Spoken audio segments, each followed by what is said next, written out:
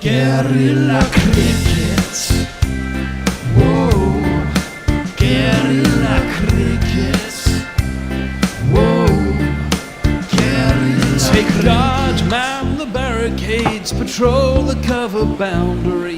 At last the time is come, this is a cricketing emergency. Hear this call to arms for every cricket revolutionary. Take up your bats and stumps for the test match insurgency. At first they tried to silence us, but we would not be silenced. They threatened us with lies, so we threatened them with violence. Che Guevara, Sangakkara, Joseph Stalin, Douglas Jardine, Robespierre, Darrell Hare, Vladimir Lenin, O'Brien Kevin, guerrilla cricket.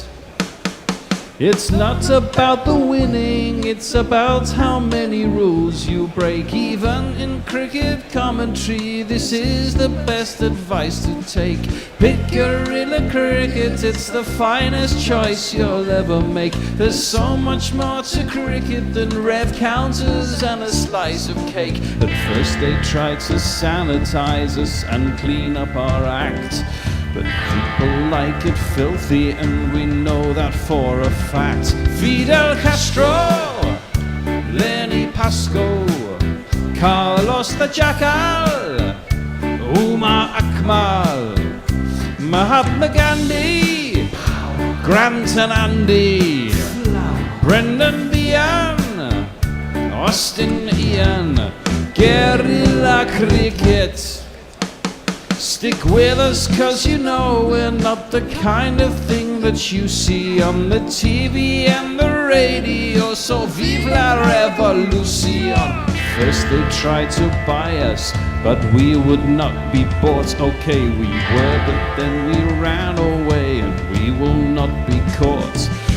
We would not give up the ghost when they left us all for dead.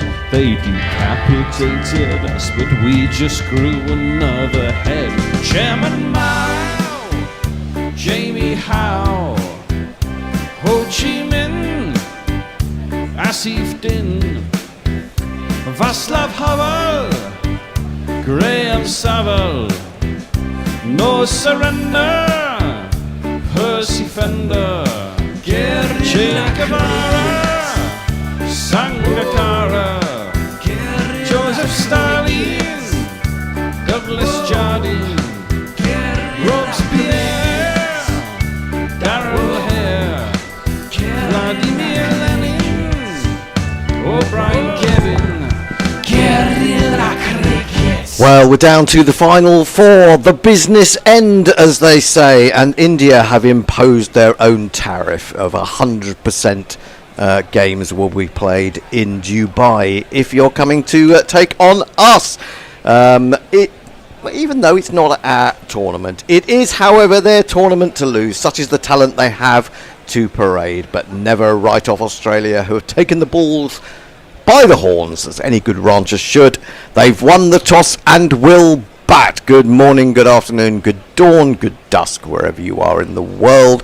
Welcome to Guerrilla Cricket. It's semi-final time. We're in Dubai, which kind of suggests a low-scoring, nuggety game. But who knows? Who knows? India, not surprisingly, go in unchanged from the team that beat New Zealand, which means that Chakravarti, 5-wicket hero, gets another go. And in an attempt to counter that, Australia have brought in an extra spinner, Spencer Johnson, I think it is, who is out. And in comes Tanveer Sangha, another leggy to go along with Adam Zampa. We also have Connelly, who is taking the place of Short, I'm afraid. They are one short, Australia, if you want to call it that, because he is injured. Now, I am Gorilla Hendo, Nigel Henderson. I'm joined, well, we were hoping that we would have a representative of both the teams involved here today, but Nindo, unfortunately, is in the air. He's not levitating. He's flying between cities, I presume. And he'll be along later, I think. But we do have Kat representing Australia all the way from Melbourne. Morning, Kat. Lovely to see you. Good morning. Haven't seen you for a long Hello. while. Hi there, Hendo. Yeah, how are you doing? Yes, really good. I'm really excited. I'm surprised Australia made it to the semi-final. I presume they're going to get thrashed here, but we'll wait and see. Yeah, well, I mean, I think as I say, they've decided to be positive, which is an Australian trait, isn't it? And they're going out there. The two batsmen are opening the batting are Travis Head and Connelly, of course. Now, Connelly, you'll know a little bit more about Connelly. He is a spinner, but he's really considered a batting all-rounder. Is that right, Kat? Yeah, that's right. Batting all-rounder. He's a batter. He bats up the top of the order. He's played for the under-19 Australian team. He is 21, very young, so he's like part of this new brood that people are trying to bring in. It's always weird when I look at these players and they're like the same age as my children. But anyway, left-handed batter. And he plays for Western Australia, but he has played in other states. I don't know how. At the age of 21, he's played in multiple states, but, you know, they do get around. He certainly has. So he got his test cap as well just recently in the Tour of Sri Lanka. So, yeah. Right, well, he's a Sean Marsh kind of player. He likes Sean Marsh as his hero. Okay, well, that's what they're looking about. So they'll be opening with two left-handers, of course, Travis Head being the other. The other man who's stayed silent so far, sitting beside me, is... the great Tony Bishop, a legend. A legend. Tony Bishop, in the my legend. Lunchtime. Hey, Tony. Hi. Again, they don't like to get to the ground too early in Dubai, so it's not many people to see the opening balls. But the opening balls are going to be bowled by should be this man. fellow. Yes, indeed. Muhammad Shaman. Muhammad Shaman. And here he is coming into the mustachioed Travis Head. That's a very wide delivery, which Head goes after. And he could have got himself in a bit of trouble there. He could have toe-ended that through to Raoul. As it is, it's signalled a wide. And hang on. Oh, it's a very big wide. When you look at the guidance line. Do you remember, was it on Sunday? Or I think it was, when Mohammad Shami bowled five wides in his first over, 11 ball over. Here he is again. Oh, now he's turned him round, and was that a catch? I think it was a return catch. He stuck out his right paw, almost as an afterthought, and it certainly hit his hand. I'm not sure that his hand ever sort of moved quickly enough to grasp the ball. And that's an enormous let-off. It's a leading edge as he's trying to turn that into the onside. Yep. That's a definite chance. Ooh, what a let-off that may turn out to be. Shami could have got there too. He just wasn't. You're not expecting a catch, I guess, on your second. Yeah, exactly.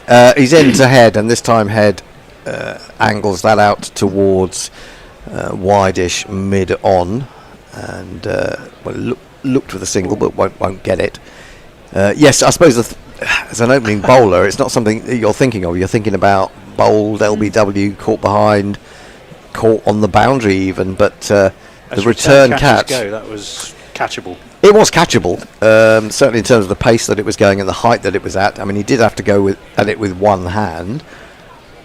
Anyway, he's in again to Travis Head. One slip, he's round the wicket and he's pummeled that through the offside, but great piece of fielding up there at mid-off. Is that Shubman in that position? I think it is. And so they get just the one. First run from the bat. Australia 2 for no wicket. Kat, how do you think this, in a sense, the lack of cricket in this tournament is going to affect Australia? Yeah, that's right. They've had a few washed out opportunities. I don't think it'll affect them at all. I mean, they have a reasonable amount of one-day cricket behind them, so most of these players are well warmed up, I would say. Yeah, I mean, I don't. It's not really. You can't really say that they've been tested because they played England in their one game that got completed. Shami wide on the crease, onto the back foot goes Cooper Connelly, facing his first ball. He dabs it out on the offside to backward point. Love child of Tommy and Billy. Oh God, now there's a frightening thought. Although he'd be good entertainment in the dressing room, wouldn't fantastic, wouldn't he? I should say that the Australia team lines up: Head, Connelly, Smith, Labuschagne, Inglis, Carey, Maxwell, Weisshaus, and 3 others that I've forgotten because they've gone off the screen. I'm going to have to go check. Sanger's one of them. Zampa will be another. It was Dwarshuis, Ellis, Zampa, and Sanger. That's right. Yep. Thank you very much for helping me out there. In he comes again. Bowls to Connelly. He's angling the ball into his hip as much as anything at the moment. The 2 left-handers. This is played into the onside, and there is no run. As I say, the Indians are unchanged. Rohit, Gill, Kohli, Shreyas, Axar, Rahul, Hardik, Jadeja, Shami, Kuldeep, and Varun Chakrabarti. I kind of feel like, even if Australia get off to a very quick start, that's a fearsome spin bowling. Well, it is, and I kind of fear that once they'll probably bring on Axar in the 6th or 7th over in the power play. Now he's aimed a drive at that 1-2. It would have been a drive on the up. It certainly wasn't a half volley, but he's been beaten by it, or it was a swing and a miss. It's gone through, so just the 2 runs damage, although there could have been a wicket.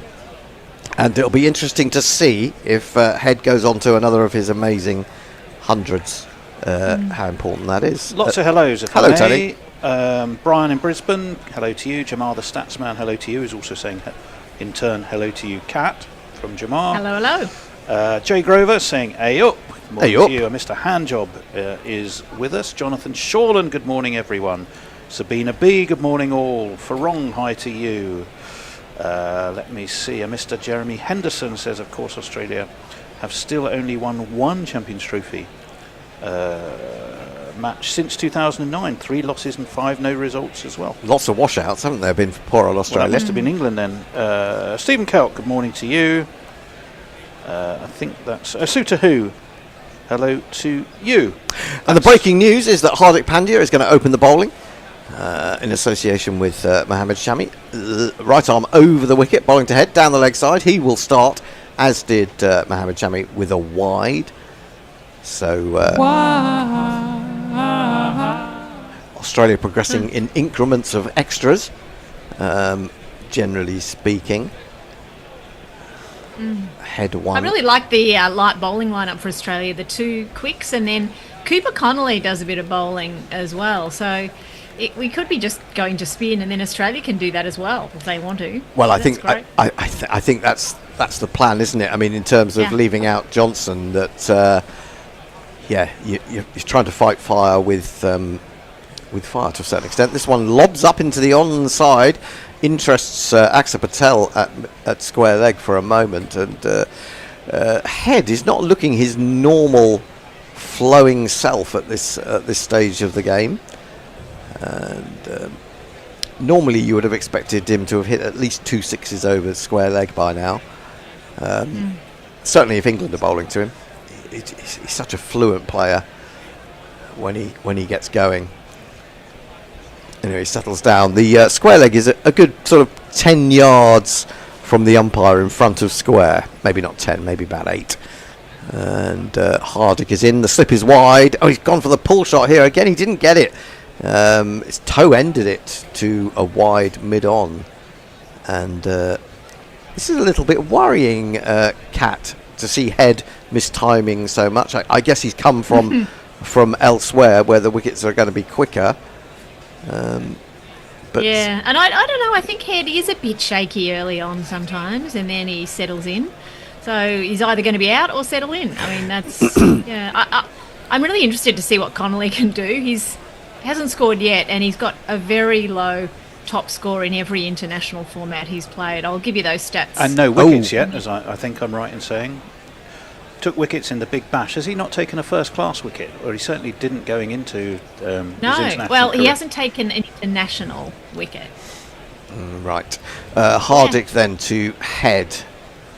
He's in, and he's gone for the pull shot. Has he got an edge to that? Rahul is interested, although he juggled with it, I'm pretty sure, the wicket keeper. He's not one of the cleanest keepers in the world. I don't think there's actually Gaffers is not remotely interested in that. No, they're not. Head's going, go on, review it. That's what he said. Go on, review it. I mean, No, I think Head is so crucial to this Aussie team. He's, he sets a tone quite a lot of the time, doesn't he? We're looking to see if he got a bottom edge. There's nothing on ultra edge. He's just struggling with his timing at the moment. Getting used to the pace of this wicket, I think. Looking chirpy though, isn't he? He seems to be enjoing the back. Oh, he's a chirpy sort of guy, isn't he? He's onto the back foot, dabs it square on the offside. 4 men inside the ring there, and he won't get it through. This has been a pretty good over so far from Hardick. I'm sure that Tony's got the... Well, we'll come to Cat's stats. That's not easy to say. We'll come to Cat stats in a minute. Like a cat scan. Cat stats. We'll come to those in a minute at the end of the over, but I'm sure Tony will also have some stats about how many runs we can expect to see in the first innings. Or I can give you those, but we'll let Cat. We'll let Cat go first. Right. I was just going to say that, Cooper Connelly. Well, he's not on strike yet. Maybe we should say. Yeah, we'll talk it. We'll talk at the end of the over, shall we? Yeah. Hardick then in again. 2 balls remaining in this over. He's over the wicket to the left-hander, and he brings that one back into him ever so slightly. He tries to whip it away, but finds mid-wicket, and there is no run. So Hardick's really bowled well after that first wide. The following 5 balls have been pretty tight. Yeah, and I think Hardick has really thought about his bowling a lot ever since the first T20 against England in India, where he went for 20 odd off the first couple of overs, and then just immediately took pace off the ball and has been doing that ever since, really, and has looked good in doing it. That said, I did see that his death bowling in the IPL was quite expensive. Anyway, here he is again. Bowls to Head. Head goes back, tries to force, but again can't get it past Jadeja at backward point. It's the end of the over. Were there not a wide, it would have been a maiden. 3 for none after 2. Kat, with your stats. Yes, well, this is just for Cooper Connelly, and he's played 3 ODIs. He's had 2 innings in that. I think it was a 3 and a 7 not out. So he's got an average of 10. He's been out once, so his highest score is 7. And then in tests, his highest score is 4. And he hasn't got a score in international T20. Got a 90 so in the bash. All he has to do someone. is beat 7, and he'll be happy, I think. Yeah, had a good bash with the bat, as I recall. Hello to Mike, the #1 Joss Butler fan on Blue Sky. So, good for you. I don't think Joss has got many fans at the moment. Poor old Joss. I agree. Shammy in bowls, and Cooper Connelly goes after that. He was trying to get 6 from his first ball and say, hey, I take your 7 and I raise you. But no, he's beaten by that one. When I say beaten, he missed it. Peter Smith over on YouTube. So I gather the Aussies won the toss. Yes, they did, Peter, and they, as you have pointed out, elected to bat. Stephen Kelk, as mentioned in Discord, probability of losing 14 tosses in a row, given a fair coin, is 0.000000610. Do you think India are being stitched up? Shami in bowls. He aims another drive at that one. He misses it again. And Shami thinks, why on earth can't you get an edge to one of those? It's not an impressive start, this, from Australia. Only 1 run from the bat from 14 balls. Several plays and misses. A return catch. 1 popped up close to square leg. But cricket's a funny old game, as they say, because you can struggle for a while and then it can all come together, and vice versa. You can be looking $1 million and then fall apart. Here is Shami again. He's round the wicket to Connelly, and another big booming, cut, I think, on this occasion. It's too wide and he can't get near it, and it is given as wide. I think that's fair enough on that occasion. So again, 3 wides have contributed to the Australian score of 4 for no wicket. That was probably a strategic wide, I think. Throw it out wide enough so that Connelly's going to miss another one and make him look silly. Maybe it was a strategic wide. Connelly does look a little bit silly at the moment. He hasn't been able to make contact on it. No, has he actually? Yes, he did. He did hit one up to mid-on. He did hit one. Yeah. Give him that. Average first inning score is 239. He's in again. Oh, he's beaten by that one. And he was well and truly beaten by that one. It angled in, it nibbled away, and I suspect he was trying erroneously to turn that into the onside. It's a tough examination for the young boy. He's only 21. As Kat said, he hasn't really made any runs in international cricket. Yeah, it's an ask, isn't it, to say go out and open in a semi-final. Yeah, fantastic for him. He has done a lot in Big Bash and that kind of format, and he has captained the under-19s. He's a future captain for Australia, Cooper Connelly, if he can do something in the top order. Well, you heard that here first, folks. Yeah. Chamois in again, bowls, and again he drives and misses. Now this is getting into the bounds of the extraordinary, isn't it? Really, but he's still there. He's still there. Well, it's starting to look a bit silly for India. Actually, it's just aim one at the stumps and something might happen. Just as an aside, doesn't Rahul look gorgeous in his cap? He's just keeping in a cap. Oh, he yes, hasn't got a helmet on, has he? No. Yeah, good point. Good point. It's fantastic, casual. They're fast bowlers, but they're not very fast. I'm just going to keep in a cap. Yeah, I could do it, and I do like the fact that Rahul. I mean, he's just letting his hair go wild. He's obviously decided that I'm not going to touch it. I'm just going to become an enormous hairy monster. And the sunglasses on. Yeah, it's a very interesting keeping look. I could recommend him to my new barber in Hinchley Wood. If he wants a nice tidy trim. Chamois wide on the crease. He's gone at it again. He's missed it again. That is absolutely extraordinary. I mean, he's just hitting thin air at the moment.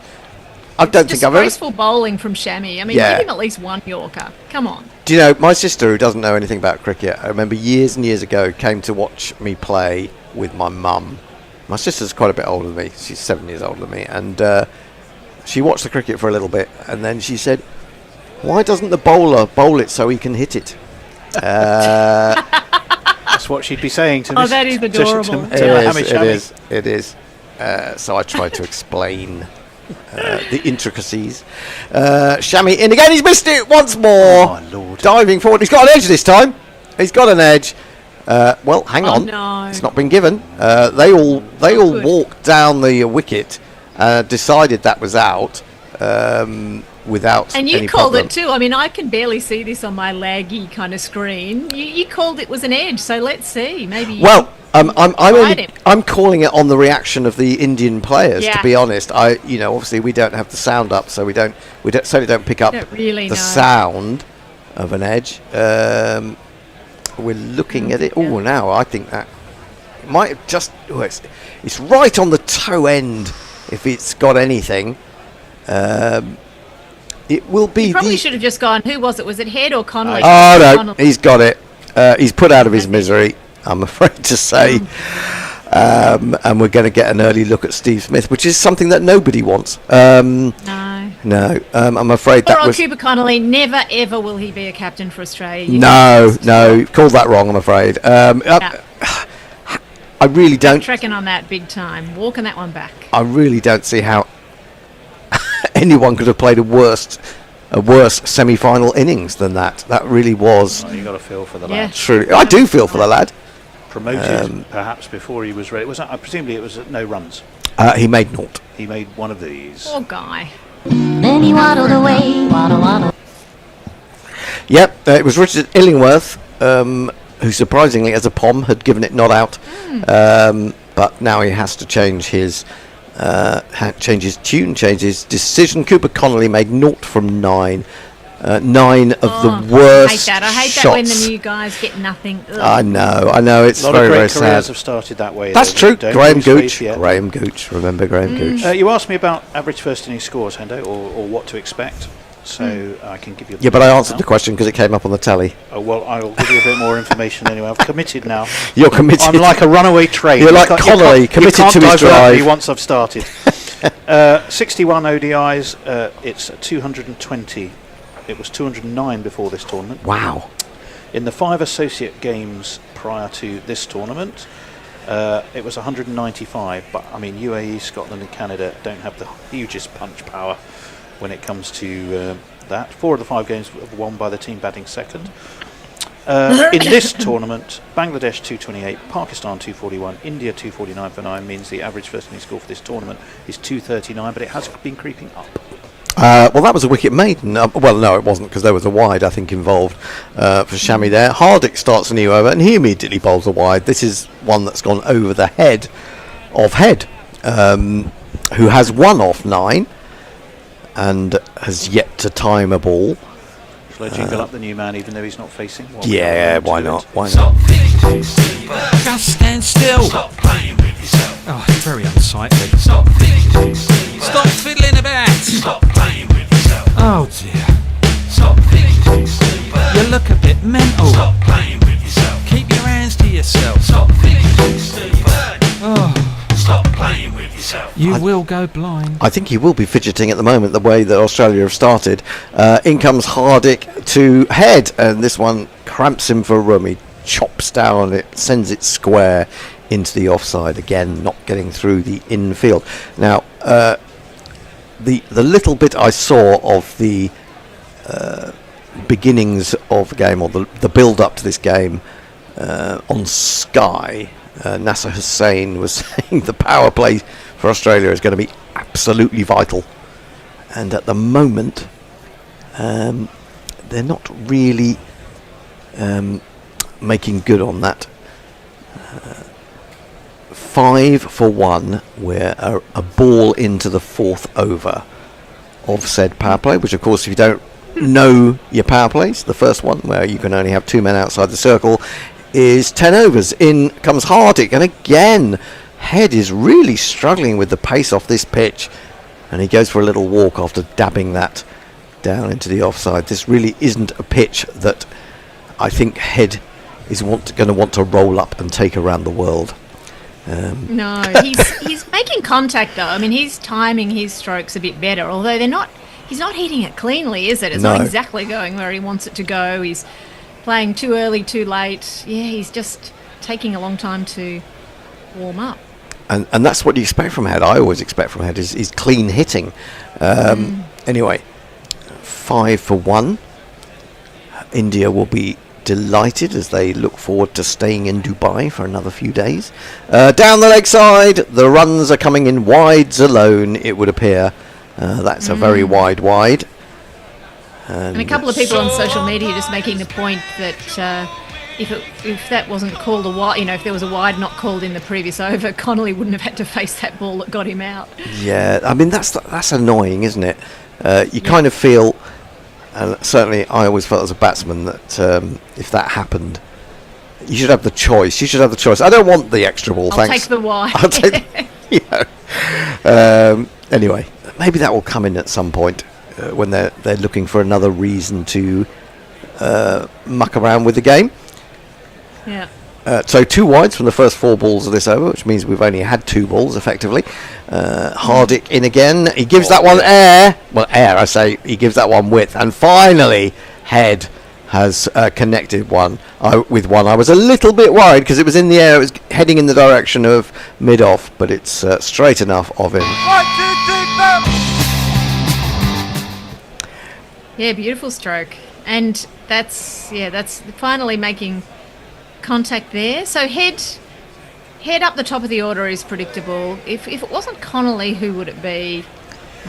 So I guess Matt Short hasn't had a fabulous tournament either. So they're still trying to find new openers, I think, Australia in all the formats. Yeah, Hardik in again, bowls to Head, and now he's whipped one away over square leg. Has Head finally got the feeling that he was looking for? It's gone all the way. I mean, that's an extraordinary shot. It's one way to celebrate the 100th 6 of the tournament. That was a tremendous stroke. And suddenly, he's switched up a gear, hasn't he? Yeah. 10 in 2 balls from Might Head. be a bit unkind, but the departure of poor old Connelly, in a way, might have Freed him up. freed up 2 more experienced batsmen to feel they can get on with things. There was a sense that Connelly was sort of dragging everything down a little bit. Yeah, and wasting the power play. Yeah. Wasting the power play, exactly. Here is Hardik again into Head, and Head's onto the back foot this time, and forcing it. They're going to go through a single. I think they have. Head holds up his hands in, well, I don't know. I guess it was kind of an apology to Steve Smith that he might have run himself out there. But they're all having a bit of a chuckle out there in the middle, which is interesting. I think there was a collision mid-pit. Oh, not quite. No, not quite. Well, I think, yes, he had to avoid Hardick, who was, I wouldn't say he was blocking him, but he was just there in his follow-through. But they've got away with it. The throw wasn't far away from the stumps, and I think it probably would have been out had it hit. But anyway, they've got away with it. Australia moved to 17 for 1. 1 ball remaining in the fourth over. Quick reminder on the GPL as well. £83. £83. I've seen that message as well. I'll tell you a little bit more about that at the end of the over. So Hardick, none for 14 now off 1.5. And 11 have come in the last 3 balls. Here he is then to bowl to Smith. First ball for the Australia captain, and he's onto the front foot to a good length delivery outside the off stump, plays it back to the bowler. End of the over. Australia have begun to get a little bit of a wriggle on. They're 17 for 1 from 4, and the GPL is open. It's £83. Super chat. Sorry, my mistake. Well, let me do the GPL Yes. first, and then we'll come back to the Super Chat. The GPL is the Gorilla Prediction League. You have to estimate how many runs you think will be scored in the day. That's the aggregate of both innings. You put £1, or I'm told it's just slightly more than £1 by today's exchange rates. It must have something to do with tariffs and America, I'm sure. But anyway, put in your quid, have your guess, get it on the nose at the end of the day. You get the money that's in the pot. So that's pretty good. At the moment, 83 quid. 10:15 is the cut-off time, UK time. Yeah, hour and a quarter, of course, from the start. Go to gorillacricket.com, follow the prompts to competitions, and that's where you can take part. Shami starts a new over bowling to Head, and Head looks a little bit more confident and more at ease now, and he chops down on that, times it nicely, but hits it straight to Jadeja. Can I squeeze Backward a point. few in during this over? Squeeze things Here's in. another one. Ooh, they're coming in. Super chat. Mr. Jeremy fast. Henderson, Muttley made me do it. I want to see Batman and Bobbin. You are jumping on YouTube today. It's all action. Hi to Peter Smith. Hello to Lockie6, who said, bat first and score no runs. Pure Aussie genius. The Harriman. Good morning, good afternoon, Gorillas. Hoping for a thriller today. Adam Newman. Hi to you. I'm just trying to find people I may or may not have mentioned. An interesting one from Billy I'll go Stevens. and get. Batman's here. I'll go get Batman for the super chat. Excellent. Pulled by Head, didn't really time it. There is a man out now on the boundary, but he has to make some ground to his right, and they will get back for a couple. Did you mention Muttley's super chat? Yes, I did that. Oh. I read that, and hence Cat has just disappeared to find Batman, and there he is. No, you've done Jeremy. You've done Here he you've done is. Messenger. no, I did Muttley first. You did Muttley. Hence, Okay. hence Batman, who has now appeared on screen. Is Batman the cat? No, Batman's the dog right there with Oh, the Cat. dog. Oh, Yeah. right. Sorry, You I see wasn't. him? I Trying to send can't. to him on the screen. Oh yeah, he's lovely, isn't he? He is. He Cool. is. Oh, he's Don't show him to gorgeous. Bear though. Bear's not very fond of dogs at the moment. He wants a Rhodesian Ridgeback. What are you talking about? Stephen Kelk says Hendo played cricket with his mum. Cool. Shami in bowls. Cut! Oh, that's power. That's power. He just leant back and hammered that through the covers. And Head really is beginning to motor. And if you kids 4 runs. can't listen, and you bound to see. Was that a Motorhead joke? Oh, could have been. Motoring Head. Motorhead. Yeah. Good point. Should try that one. Yeah, his strike rate has just tipped up over 100. So, really, Well, what's not he- giving Smith any strike at all. He's gone 6-4-1-2-4 in his last 5 balls. So it doesn't take much to set him off. Once he's hit one good shot, it all seems to come together. Maybe just relaxes a little bit. But it does show that it can help to last a few balls and stay out there for a few balls if the pitch is slightly different from what you're expecting. Oh, now he's nearly pulled that on, but he's going to get 4 runs for it.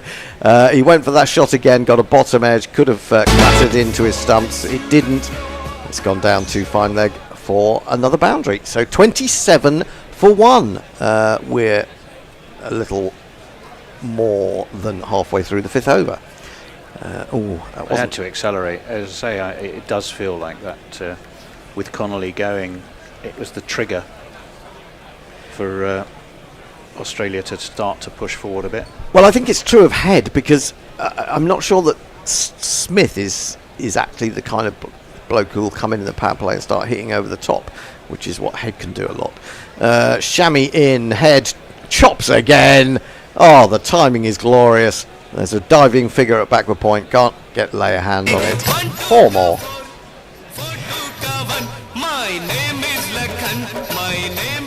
And the Aussies in the crowd, of which there don't seem to be too many at the moment, have suddenly awakened. He's really motoring along now. That's incredible. It is amazing. He had a little isn't bit it? of luck. There was that early caught and bowled chance. There was the almost chopped onto the stumps in the previous couple of deliveries. So, yeah, there's a few lucky chances, but he seems to be really finding his form now. Well, 3 boundaries in a row in this over. India will be wondering, hang on, how's this happened? He's over the wicket now to Head, and Head defends straight ball to extra cover. So a good change of angle from Chamois there. Maybe took a little bit of pace off the ball. No, 86 miles an hour it says there.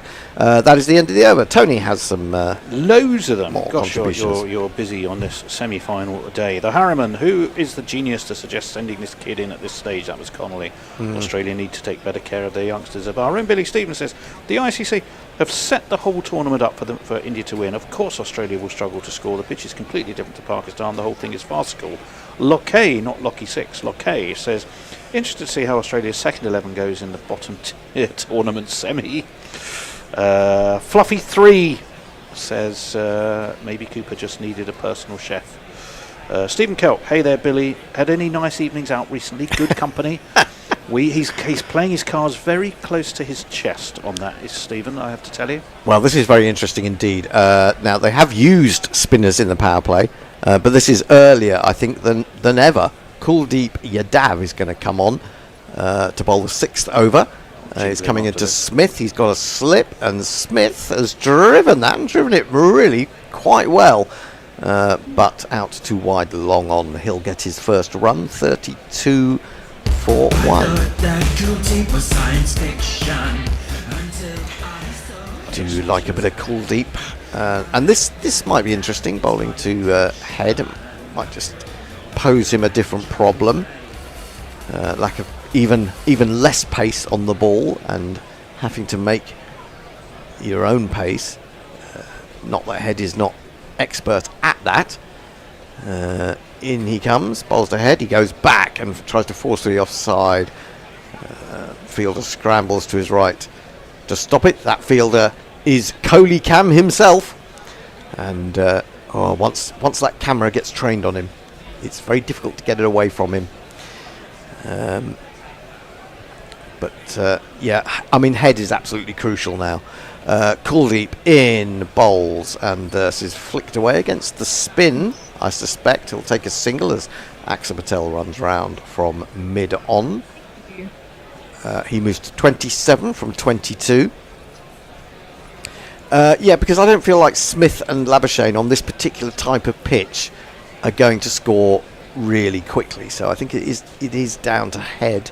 Maybe they might think about bringing Maxwell up the order. I don't know. He goes back to this one to Smith. With the spin, he turns it into the onside. There's another single. So Smith is rotating the strike, giving it back to the man who's finding form. So sensible cricket. Certainly. We have Bobbin now on the screen for that super chat. Here we are. This is just cuteness overload, isn't it? She is very sweet. It's much easier to see the faces on the multicoloured dogs, isn't it? It is actually, yeah.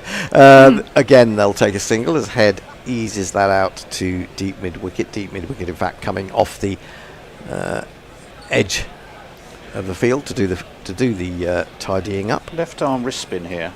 Has an economy rate of just over 4 and a bowling average of 22. It's the best bowling average. Left arm orthodox and off breaks have slightly lower averages, slightly lower economy rates, but better bowling averages, but not by much. Smith manages to get this past Kuldeep, who dives away to his right, but fails to prevent the single. Australia finished that over. 6 overs bowled, they've moved on to 36 for 1. Head has 28 of those. Enrique Mentor, good afternoon. What a match. Looking forward to these 100 overs. Great. Nice to have you with us, Enrique. Who will win today, he wants to know. Well, I think that smart money is on India for a whole bunch of reasons, but you just never know. Fluffy, we've already said hello to. Muttley points out that for those not getting the kitten reference, there was a reference to the sugar. That was a reference to the Sugar and Spice Cat Rescue, where the Box of Dreams would broadcast from. You can donate to support them. But Cat, have you not got cats as well?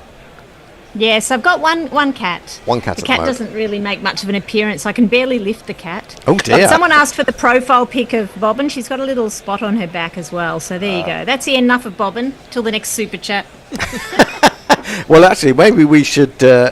I think we should use your animals to get money. This Yeah. take a single into the onside. If you want to see more pictures on YouTube and more live struggling of animals in arms of owners. If you want to see that, yeah, I need a super chat to go find the cat. Absolutely. Right, we want a super chat for the cat. I think that's right. Super Cat chat for will the get her cat. But I don't think anyone's seen my cat before. And it's worth it. The cat is very spectacular. If somebody sends us £100 via Super Chat, then Batman or Bobbin will render for Hey, you can auction off some the of cat- Banjo the cat. Patterson's greatest hits. Ventriloquize. Hardick into Smith, who swings that away on the onside. Doesn't seem to be anyone out there. It's just about going to dribble into the boundary sponge.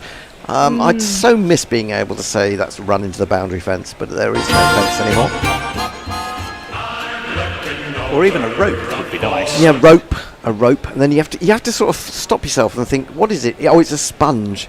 Anyway, 4 runs, first boundary for Smith. He's picked his spot really well, actually, because there's no one out there. Didn't hit it perhaps as hard as he would have liked or timed it, but because of the gap the there. backward square fielder just got there, but it was already over the rope. Yeah.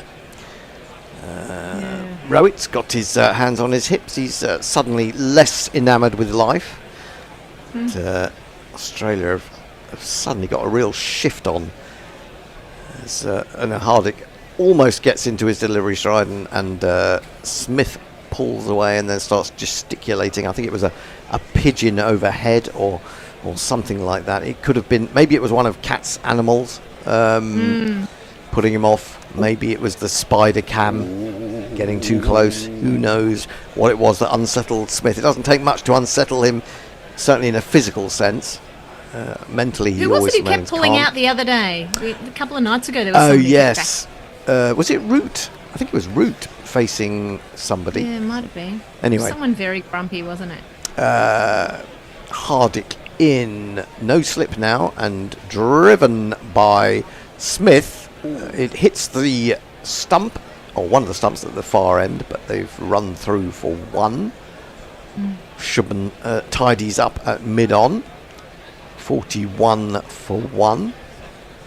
YouTube Rap, Super Chat. It's Joe Grover Yeah. who's saying, this animal's only fans. It's dodgy as fuck.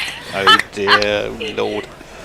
Goodness me. Adam Newman, this Yes. team, Jamal. yeah, Animals lots of chat. only fans.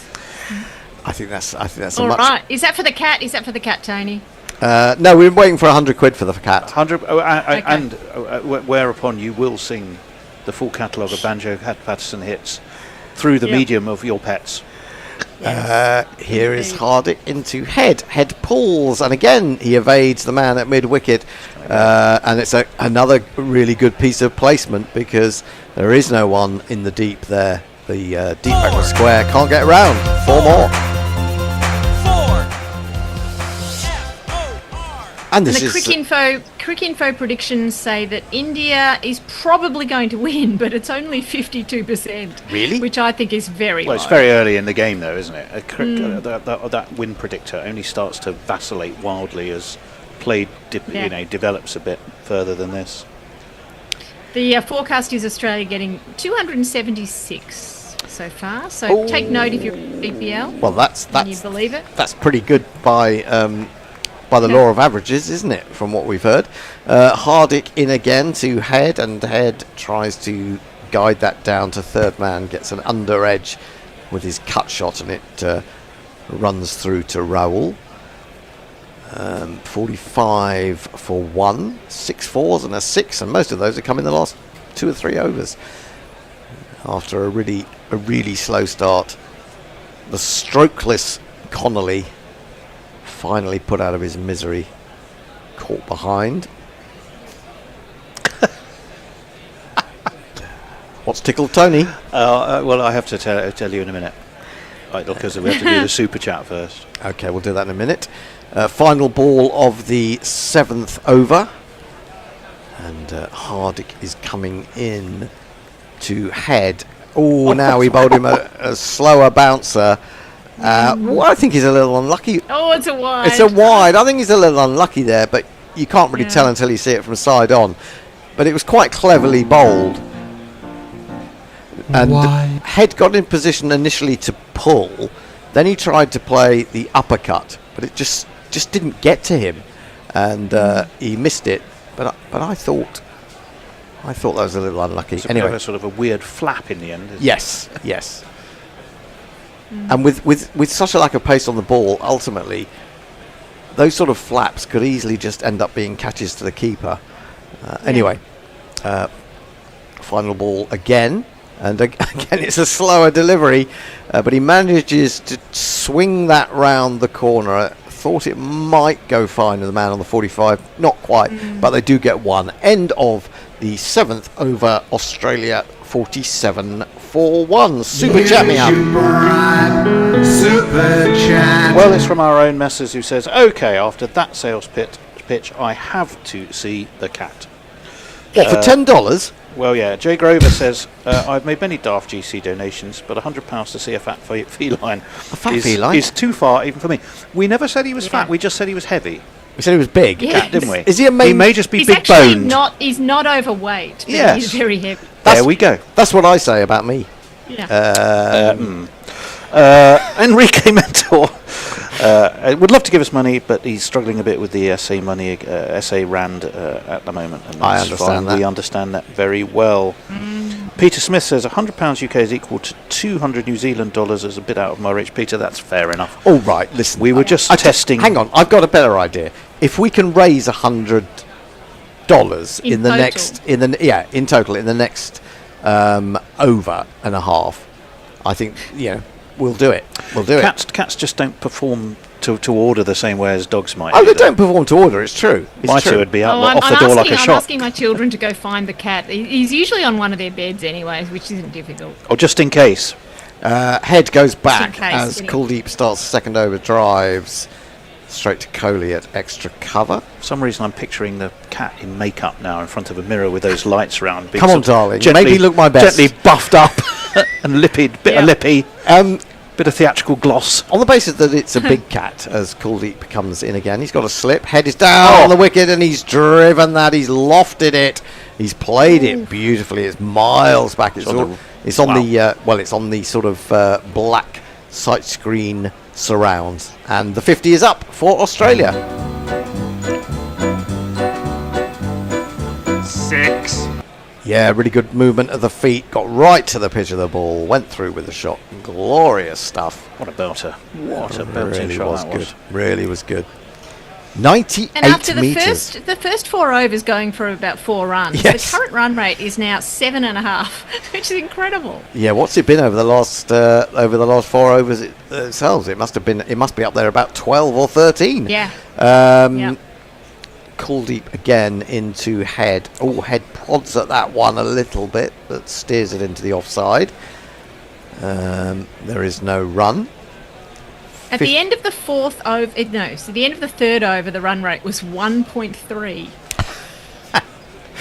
Which just goes to show you don't have to always go really hard from the top.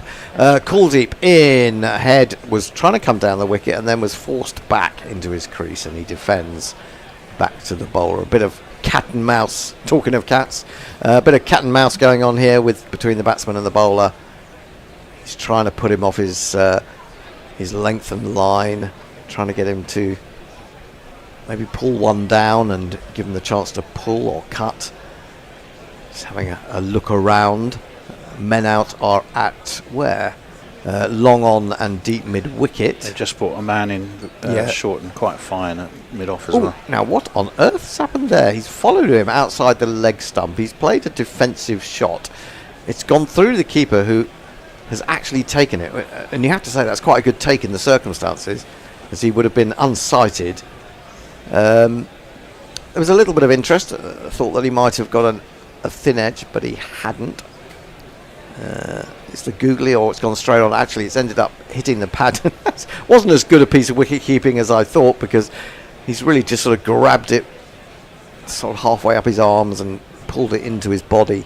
Head goes back. He's followed by that one. Good bowling from Kuldeep, using the googly to good effect. End of the over. He's conceded just the 6, the one scoring shot from that over. Good stuff. Mad Old Bat is saying, I saw Connelly play against Ireland. Was it last year? Looked like an escapee from early neighbours. He still does a wee bit. Tim Everingham, really Evening does. Gorillas, says Tim, honestly, it doesn't matter if Australia lose this game. The AFL now starts on Friday and league started last weekend. No one cares much anymore here. Swans redemption year. That'll mean something more to you, Kat, than I think it does to me. Means nothing to me. I have no Good. idea about Good for Friday you, Means Kat. nothing to me. Stand up against this AFL nonsense. Enrique, it should be good to know how many are watching the cricket now from USA. Lots of Indian Aussie supporters here, fans there, yes. Yeah. Hi to Mark Arnold. Suter, I'm not fat either, it's all liver. This is Mark Arnold. Okay. Yeah. Essential organs sometimes make people big. That's what it is. Well, isn't the head, Hearts not and Travis? so on. Oh, hello. Well, we've got more spin, and it's possibly the danger man. Varun Chakravarti is coming into the attack. It's fresh from his Certainly was for England. 5 wickets against New Zealand. And Smith drives that relatively fluently up to wide long off.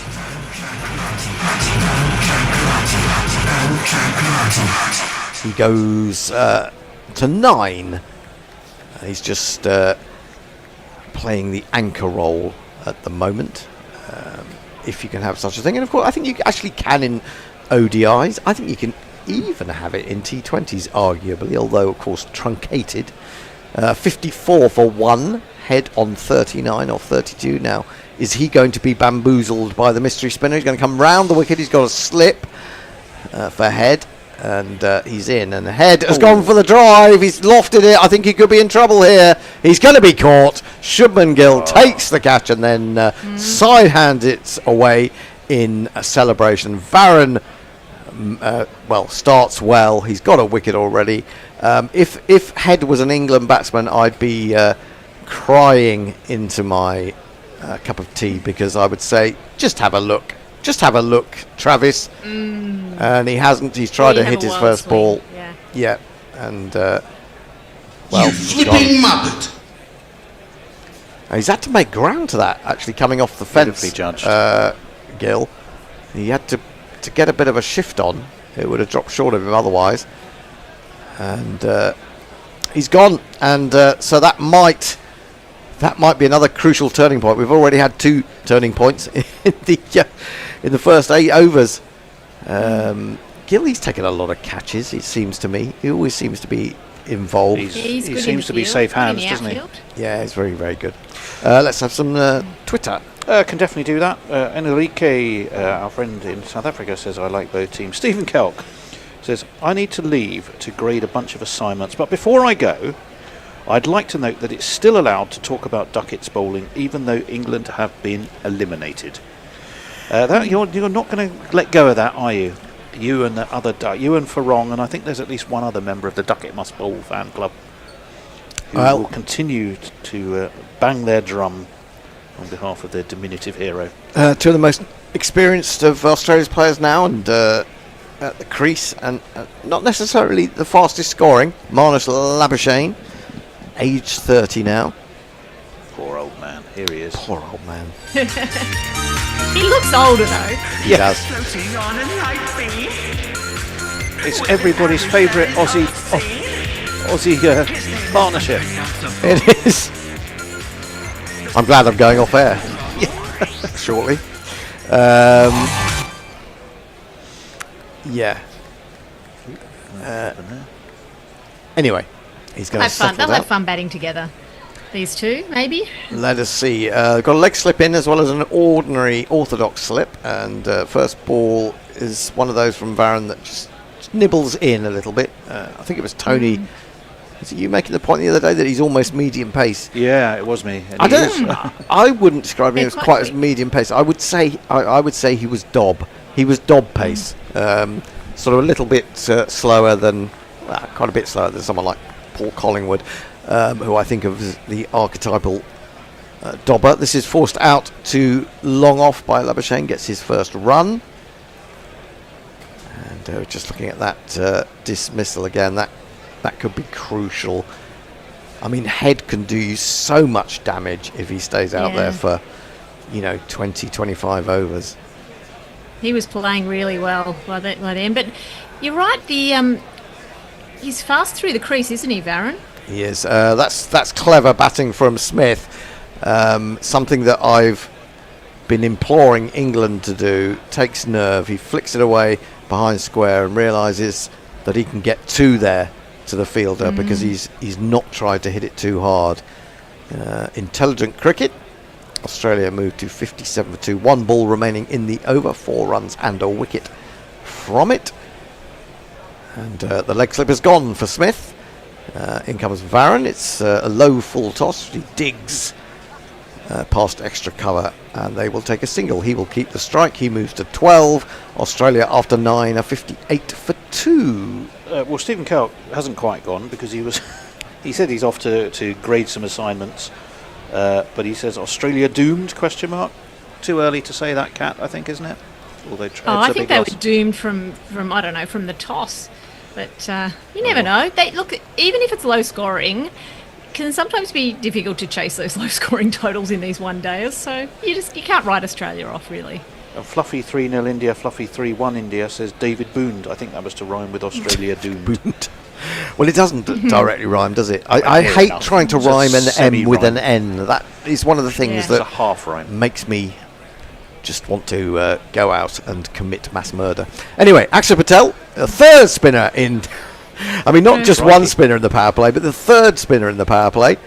As Kuldeep is taken out of the attack after 2 overs. He's going to be the left arm orthodox of Akshar Patel. He's got a slip. He's bowling to Smith. Smith throws his bat at that. Lots of wristiness in it.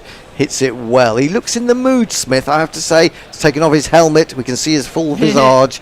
The cap, yeah. Yeah, well, that went straight to extra. But it's a nice shot. He's down the wicket. He's lofted that over mid-on. He knows there's no one back. Still only allowed 2 outside the circle. And it's 4 runs to Smith.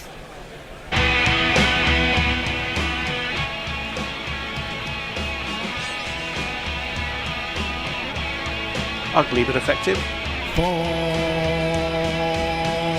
As I've often been described. Down the wicket again, but realising he's not quite there to the pitcher, but he just steers it out into the offside, and they don't get a run. 62 for 2, 3 balls of the power play left.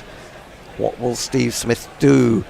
In comes Akshar, holds this one back, and Smith makes room for himself outside the leg stump, forces into the offside. Again, can't get through. What will Steve Smith do? He certainly can't blink because Akshar's coming in so swiftly. Oh, yeah. That That's a really...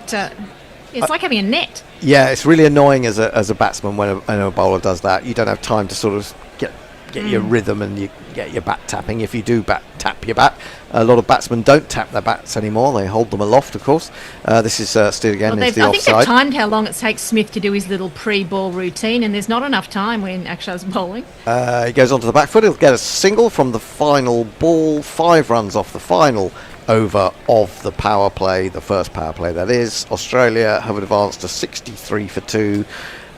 Which they didn't look like they were going to get anywhere near that after the first 3 overs, but they have lost 2 wickets. I'm going to leave socials to Messi. Cat's going to take over on ball yes. by ball. The Bear is going to come and join us. I'm just going to leave you with one quick message from Stephen Kelk, which says the Duckett Must Ball fan club is moving to new premises. Such is the speed of its growth.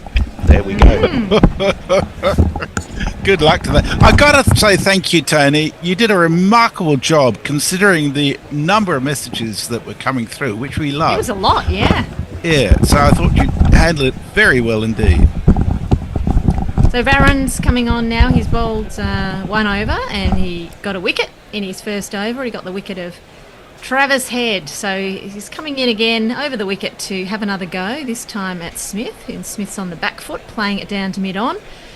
And they get a single there. The score 63 for 2. So we're 63, 10 overs down. That's not bad scoring now, is it? Well, considering that it was almost 0 after 4 overs, Yes. it's particularly good. Have we lost the bear? Has he?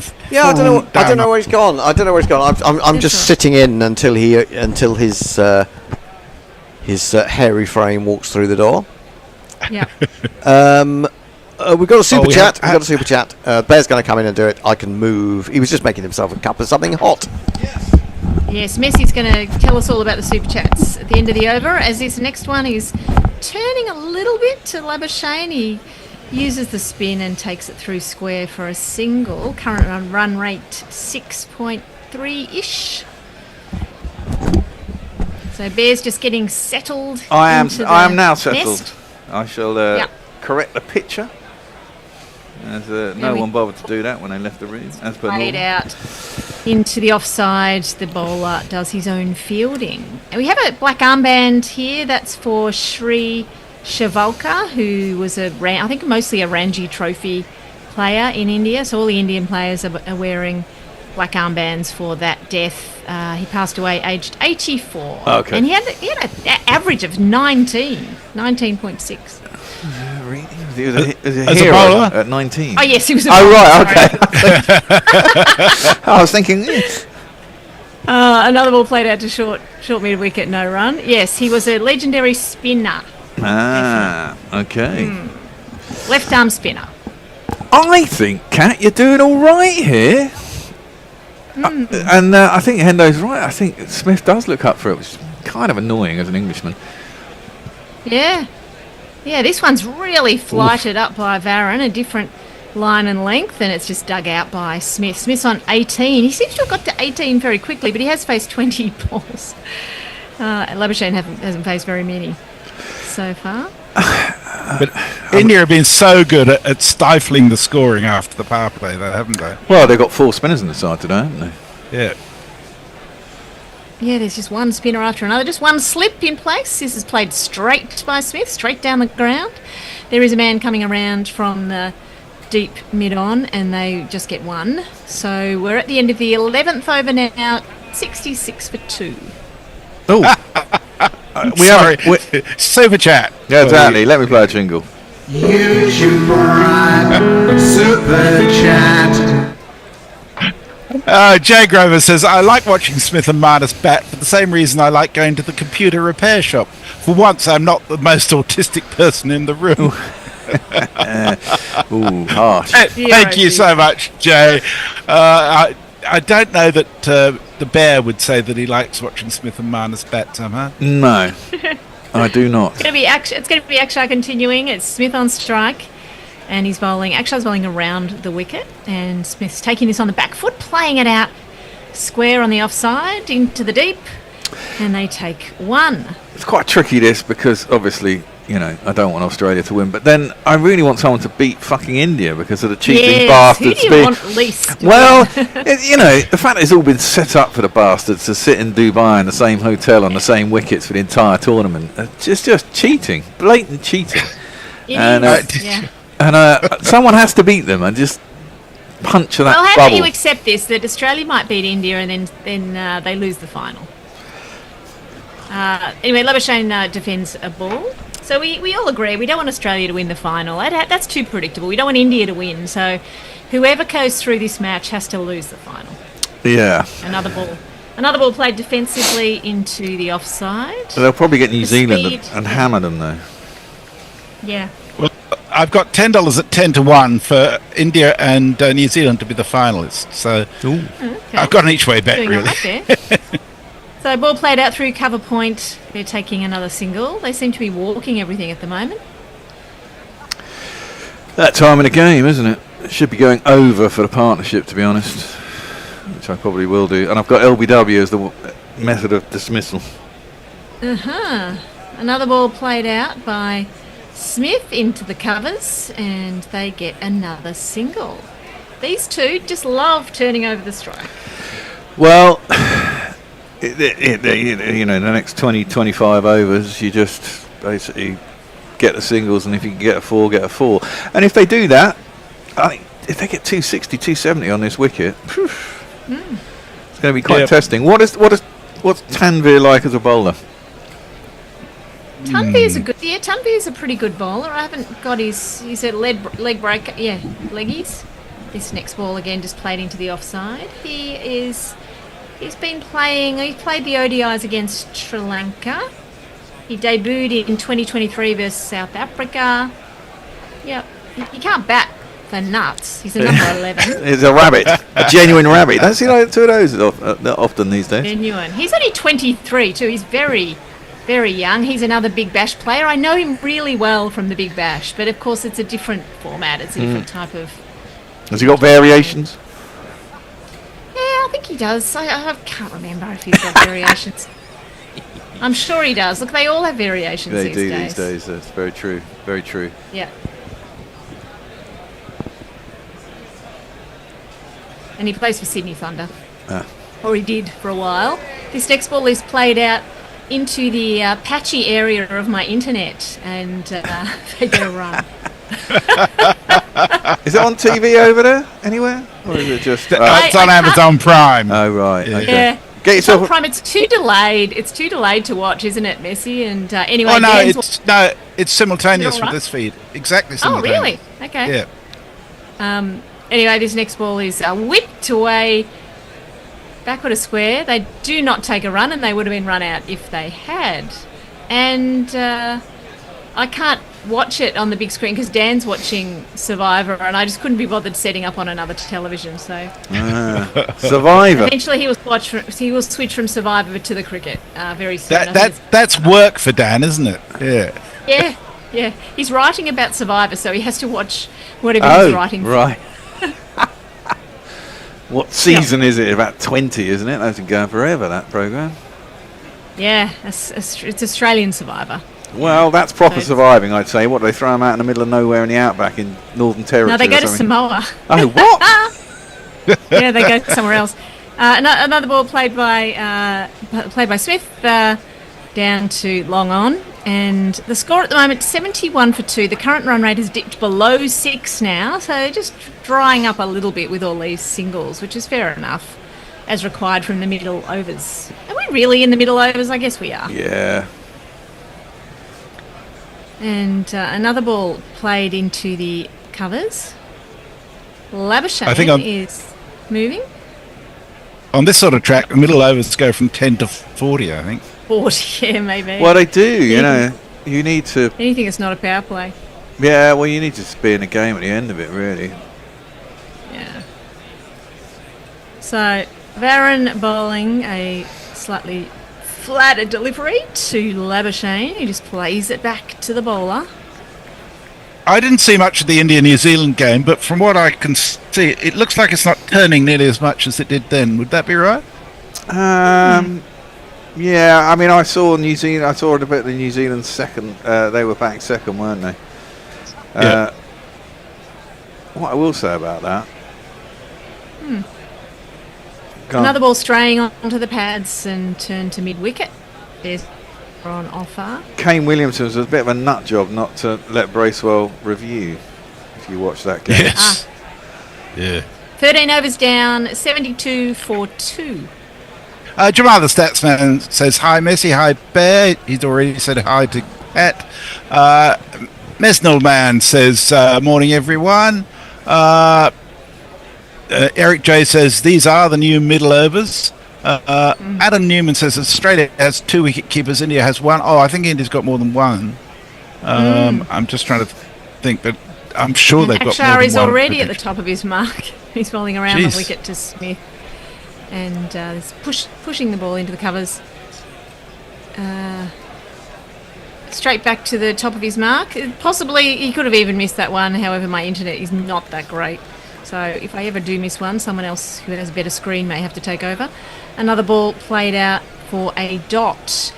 Let me tell you about Tanvir's debut for T20 internationals. He played against South Africa as Smith winds up as if he's going to do an expansive drive, but again he just plays it back to Akshar, who fields. Anyway, he became Australia's 106th T20 cricketer, and he scored as another ball's defended. He got a really good return for his 4 overs in that T20, and 4 for 31. Wow. The youngest Australian to take 4 wickets in a T20. So, yeah, he could do that today, even though it's not a T20, but, you know, my whatever. word. Another ball played onto the pads and played down to wide fine. They thought about a run. It would have been a run out. It would have been a run out, and they Have to scramble possibly back. should have had, because Piggy was stranded, but didn't pick it up very cleanly. So anyway, he got back. 5 dot balls so far. Last ball of the over. Oh, And Smith winds up to have a stroke, but it's taken by the keeper. He No. No, He hit got the an stump. inside edge onto his pads, and then it rolled onto the stumps, but then knocked the bail off. Did it roll onto the stumps? Yeah. Yeah. Oh my goodness. Well, the bails did not come off. So let's have a look at the replay. That's crazy. Ooh. It didn't hit him very hard, it has to be said, but Okay, so it's dribbled down into the ground in that sort of, when you spin the ball does, I thought it was a stumping, but the ball has hit the base of the stumps and the bails have not come off. luck Brian in there. Brisbane. Sorry. Brian in Brisbane says, too much sun in the weather cave. Messi, how's the cyclone off Queensland? Yeah, I'm keeping my head warm. Cyclone off Queensland is very serious, actually. It's Yes. going to hit right on Brisbane, the way things are looking, on, I think, early Thursday morning. Ooh. So it's That's they've off. even cancelled 2 AFL games. That's how serious it oh is. my That's word. how serious it is, yeah. Jadeja's bowling. Jadeja has come in. We'll jingle him up in a minute. And this first ball's played into the covers for a dot by Labuschagne. Well, that's where my brother You won't have lives. time to jingle him up here. He'll be finished this over before you've even found the jingle. I've got Yeah. him. I'll just Anyway, he's around the wicket, left arm, slow bowling around the wicket, and the ball is played to a short mid wicket where Jadeja collects lots of dot balls I'll in get, this innings and indeed in the last couple of overs. This one is a terrible pie from Jadeja, and Labuschagne plays it out through square where it is fielded smartly. They are running back, and good return, but they've managed to get runs there.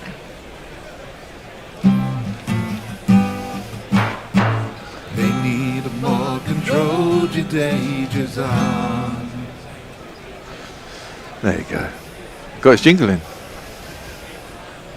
So yeah, that was 2 in fact they took off that previous ball. We got the jingle in, and Jadeja got another ball in, which was defended by Labuschagne. Labuschagne getting a bit more of the strike here. He's on 6, and he's facing up again, and he's trying to hit the ball, and it's just missing the stumps. He almost plays it on. That was they ran through for a single, but dangerous stuff from Labuschagne. They are living dangerously at the moment, it has to be said. Yeah, talk us through this replay.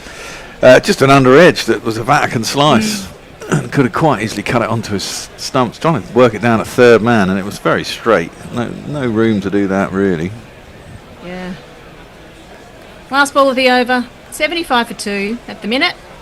And again, a ball is played. There's a bit of a collision between the non-striker Smith and the bowler. But in the end, it's collected by mid-on, and they get 4 from the over, 76 for 2. Jamar the Statsman says, tell Dan to put the cricket on, Cat. Yeah. Adam Newman says, Survivor Australia is in its 10th season on TV. The Harriman says, brand new pitch for this game. Well, brand new in that it hasn't been used in the Champions Trophy. It was used not long before, I understand. Jay Grover said, Sheffield Survivor would be proper mint. Bit dull, mine, but it'd illustrate endurance.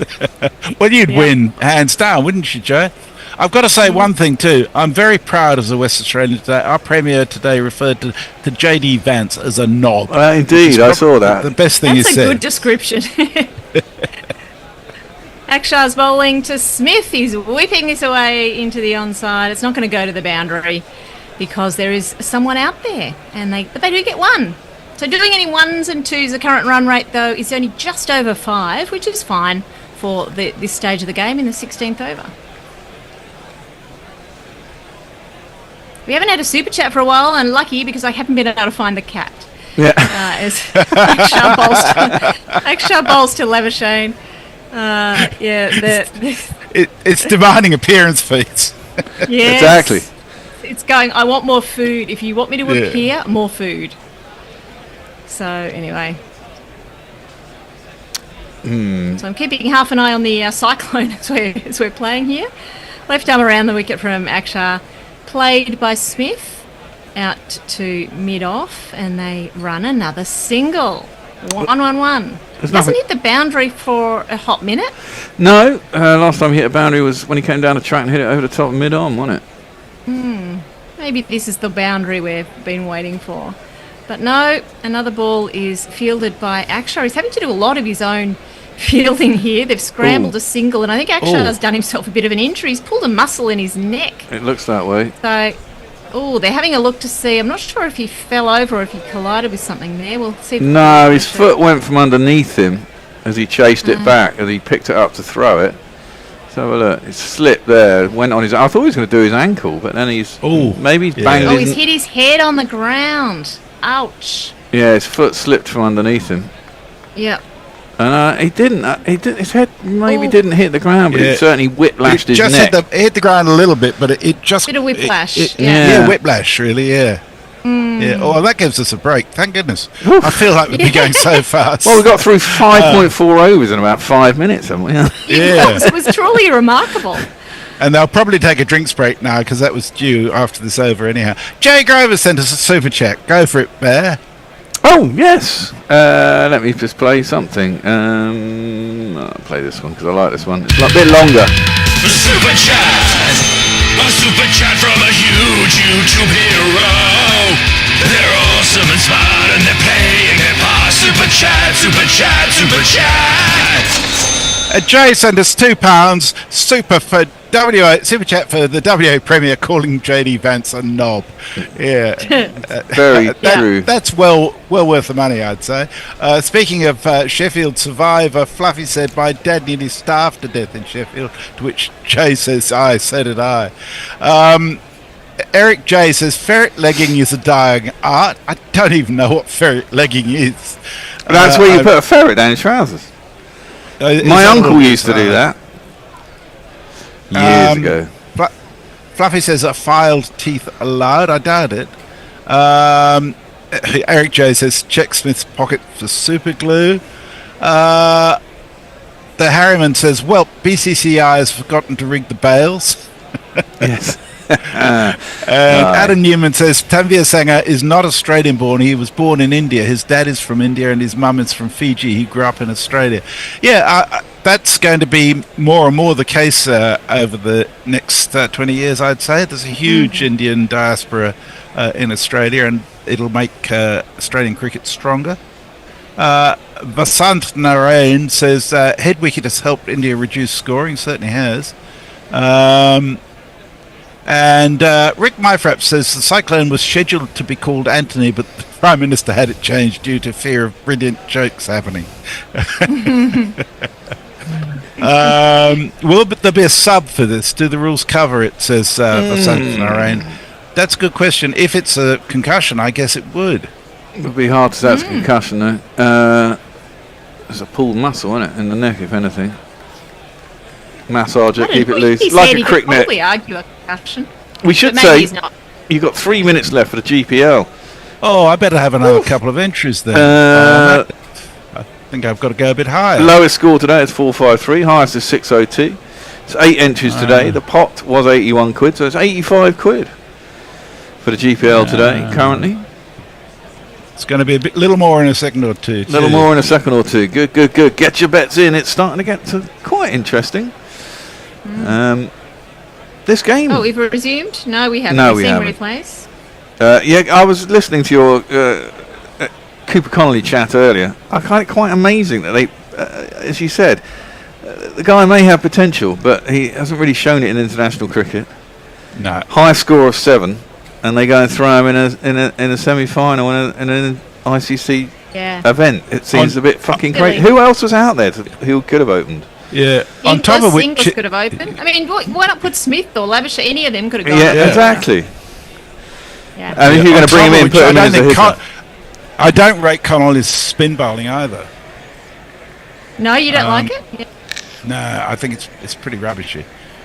He gets away with it a bit in the BBL, but probably won't get away with 10 overs. I mean, that's what England found as a problem, isn't it? When you got Root and Livingston, they're fine for 4 overs. You can kind of get away with it because T20 anyway. But if you try and get more out of them in an ODI, it becomes tricky.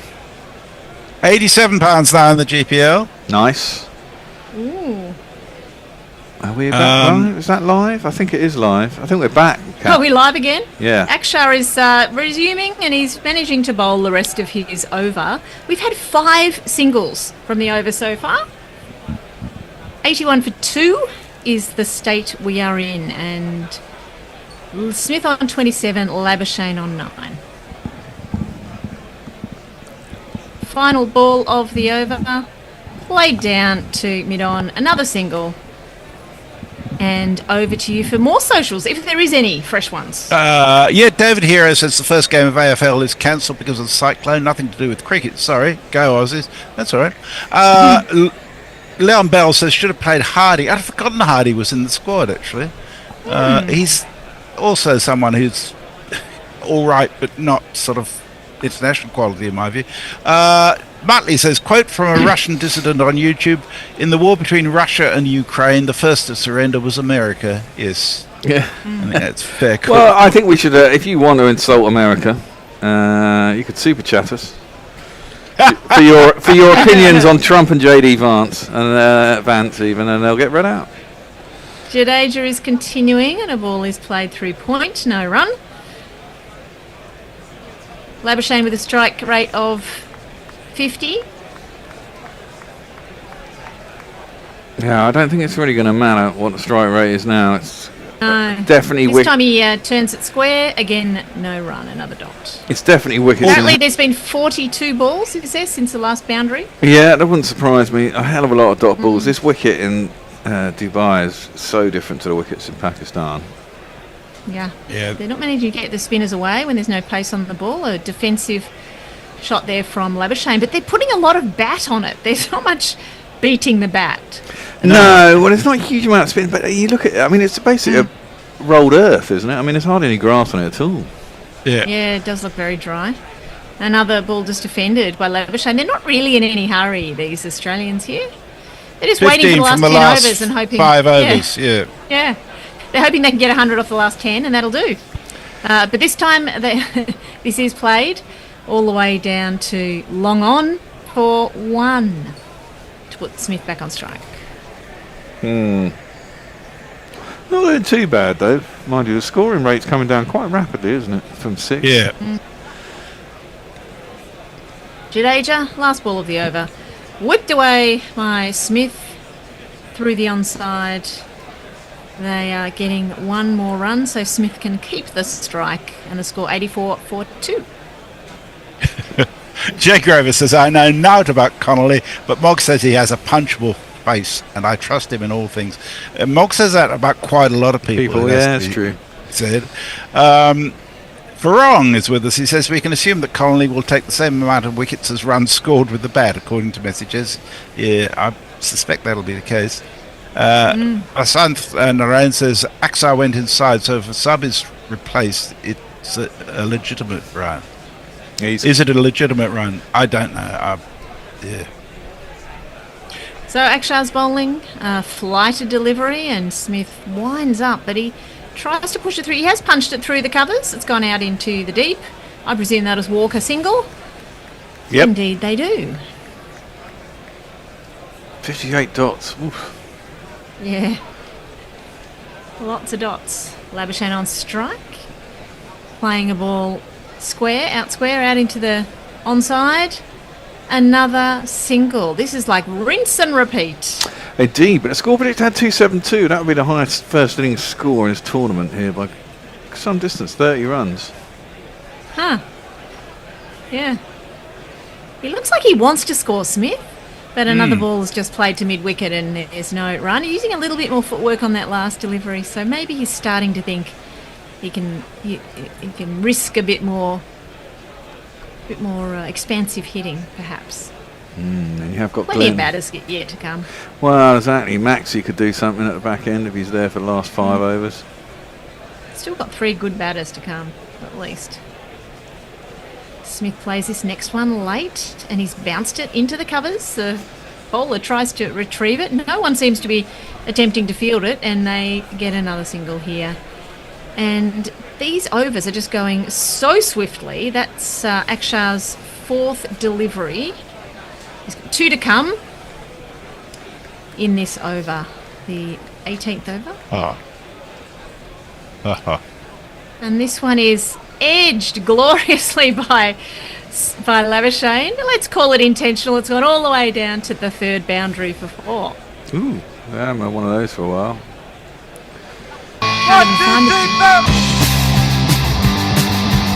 I actually think it was played deliberately. Yeah, it There's was. no slip in place. Yeah. And a nice shot, and more shots should be played through that region because it's unprotected. So let's see a few more 4s there, Labuschagne. Very much a very late cut. I mean, it was quite top edgy, but the intent was there. Ooh. And this one has been caught by the laggy internet. I have no idea where that ball went. It went straight out to point, and Labuschagne went off, and it hit straight out to Deja, who then threw it. He only took a couple of paces down the track, but Rahul had whipped the bails off before you knew it. But sensibly, Labuschagne had gone back. He only took 4 paces.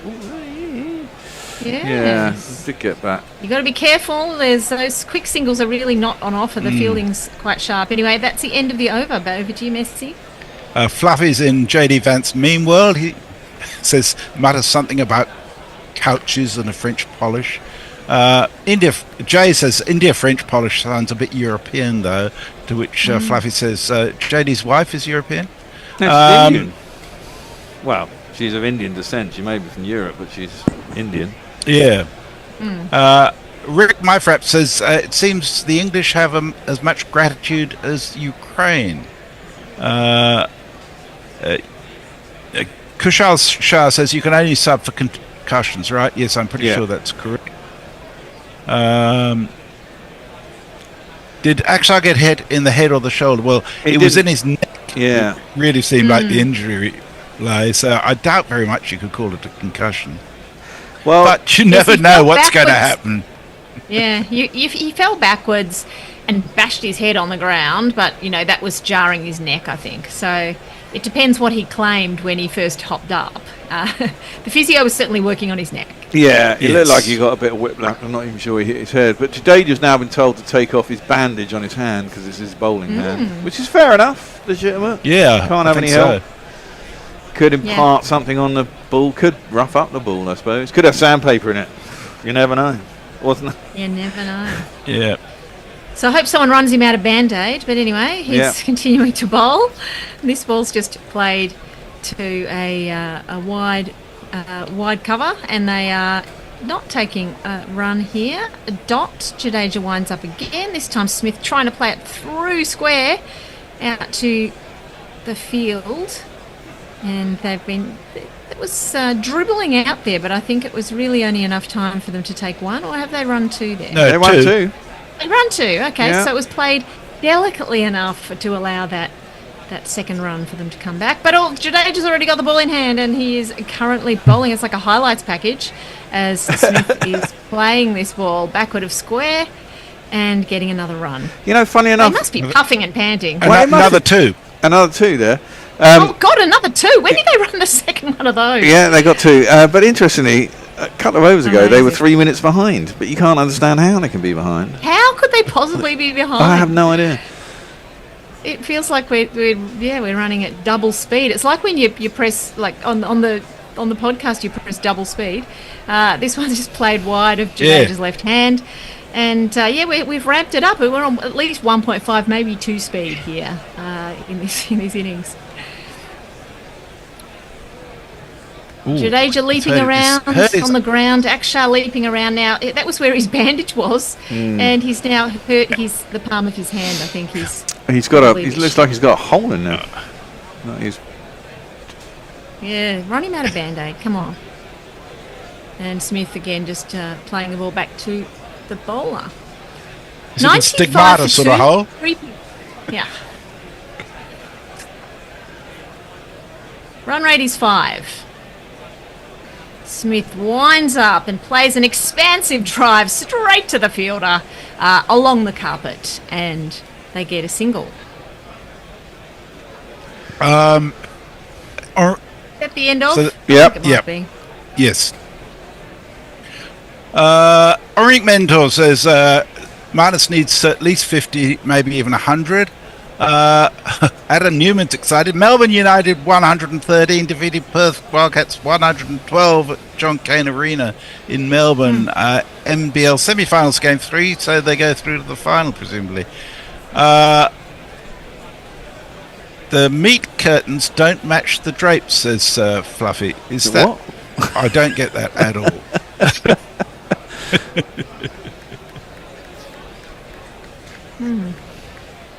We're on again, Jesus. Yeah. It's our last over as well, and then we're having a switcheroo. Tony's coming back on at the end of this over, and he's going to do his socials. Yeah. And Nindo's got off his... Action bowling, first ball is a dot. Second ball. Second ball is played out into the deep on the offside, and they get a single. And Nindo... It's only 97 for 2, inching towards 100. Wow, exactly that. And Nindo's got off his flight, so he'll be joining us. Labuschagne on strike. He's on 16. Oh, Smith you on 36. fucking idiot. And he is sweeping a ball up into the sky. It lands safely out towards cow corner. Dangerous. It went a long way into the sky. Was it dropped or was it just in the... No, it didn't make it. There was no one there, actually. He picked a cow. No one there. It was out to cow. Safely played. Safely played. He thought it was along the carpet. It was not. It was a bit top edgy. Anyway, he gets another chance to play something safely, and he certainly does. Play it to point for no run. So far, a dot, 1, 2, and another dot. 2 balls to come. That was a risky shot, but I guess there was no one out there at cow, was there? I mean, I thought that was going to be caught, but I think he's got hold on that one. Another ball played. Oh, is this the replay? Or is no, this another ball ball played exactly the same location? This time it looks like it might have gone either over the rope for 6. That's 100 up. And I think I need a second 6 of the innings.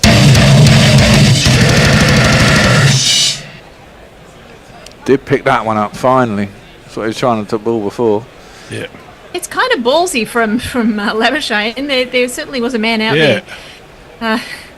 Anyway, this next ball's just played defensively into the off. Well, there's end of the over. There's only and 5. The change? There's only 5 out, isn't there? There's one. I feel exhausted by that. I'll just do a couple of messages so Annie knows where to pick up. Pirate Badger says, is there a reason Messi's channeling the sartorial choices of cultures with that cap? I just need to keep my ball patch warm. And Jay says he's gearing up for his Yorkshire visit, lad. It's true. These caps are $7 on Temu, so they're a dime a dozen, really. And Eric J says, I'll swear by Keir Hardy's cap. If it's good enough for Keir Hardy, it's good enough for me, I reckon. And Brian in Brisbane says, Pirate and Jay, do we need to take up a collection to buy Messi? Jadeja straight back into the attack. Okay, see you all. Hello, cheers, Annie. Messers, thank you. Hello to Anindo. Should be hello to Annie. We'll have to wait. It's Jadeja wheels around the wicket, defended by Smith. Annie by the beach. Hello, Annie by the beach. Yep. Bears Beach, as we like to call it. What are you doing on Bears Beach? Is this something we should know? Well, yeah, we're doing a little bit of beaching, fun time together. Oh, well, that sounds interesting. More to the point. Did I hear correctly that Bear's uncle used to put a ferret down his trousers? Yes, you did. I and when he meant believe that, anyone didn't pick up. Was it Bear's uncle's trousers, or was it down Bear's trousers? As this was just slid out into the offside. Again, there is no run. 105 for 2. The Bear did say as he was leaving, because I did clarify my facts. This one that really turned, and there was past the outside edge. Apparently, it was he did do it. He was an alcoholic and was not a very nice man. That's not quite the language that Bear and used. he But that did put it down the Bear's no, trousers. he put his uncle. We're talking about Bear's uncle, not Bear, right? No, yes. The uncle put the ferret down the uncle's trousers. No one has talked about the poor old ferret and how he survived the ordeal. That one's just nudged to mid-on. Rohit Fields. There's no run. They're not wrong, the last lot, are they? I mean, this is going really fast. All these overs. They are. Well, they're trying to catch up. How they predominantly spin attack and they still manage to be behind time is ridiculous. But it's the end of the over. It's 105 for 2. Annie, there's a super chat to kick you off in your social duties. Roll with it. Hey, and it's Jay. Hello, Jay Grover. He says he's giving us £2 because I love Annie doing socials so much. For fuck's sake. That is so sweet. Right. Okay. Well, I know I'm slow on the socials. I think the tongue was in the cheek when he said that, to be fair. He said it's sweet. Eric J says, who shot Messi? I'm not sure who shot Messi. I missed that. Jay Grover says, Ashley Partridge, I wear a similar one every day and I've never stepped foot in a farm. And they're talking about Messi's hat, because he did look a little bit like a farmer. But Messi's claiming that he... I thought the sartorial touch was very, very nice. Yeah, I thought it was very nice too, but Messi says it's to cover his bald spot and keep him warm. It's a bit late in the day. Mohamed Shami back into the attack for India. We've rattled through numerous overs of spin. It's been very much both sides gone heavy. Slowing down for us, isn't it? Tanvir Sangha and Cooper Connelly in to support Adam Zampa. Chakravarti, not surprisingly, retained after his 5 for against New Zealand. It's 105 for 2, 63 for 2 they were at the end of the power play, so they've motored along an I think India slowed down the over 8 when Hardik was getting carted all over the place. Right, it's our friend loose bus change, and the fish is outside of his off stump. It goes through to the lustrously coiffured KL Rahul, who takes comfortably. Until Travis Head met his deserved demise. Well, now that's interesting. Had that been an English batsman, off the second, we'd have utterly berated him. Have a look, for goodness sake, we'd have said, what are you doing, had it been Salt or had it been Livingston or had it been anyone. But wouldn't we say that anyway? Oh, it was the first ball. Well, we would. But Travis Head decided to try and launch the man who's just taken 5 wickets, Varun Chakravarti, and got caught at long on. That's just. He didn't use his head, did he? He didn't use his Travis Head. Nicely geared, steered out towards cover. They'll take a single off Shami, 1 for 18 for him, off his 3 and a bit. Sorry, Anindo. No, I was just saying that Head lost a bit of his IQ going from England to Australia. That's what it is. 52, this partnership of 78 balls. There is something inevitable sometimes about a Labuschagne and Smith partnership. You just feel it's gonna make runs. It needs to make some runs for Australia here. They need to set a total. Down the track comes Smith, but dropped a little bit shorter, and he flat bats it straight down into the ground. And Mohamed Shami, who can field it simultaneously in one sweet movement, turn around, replace his lucky locket that hangs around his neck, and stomp off back to his mark with a dot ball to his name. That looked a bit desperate to me, that shot. It certainly wasn't pretty, was it? But Smith's been pretty lucky. He's got his wicket hit. And he's not got out. The ball hit his wicket really hard. Plenty of empty seats in the Dubai Sports Arena. Over the wicket comes Shami. Driven! Oh, is that another drop from Shami? He dropped one really in the first over. I think he's just dropped another. I think it is, yeah. It was. He took that on the wrist, and that will have hurt. He's made a tough stuff. Steve Smith seems to be smiling. He knows he's got away with one there. Yeah. He's got away with a bit, hasn't he? It's his third leg. Technical support may be needed. Bear, something's happening to the YouTube feed. If you're listening, that was definitely a drop catch. Hopefully it's returning. It seemed to have a little interruption down there in front of me. Can I see myself? Technical Can you support. see yourself? Well, I can. Technical support is very much on that. Just disappeared completely and reset itself. But okay, apparently that's normal. Have you tried turning it off and on again? Your call is important to us. Oh, an attempted ramp from Smith. Cale Rahul thinks he may have got it. Smith fell over to his right as he was attempting that ramp shot. No real interest from, I think that's Gaffers, the standing umpire at that end. Rohit and Cale deep in conversation, and I think that conversation ended up with Rohit going, "You must be blind. Forget it. There's nothing there." Let's have a look.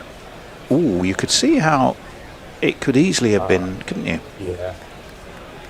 I have a sense that Smith is thinking, right, I'm gonna score like anything off Shami, and not really connecting somehow. Well, it's almost as Smith fell away as he was attempting that ramp shot. He was falling over. It's like his bat was attempting to catch up with the ball, but never quite made it. That's how close it was. That's a loopy bouncer outside of the off stump from Shami, and it was a slower ball that rather foxed Smith and Indo. Lovely. That was like 15 kilometers per hour less than his normal. It's the end of the over. 22 overs complete. It's 106 for 2, having been 63 for 2. So it's a 50-plus partnership for this inevitable pairing. And with that score at 106 for 2, we go to Annie on her desert island. Messi says, thank you, Anindo and Annie. I am not accustomed to sartorial compliments. Well, there you are. You should be accustomed to lots of compliments, Messi. Yep. We have someone saying YouTube is fine. Sutu saying that YouTube is fine. Good. And Muttley's agreeing YouTube's fine here. John O'Gorman says, I can still see you all, and gorgeous you are all looking. A feast for the eyes. Oh. Some of us well feasted, others the feast for the eyes. We won't say who's who. Oh, that's been pulled away by Labuschagne through mid-wicket. 2, 3, 4 little skips over the mid-wicket boundary. It goes for one of these. Just four. Just dropped it a tad short, maybe, an Indo. Yeah, that was a big shot.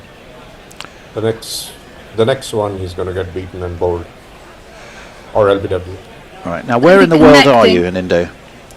I'm in a I'm here to deliver some a workshop which is a very remote area of India. Jadeja is in, defended by Labuschagne. So sorry, which city are you in? I'm not in a city. I'm literally in the middle of a factory, in the middle of nowhere.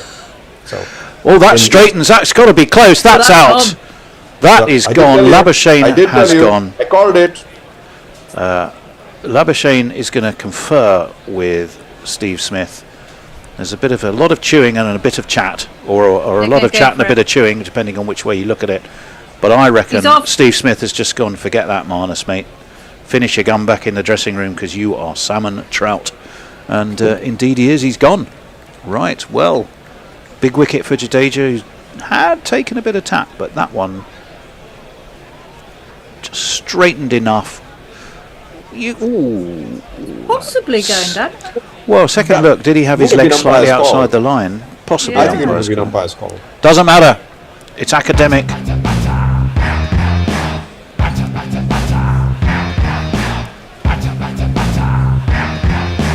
Labuschagne is watching with some interest. I think he thinks he probably should have reviewed that now. He's looking back. Well, let's hope he doesn't do a Williamson.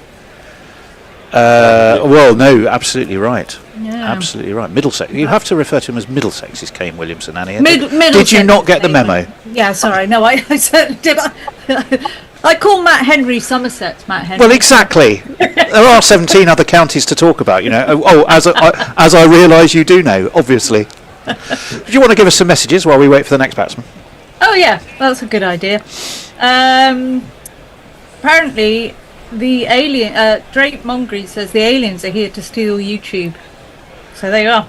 That's a bit scary. There's an interesting thought. Eric J says it looks breezy in Sheffield, Annie. Yeah, the tree is blowing around a little bit, but I'm not in Sheffield. But thank you. And Jay Grover says, "Don't insult the woman." The waving palm trees of Sheffield. Yes. Yeah. Right. Speaking of Yorkshire, Mentor says, "Fuck's sake, Labu is out." There you are. That's it. Labo is out. Speaking of Yorkshire, it's a man from Yorkshire who comes to the crease for Australia. He's going to face Jadeja. He's on the back foot to defend. They will take a single because it was a defensive prod out towards mid-wicket. Right, we're looking at that. Umpire's call. Impact was in line. Pitching in line. Umpire's call had been given. Did I call that or did I call that, Tony? You called that. That's the second time you called. From your factory in the middle of nowhere. This is true. And if you can see it the window. from a factory in the middle of nowhere, It's not even in a city either. It's just in the middle of nowhere. It really is. It's not even in a country. No. You can definitely say that must be out. I had never heard of this airport until I showed up here. What's the factory? Well, hold that thought as Jadeja wheels in on defended on the back foot. They will take a single because it's pushed out to deep cover. What's the factory manufacturing around you? It's aluminium foil, aluminium rolled coil, rolled aluminium coil. I'm glad to hear you say aluminium properly. Not aluminum. Yeah, don't go all American. The last thing you want to be right now is dodgy American pronunciations. Yeah. I wouldn't be caught dead pronouncing anything American right now. Right, 113 for 3 after 23 overs. We're going to see a bit more Varun Chakravarti. And Annie, have you got a chance to Blue Sky or YouTube us? I'm not on Blue Sky at the moment, but I am on YouTube. But I don't seem to get much on. I can keep a little weather eye on that for you if you like. Adam Newman says, "Happy birthday, Joss Inglis. He's 30 years old today." So there you are. This is like Gus Honeybun. Did any of you have Gus Honeybun? No. Gus Honeybun the rabbit. Honeybun. Birthdays. No. Honeybun. No, I've never heard of it. It must be a Southwest thing. Well, if you were on YouTube, you'd see a rather interesting picture posted by Matty the Mad Old Bat, which appears to be, well, frankly, I can only describe it as a knob-shaped potato. Varun in beats the outside edge of a prod forward from Inglis. That's the thing, Anindo. You are obviously the world's premier expert on Indian spin bowlers. He doesn't half push it through, doesn't he? Oh, he's fantastic. He really is a good bowler. I mean, he's come such a long way, and it's his length that's in he comes. Making the difference. English defends off the back foot. They're going to take a single to mid-on. Yeah, he includes Yorkers. Yeah, he's got He had all these variations. It is just that his length right now is such that it's just impossible to play that, because all of these guys are trying to play him off the pitch, and it's not easy doing that. So. No. And he went away from cricket and came back to cricket, didn't he? Yeah. It was, he took a break, decided he wanted to get back into cricket, and came right back in. Well, he's. I'm sure cricket and certainly India are very happy that he did. That's. He's quite witty. I mean, they asked him do you see that? They asked him at the press conference that all the variations that he has. He said, "Yeah, I have 3. It turns right, it turns left, and it goes straight." Well, in it comes. That's driven down to long off by Steve Smith. He'll take a single, bring Yorkshire's Josh Inglis back on to strike. Well, 5. What did he get? 5 for something against New Zealand, didn't he? Yeah.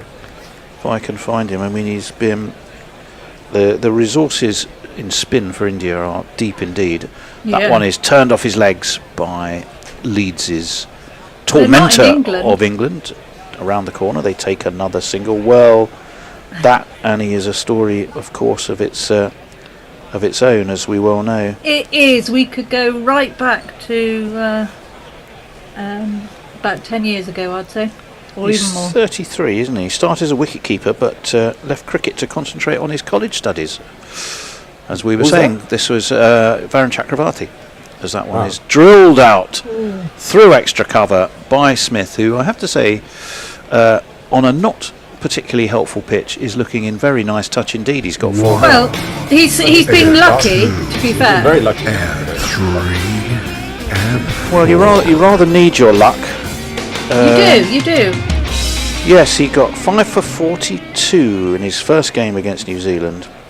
Will Young, Glenn Phillips, Bracewell, Matt Henry, Somerset's Matt Henry, Yep. and Mitchell Santner. So some pretty valuable wickets in Well, amongst Glenn his Phillips, haul there. definitely. Yeah. 120 for 3, Annie. Over to you. Yeah, well, Enrique Menta says that the new superstars Inglis and Carey are in next. Well, yeah, we got Inglis in already. Jadeja in. English comes to meet him. God. Pushes towards Jadeja, mid give on. me a chance. And Annie, well, you can pop them in between balls, which would be now. Enrique Menta says Stevie batting on nicely, and then he says India slowly fighting way back. So, yeah. Did you see poor old Cooper Connelly at the start, Annie? Yeah. What a struggle that was onto the back foot, defended by Smith, the love child of Yeah, Tommy Cooper I mean, and Billy Connelly. I had a look at his credentials just before. It's not an impressive CV just yet, other than looking at the Big Bash, where he made a 90, I think. And Really bizarre choice. pushed to long on by Smith. They'll take another single. They're working the ones and twos with the occasional boundaries. That's what you need to do. An Indo. No, I was just saying you have to really search the internet to find his credentials. Yeah. Cooper Connelly. There isn't much out there. Hattie. That's off the back foot. Half stopped at backward point. Fielded at short third. They will take another single. Hattie is telling me that it was a Donald Trump reference. Yes, I absolutely realise that. I just hadn't got round to reading it. The cricket got in the way, but the reference was not lost. Jadeja round the wicket, stroked the cricket ball, not the dick-shaped potato. Down Can to anybody hear long on. my roof being done above me? It's not coming across to you guys, is it's it? fine. It can only be a lovely melody of It's voice. going over our heads, and indeed yours. I feel like he's about to fall through. A roof on a desert island. That's again pushed down to long on. It's the end it's made of straw. the 25th over. It's 125 for 3. Slow progress, but steady-ish. And we can go back to Annie on her roofed desert island. God, I tell you, it's a bit scary in here. The Hammond says the depth in India's spinners is not necessarily having proper spinners, but having spin bowling all-rounders instead. Absolutely all-rounders. right. England have wicket-keeper all-rounders. And everyone else seems to have bowling, batting all-rounders. Enrique Menta says English cricket not so good currently. More. English is pushes again. They're liking that shot. Ease it down to mid-on. Jog an easy single. It's Varron who's back into the attack. Smith back onto strike. Annie, you were mid-message. I see what Kat and Messi were saying. It's just like you say one thing and then they're bowling again. More Aussie Indian cricket dollars available in Aussie country. Varron, in he comes. Varun Chakravarti. That's tickled round the corner. There's a man on the 45. It's a dot ball. Smith curses himself and goes through his gamut of twitches and flicks and nods and ducks and leg swivels and everything else he does. He's twitchier than ever today. He does. He does a little couple of sort of knee bends as well as Varun Chakravarti comes in. He pulls that though through mid wicket for 4. So those knee bends, not bands, did the job. Got him one of these. You ask where I live, here's the address I give. The phone. Bit of Bing Crosby to celebrate. What was actually a fabulous shot, I think. Yeah. Annie, got any super chats for us by any chance? Yeah, so half of my roof just landed on the ground. Jay Grover says £5. That's probably why Eric thought Annie were in Sheffield. They heard someone smashing her roof in. It could well be. Right, Varun Chakravarti, 5 off this over so far. And that's been slapped away through extra cover. It's beaten the fielder, but no, there's a man coming around from long off. Kuldeep Yadav, I think that is. The throw has come in, and it will restrict them to 2. Virat Kohli does the tidying up. The camera lingers lovingly just for a moment. But it means it's a 50 for the annoyingly predictable, but you've got to say he's quite a player. Predictable. Stephen Smith, and well played him, because he's got one of these, but I'll jingle him at the end of the over. Varun Chakravarti in. That's driven again through cover. There's a man on that deep cover boundary. Should just be a single. Don't do it at the end of the over. I'll never get anything. Well, do you know what? I shall play it. It's 133 for 3, 26 gone, and I shall play it very quietly so that you can read messages too. Eric J said Sheffield is just dessert. I like that. I think that's very good. Peter Smith said if Australia keep going on the way they are 300 is still on the cards. 300, definitely. Now, at the end of this over, Annie, I may have to make a special request of you. I don't know if you can do it. If you possibly could stay on, because I think that the bear has to go out, which means Hendo would come in, Mog would be on social. But if you could sort of move to summary, we get a bit more. Annie, can you do that? If not, I'll plan the plan B. That's just eased out to cover. And they'll take an bloody easy bear. single off He did Jadeja. that to me on Sunday as well. He's a busy bear. He was off showing people around the house or whatever. No, he's got a call this time. A call with his lawyer, probably. No, I think it's an estate agent. Jadeja in again, forced off the back foot down to long off by Josh English. He doesn't half look like Travis Head, doesn't he? Put a green Aussie helmet on him, then and look at his face with that droopy moustache. How would you tell him apart from Travis Head? Low. He does. Jadeja again. That's lofted by Smith. Has it gone all the way? It has. That's a beautifully easy, lofted, straight 6. Up go Richard Illingworth's arms, and that was superbly executed, you have to say.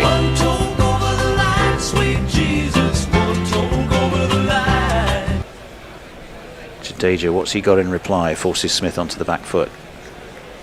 It's out to deep cover. He can jog a single there. So it's been a good over for Australia, this. 9 off it so far. Sorry, Annie, I wanted to ask you, you must be the only person in England who's happy about Butler not being captain, because now he can start being a batsman again. Jadeja in. English nice. Comes to meet him, works it to mid-wicket. They'll take a single. I never thought he was particularly captain material, I have to say. I think there's only one person in the entire world that did, or two if that's Rob Key and Brendan McCullum. Yeah. And I'm not too sure. I think it might have been paucity of options, a natural succession at the time after Morgan, wasn't it? Which is always going to be a tough brief. Oh dear. Oh. English has just stepped back and he's lofted that straight to guess who? Virat Kohli, who's at extra cover. Virat's trying to look as cool as he can, which comes fairly naturally to him. He won't get many easier catches, that's for sure. English has rather given that away. It's a wicket for India. It's 144 for 4 Australia, and it's Joss English who has just lobbed Jadeja straight to Kohli at extra cover, and he will have to English depart the scene. Field screaming at the gods. I'm a loser. Yeah, I'm a loser, babe. I'm just a loser. And Indo, possibly just a case of the ball just not coming onto the bat as much as you'd want in Dubai again. Yeah, it probably is, which is why he was leaving the field screaming abuses at the cricketing gods. Yes, as they always do. Annie, carry on. Yes, that was the end of the over, wasn't it? Henri Mentor says 300 could be about par score here for Aussies, but then they should back it with a good bowling and fielding later. Eric Chase says, "Where's Billy? Does anyone know who Billy is? Billy volunteered himself for today, and it was just a tad too late. I mean, he is studying, remember. So yeah, right. We'd already done our casting for the day. Is he old enough to volunteer? I beg your pardon? I said, is he old enough to volunteer? To volunteer for us? Not for the army. He's volunteering for us. Some may say it's very similar things. Right, Alex Carey is the new man. We shall jingle up him, former rugby player, of course, in New Zealand. Let's see what he's got here. Here he is. It's not cheating, but fun just the same. He's going to face Kuldeep. The spirit of the game. You know it's all that you'll be Bit of left arm wrist spin. After the appeal, you could withdraw, you would make. Bit of Norman Greenbaum spirit in the sky as that one's forcing Smith to work away fine, as he doesn't get four, does it? Just an easy single down to backward square is what he does get. Jadeja's got his sun hat on and a broadest of smiles on his face. That smile is there because he has just taken the wicket of Joss English, who got himself horribly squared up and ended just dobbing an easy catch to Virat Kohli. Kohli cam went into overdrive. We've seen it from every possible conceivable angle, all of which end up lovingly and lingeringly longingly upon the visage of Virat. That's work to leg. No run on this occasion. 145 for 4. Tony, you're just going to be heartbroken and you're going to be speechless when Kohli retires. Do you know what? Despite it all, I actually love the man. I think he's box office, and you're only box office by being good, as that's out to deep extra cover, and they take another easy single, 2 off this cool deep over. Some of the ceiling just landed on my. Yes, you mentioned computer. that. Is this presumably there's some work actually going on, Annie? Yeah. It's not your house falling in around you. Is it safe to sit there though? Seriously. Well, as that one is, Annie, quite literally, the house is the roof is falling in on Annie. So if you disappear, well, understand that's just squirted a little bit out to backward point. There was no run. What are they supposed to be doing up on your roof? Well, it's a stupid. Whoever invented flat roofs should be shot. But it's a stupid flat roof, and it's having to be replaced. It's right now. Yeah. You need a pitch on your roof, whatever, in some capacity. That one's nicely tickled around the corner. It's just standing water on it. No run. So are you in like a sort of a conservatory part, or just an extension outside the front of your house in some way? I'm in a factory in the middle of nowhere. You're in a factory as well? Yeah. Crikey. Well, that's beaten the outside edge. That just really went on with Kuldeep's arm. Smith was playing for some turn that wasn't there. Through it goes to KL Rahul. So we've got what does your factory manufacturing? We know an Indo's is aluminium. Yeah. It's not the same factory, is it? It's not the same factory, is it? Is there something you need to tell us, the pair of you? It's greener. I can't believe you're not in a factory. It's 106. Well, I am a factory of speaking. I'm in a sweatshop well, there you are, then. that's known as the Gorilla Cricket Studio. It's 146 for 4 after 28. Annie. Rick Myfrap says Abbott stopped illegal immigration. UPOM should ask for his help. Right, thanks for that. Jay Grover says, I have a feeling Bear's lawyer and his estate agent are one and the same. Yes, I still want to know more about the dodgy uncle who put a ferret down his trousers. That's dodgy Uncle Bernard, and that's worked away to short to mid on, no run. Can you imagine at Christmas he'd be dodgy Uncle Bernard and his ferret? He'd be the one who gets drunk round the Christmas dinner table. Oh no! I bet he's Uncle Bernard's got his ferret out again. Nobody wants to see that with the Christmas pudding. Jadeja round the wicket, flicked off his legs. Oh, nicely done actually by Smith. He's going to get a single. They may come back for 2. No, they won't. There is a man at deep wicket. I can hear in my headphones some growling from the green room, but I don't know what. Is it a ferret? It's not a ferret. It's a bear. Oh, it's a bear. And I think I know who I'd back in a bear versus ferret face-off. That's pushed again. They're really working this little push to mid-on. They'll take a single. So Carey is on 2. We've got a super chat from Jay Grover, Annie. I knew you'd be pleased. I think you're supposed to show some enthusiasm at that point, not just go, oh God, I've got to read one. Jay Grover gives us £2 for me to say I actually live in a converted silversmith's factory. Jadeja in. Defended into the onside, no run on this occasion for Alex Carey, and it's 148 for 4. So we saw. For £20, I'll say whatever you want. Oh. Can you say Watford are definitely going to win the Premiership next year? That's lofted beautifully by Carey over long off. Doesn't quite make the fence. It does bounce just short. Not a fence, of course, a sponge, as Hendo was bemoaning earlier. But it's nonetheless one of these. 1 and 2 and 3 and 4. 32 runs and 2 dismissals. Carey facing Jadeja. This one's no run because it's defended into the onside. 152 for 4. Was that the end of the over? Yep. Crikey, they get through them. 152 for Annie. Enrique says 315 might be a bit difficult for India to chase, but Danger Man Kohli likes the chase. He does. And Fluffy says that was a very English shot. English.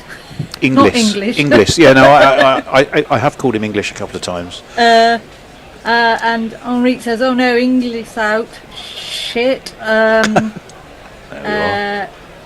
And Fluffy said the Skype is falling. Hey, very good. Right, Kuldeep over the wicket, forces Smith onto the back foot, and the ball, well, he dead batted it, and the ball rolled indolently and slowly, laboriously almost, back down the track, straight to Kuldeep. I had to stand what seemed like an age and wait for it.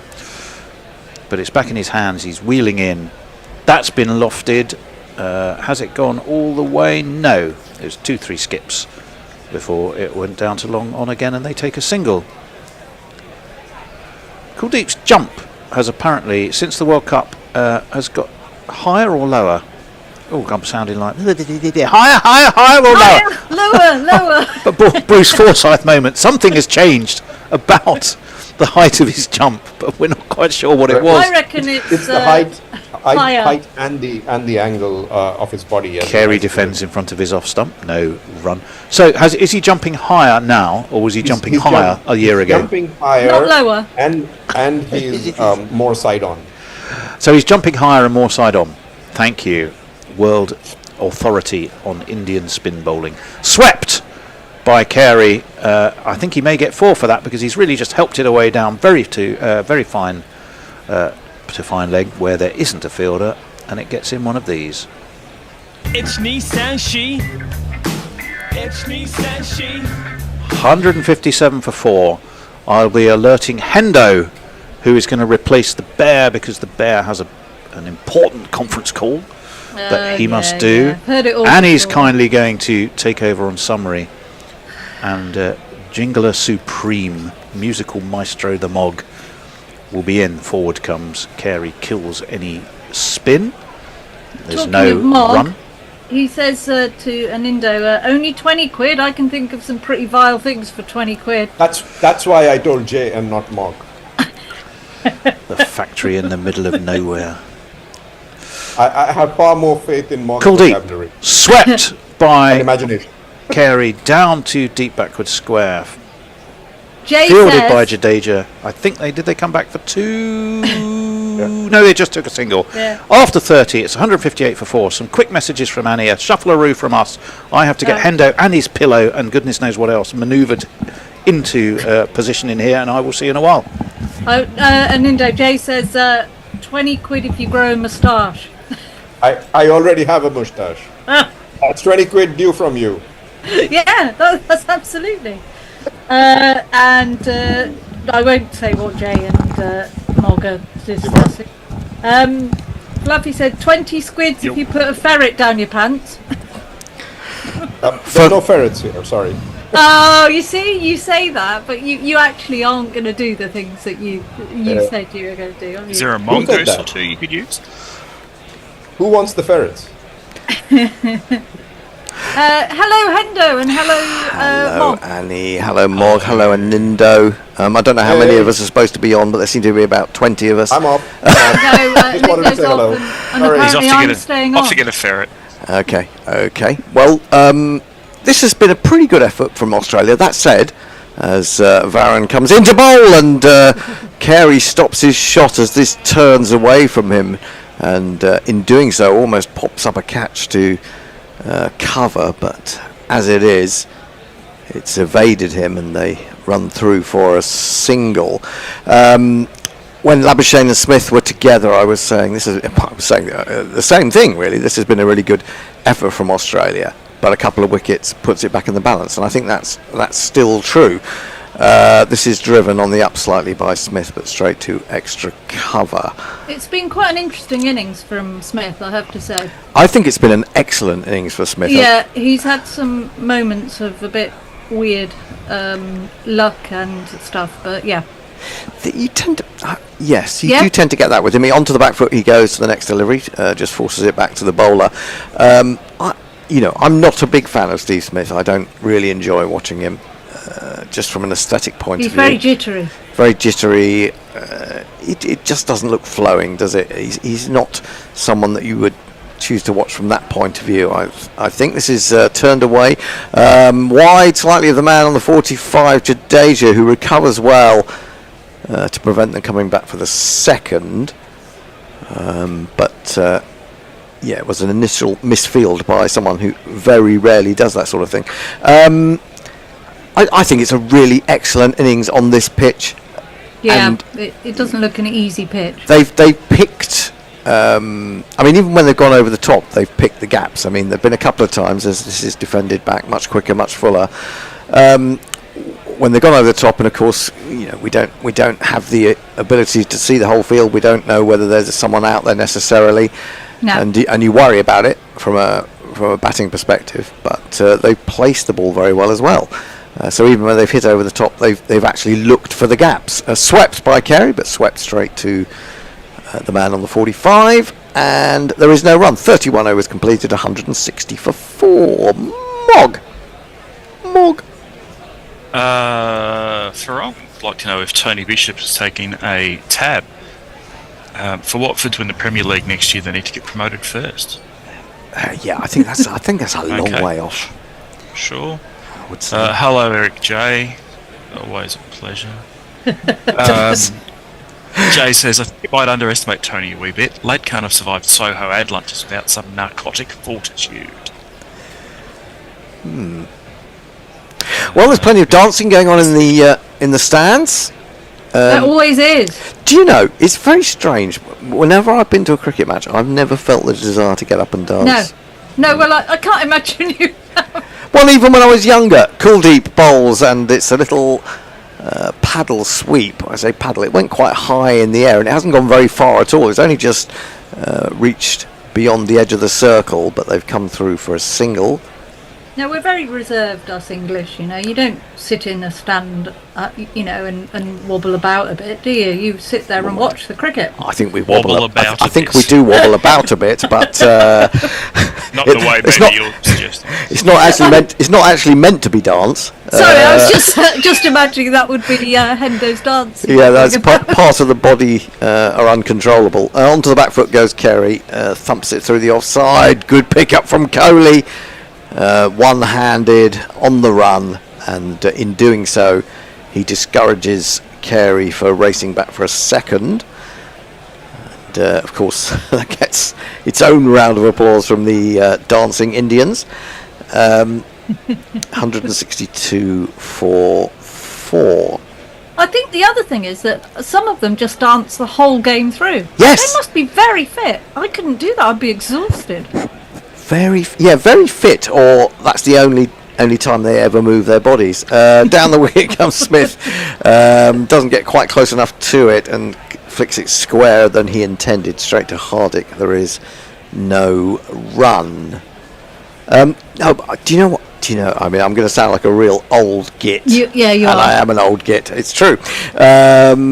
Kuldeep is in, and it may have something to do with the fact that I haven't had children. This is lofted by Smith beautifully. It's not going to quite run to the boundary because this is a slow outfield. So once it hits the floor or hits the ground, it plugs a bit. It plugs a bit, and Gill can get round, and they'll only get through for 2. I think that was the googly. I think he was trying to play the shot he played earlier, and it didn't go quite as far. But it's a really lovely execution of it. If you're going to do that, you've got to play it as straight as possible, haven't you? This is flicked away through square for a single. Again. I want to know why you sound like an old git. Oh, because you know what gets me is those kids. Those kids during things like the T20 in 100 who Yeah. come out into the sort of steps away from the seats, and then start dancing, and Sky Sky film them. Yeah. film them and go, oh, this is great, and we'll look at it, it's a young person having a great time, and well, I know that makes me an old misery guts, but you know, I think it's because I never had that confidence at that age, and that's probably why I'm so angry. So basically, it's jealousy. It's jealousy, yeah, absolutely. Jealousy. End of the over, 165 for 4, 32 overs bowled. Mog, do you feel fury at small people, young people, doing things that you didn't used to do? I feel fury at every person. Oh, okay, that's a fair point. Okay. I think that's fair enough. Annie, I don't imagine you do, Annie, because you just love everybody. No, mostly. I really don't love Trump. Or KP even. Or KP. Yeah. Still haven't And got he over doesn't that love one. me. Well, no, I know exactly. Right. Varun is bowling to Smith, and Smith's got an inside edge. Is he on that, or has he been bowled? Has he been stumped? None of the above, apparently. Did you see it hitting the stumps earlier and it didn't knock the bounce Yes, off? I did. Yes. See, that's lucky. Yeah, that was a good ball. He's missed it by some way, and then Raoul, who is a bit of a butterfingers, has managed to actually nurdle the bail off, but it's not out. He's gone for a big swing this time. Into the onside, all the way along the ground, fielded in the deep, around about mid-wicket, and they take one more. I'm in this unusual position of not wanting Steve Smith to get out. Yeah, that's weird. What's happening to me? Yeah, no, that's really weird. Fuck. I think you need to go and lie down. I think I do. Well, I always need that.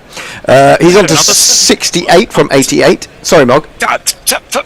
I'm just incoherent with the outrage that you would say that. I know. Carey waits for this and plays it right beneath his well-positioned head on the front foot. And there is no run. 166 for 4. Do we have any entries to the GPL? Do we know anyone? Varun round the wicket. Carey's gone for the big heave over mid-wicket, and he's got it well. He timed that beautifully. That's gone all the way. A very much deserved one of these.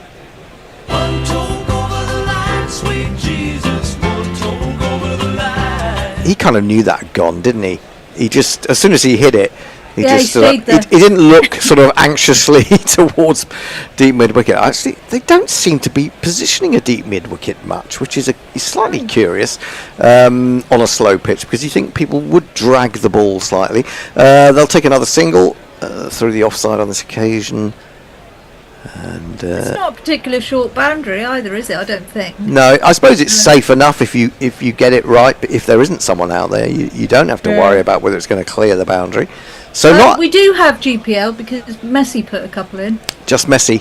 Varun in again. Chakrabarti clipped by Smith up to wideish mid-on. There is no run. End of the 33rd over. 8 runs from it. Mogster. Peter Smith says Smith has to go the whole way for Australia to get a good total. I disagree. Okay. Fluffy 3-0 India says reserved. You put rabid ferrets down your pants. Talking about the English people as a whole. John O'Gorman says, and I'm not sure who this could be about, but you really are an old git. Yeah, I know. I think the Harry Enfield program probably based those characters on me. Although at the time I was probably only about 35. I think every character in Harry Enfield was based on me. What the randy roly old women? I hope I'm not one of them. Tim Nicebit Dim? Tim Nicebit Dim, yeah, well, yeah, that's probably true. The score predictor is saying 285, which would be above par on this surface or in this ground. Kuldeep bowls to Carey. Carey goes on for another big shot. Has he got enough length on it? Well, yes, he has, and he's picked his spot very well indeed.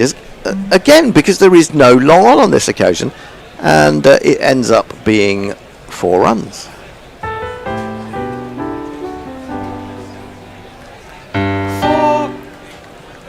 I think they might change the field now.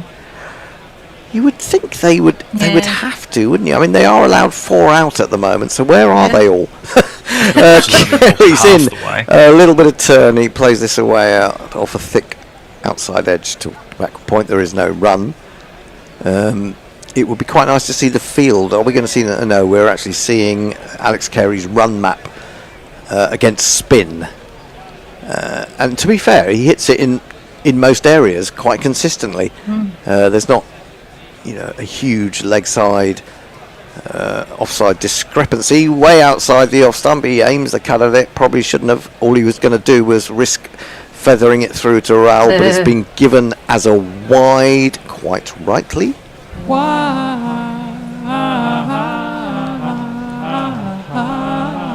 I understand he might go after that if it's a quicker bowler. The ball's coming at you with more pace on it. When it's a slow bowler, this is chipped just short of mid-on by Carey. Would have had his heart in his mouth just for a moment. Yeah, I don't understand why you go after those when you know it's going to be wide and it's turning wider. You're only going to get yourself out, and you might as well take the run and take the extra ball. Absolutely. Kuldeep in again. He's probing around about leg stump or just outside, maybe trying to get it to turn back across the left-hander. Also, the amount of people that get out on a wide, it's incredible how many times that happens. Yep, indeed so. So 4 and a wide off this over so far, 5 runs in total. Current run rate is 5.29. In comes Kuldeep again. It's once more in that position. He flicks it away. Maybe just rolled off the pad. They both started, both batsmen, as if they were going to take a run and then decided against it. 178 for 4. 14 fours, 5 sixes. Actually, a few more sixes at this stage of an innings than we've seen in Dubai, I would argue. That's anecdotal. That is a stunning shot from Carey. Inside out, he's played it up and over extra cover and found the gap almost good enough to get him a 6, but he'll accept the 4. Brilliant shot. Now my innings going, great guns. I hit the ball, 4 runs. I hit the ball and it went for 4 runs. Carey. I mean, Carey has to be one of the most improved cricketers of the last year and a half. Yeah, and it was ever since Johnny Bairstow. Ever since the Bairstow incident. Yeah, absolutely true. Mark, look, we got a super chat. Oh right, okay. Let me get my jingle. Oh Christ, there it is. Let me get my jingle lined up because everyone loves jingles. Super chat cash, super chat cash, super chat cash. Jay Grover, with 2 of your English pounds, says, I can see Bear going to his cub saying, only me. Do you understand that, Mog? You must understand that, surely. Not a clue. Not a clue. Mog hasn't a clue. That's a Harry Enfield. There was a character who would he would go just only me. Bloke with a little cap, very irritating, sort of smiley, over smiley character. Shami back into the attack. 4 overs, 1 for 18. He's had a couple of spells, but to have only got through 4 overs doesn't seem very much, does it? Although that said, they have used a lot of spin so far. He's dropped 2 catches as well. And he's dropped 2 catches off his own bowling. Here he is, bowling to Smith, who comes down the wicket and aims a big cross-bat heave, looking to go over extra cover, I suspect. But plays over the top of it as much as anything. And he's perhaps a bit lucky that he didn't get anything on it. It might have just gone straight up in the air, or it might have even taken out his off stump. Must be life number 6 or something. Well, I have to say, I have been doing other things in the green room, so I've only been looking up. What have you been doing in the green room? Well, I've been sleeping. I've been deep diving into. Actually, one of the things I've been doing, as Shami comes in, bowls to Smith, who just about gets this over mid wicket, who jumps up and raises the hand, but it's out of his reach. It's another pull shot, but he didn't time it. He's going to get 2 runs for it, nonetheless. I've been writing a long WhatsApp to the group Have you? Oh yes, I read that just before coming on. About technicalities. Oh dear. No, you don't. It's just something to try and make the program flow a little better. Have I done all of the things? You've done everything wrong. It's all down to you, Annie. It's all because of you. I actually, basically, I based it all on you, but I pretended it wasn't you. Okay. No, I didn't. I do apologise. Shammy in bowls to Smith, who I'm not even sure whether he's actually trying to play a shot at that in the end, or whether it was one of his weird leaves. But if he was trying to play a shot at that, he got nowhere near it at all. Well, he does like those weird leaves, doesn't he? He does. It was. I don't think it was a leaf. Hit it. Yes, I suspect he was, because you really want to be leaving the ball at this stage of the game, do you? But yeah, so. One of the technicality things that I don't do, is look at my WhatsApp while I'm on air. You see, so I haven't looked at what I shouldn't be doing. You are the consummate professional, Annie. Shammy in bowls a full toss, driven back at him by Smith, and for once, although it wasn't a catch, Shammy stops it in his follow through. I'm basically going to say it's no one. It's no one's doing it. It's not really happening. The things that I'm trying to avoid, but you managed not to miss all of Smith's chances. Basically, is where was he dropped at all?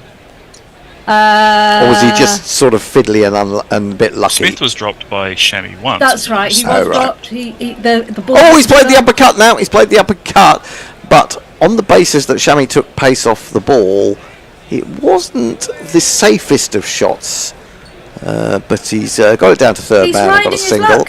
He's riding his luck. Yeah. To be honest, Annie, a good horse. To be honest, Annie, I think he does ride his luck all the time. He does, because he doesn't play orthodox shots. Yeah, he doesn't. Pretty fucking lucky to be allowed back in after his cheating scandal. It's pretty fucking lucky. Oh, jeez. I mean, there you are. How odd was it that? I mean, I didn't actually see the incident, but I read a little bit about it. Probably just the headline. In comes Shammy, bowls short, and he gets on top of it, does Carey, and pulls it down to long leg for a single.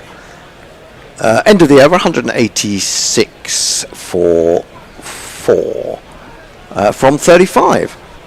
I should read some of these. Yes, go for them. You should. There's quite a few of them. Go for it.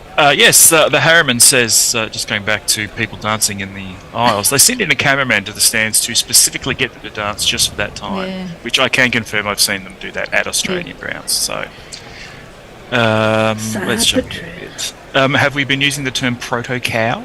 Oh, God, we've forgotten about proto-cow. That was great fun on Sunday, using proto-cow, which is the... where did that come from? It came from, he's hit it into the area that roughly cow. Roughly cow. Roughly cow, yep. And that developed from that to proto-cow. So the proto-cow is the sort of area somewhere between deep mid-wicket and long on, where nobody puts an actual fielder. Out there. Yeah, just out there. Literally out there, and figuratively out there as well. Mog. Peter Smith says, Smith goes out now, they'll be lucky to make 250. Ashley Partridge counters with, they're going to make 300. I don't think so. Don't think they've got the batting lower. Well, they've got Maxwell. I forgot about Maxwell, but you know what Maxwell's like. He's really hit or miss, isn't he? He's getting closer to one of his big games, I'm sure. Yeah, he's 200 or whatever on one leg. Ashley Partridge says, in a real huge vote of confidence for the three of us, Jeremy, where are you? Why are you not on? And where's Bear Guy? Where's Bear Guy? Bear Guy is trying to extract a ferret's teeth from his bollocks. Ow. I mean, he did. We didn't think we've all been there. We didn't. I haven't. Almost all of us. Well, there'll be 2 reasons for that, or even 3 reasons. But we won't go into that. Apparently he did put ferrets down the bear's trousers, and I said to the bear in the green room, "Were you not worried that it might nibble you?" And he said, "No, they just think it's a drain. They run up and down your jeans." But personally, I don't think they've got quite sharp teeth, haven't they? Ferrets? Yes, they have. It wouldn't do you a lot of good, would it, if they did decide to have a nibble? No, it really wouldn't. no. Actually, Just a little nibble. Just even a little nibble. I think I would scream and possibly be seen. I don't know, rolling around the floor. Anyway. Also. Yes. Go ahead. What was I up to? I've lost it now because of ferrets. Lax says, Broad was right. Alex will be remembered for goading the Poms into displaying their weak and unfortunate nature. Yeah, we are. Yeah. I mean, actually, that's fair enough. Pretty true. now that Jay says that's not exactly hard to do that. I'm beginning, because of Trump and the fact that he will say anything to upset anyone. I'm beginning to get a thicker skin. I'm not actually bothered by people. Shut your mouth, then, you old prick. Yeah. He's done a good service. He has. For mankind. I may no longer rant. I mean, my rant. Only mankind. My rant powers may have been ripped from me. We're just seeing Smith. He was dropped by Shami on 36. I have to say that was a slightly more difficult catch than the first one, which was Travis Head, second ball of the morning. That would have been a great catch, to be honest. I mean, a great reaction catch because it was hit so hard. And going back to Carey, yes, you're absolutely right. Carey is since he upset Bairstow. And I was going to talk about Smith, who called an Afghanistan player back, didn't he? When something similar happened. Yes. The other day. Spirit of the game. Well, he knows all about that. Hardick bowls and he's pulled by Carey. Got hold of it well, plugs a little bit, but still has enough on it to go He's to learned the his boundary. lesson. Come on. He's learned his lesson. Yeah. That was hit into the region that we now know as Proto-Cow. And it's one of these. Now my innings going, great guns. I hit the ball, 4 runs. I hit the ball and it went 4 runs. 292 score predictor. Onto the front foot comes Carey, defends up to mid-off. There is no run. So was it Carey who did that again? Carey? He looks so nice. He's got such beautiful eyes. Hasn't he? Well, that means he can't hit the ball. What? Well, no, he can hit the ball, and he hits the ball very well. But he's run out 2 people in the same way. I see. Despite taking criticism for it. I wonder if Trump's ever had a ferret down his trousers. Only one that he. If he wants one. I'm sure that Zelensky, next time he goes to the White House, if he ever goes to the White House again, I don't think so. will take in an undercover ferret. No, he said he would, as long as it wasn't filmed. What, that he would take an undercover ferret? He'd take an undercover ferret as long as it wasn't filmed. Forced to extra cover, there is no run. Who have we got umpiring out the day? Chris Gaffney and Richard Illingworth are the 2 standing umpires. He's 98th ODI, Richard Illingworth. So even if he was to get the final, he's not going to reach 100. Not yet, anyway. Maybe he'll fly off and do tomorrow's as well. Could be. Oh, I hadn't thought of that. Probably unlikely. I suspect that Joel has got that earmarked. Locked in because he can't find his way to the airport. None for 29 Hardick. They've gone back to pace at both ends, which shows you how well Australia have batted. Tucked away into the onside, they're looking for the single. They both take steps down the wicket, but decide against it. Rowett Fields, 190 for 4. And I did see someone asking what consummate means. Yes. Yeah. Well, it means isn't it a soup? It's a thing you put on your chips and that's your right. food. That's right. Salt is a consummate. So when we say that Annie is the consummate professional, is that she's into her 5 spices and things. Yes, I like my salt and pepper. Indeed. Chicken salt. Carey settles down. It's not a full house here today, is it? By any stretch of the imagination. It isn't. Even now that we're sort of 2 or 3 hours into the game, this is Carey coming down the wicket and driving beautifully all the way along the ground. Mid-off, mid-on are up, and why would they be up? And that's probably what Carey's thought. I'll take advantage, and it's one of these. It's Nissan She. It's Nissan She. So it just goes to show that Australia, even when weakened, are extraordinary. Yeah. Only their bowling that's weakened. Yeah, Yeah, their I suppose. batting is And- still pretty strong. Yeah. And Although- Cooper Connelly, obviously. Yeah, I was going to say they did bring in Connelly to open, which just does seem completely bizarre. That brought the 50 partnership, and in response, Hardick bowls another of those slower bouncers, which Carey waits for, and then just taps round the corner with a cross bat for a single. He goes to 38. End of the over. Hardick's now conceded 34 of 4. Smith is on 71. Australia after 36 are 195 for 4. Mog. Ashley Partridge is really concerned. The bear has lost what? Jeremy, is bear okay? Take your pills, Ashley. It'll be fine. It's okay. Messi says the world would be a poorer place if it was deprived of hendo rants. Yeah. Operation Ferret Pants is what Supersport named their sting operation they did on Australia in 2018. It's the Sahara Man. Muttley says, I'm sure this has been out on telly for their version of Doritos, CCs. More fun than a ferret down your trousers. Unlikely. Leah says, why not call Proto Cow Aurochs? Onto the front foot comes Carey. He's kept the strike as Shami continues, plays it into the offside. There is no run. Eric J says, pay Annie a condiment. Very good, Hey. very good. I like that. That's very good. That is. Yeah. Go on then. Jam. Thank you. May the jam be with you. Something along those lines. Yeah, sure. Yeah, we were thinking there, weren't we? Can we make a joke out of the band? Pulled by Carey. Pulled well, but finding Shubman Gill. Shubman Gill looks like one of those guys who wants to go incognito. He's got very dark glasses he's hiding, on. He's got definitely, a isn't he? big, wide-brimmed hat that he seems to pull down. It's almost as if he's trying to hide in the outfield. Just needs a trench coat now. Yeah, just needs a trench coat, yeah. Newspaper. Yeah, he looks like he could be masquerading as a Russian spy, but we probably shouldn't go there. Or American. It's American interchangeable. these days, yes.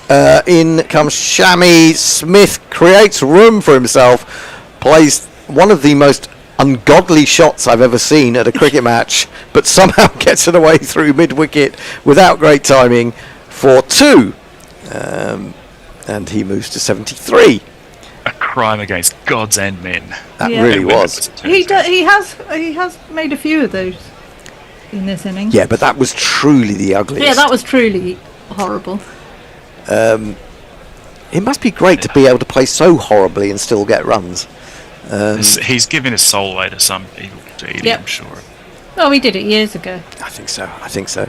But he's doing a fantastic job. 73 off 95.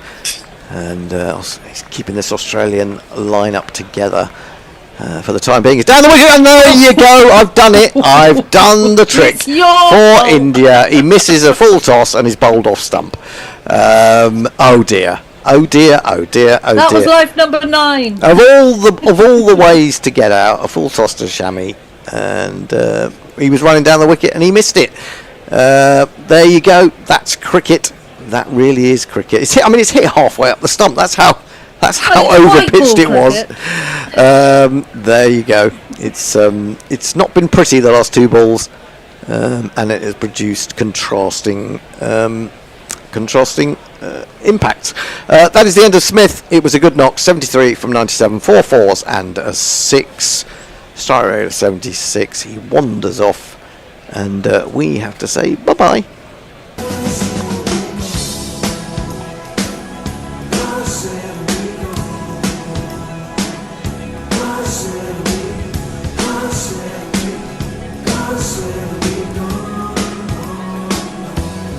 Do you know, I feel like I might be mildly psychic, because I literally said that he was running up, and the other part of my brain was thinking he's going to get out.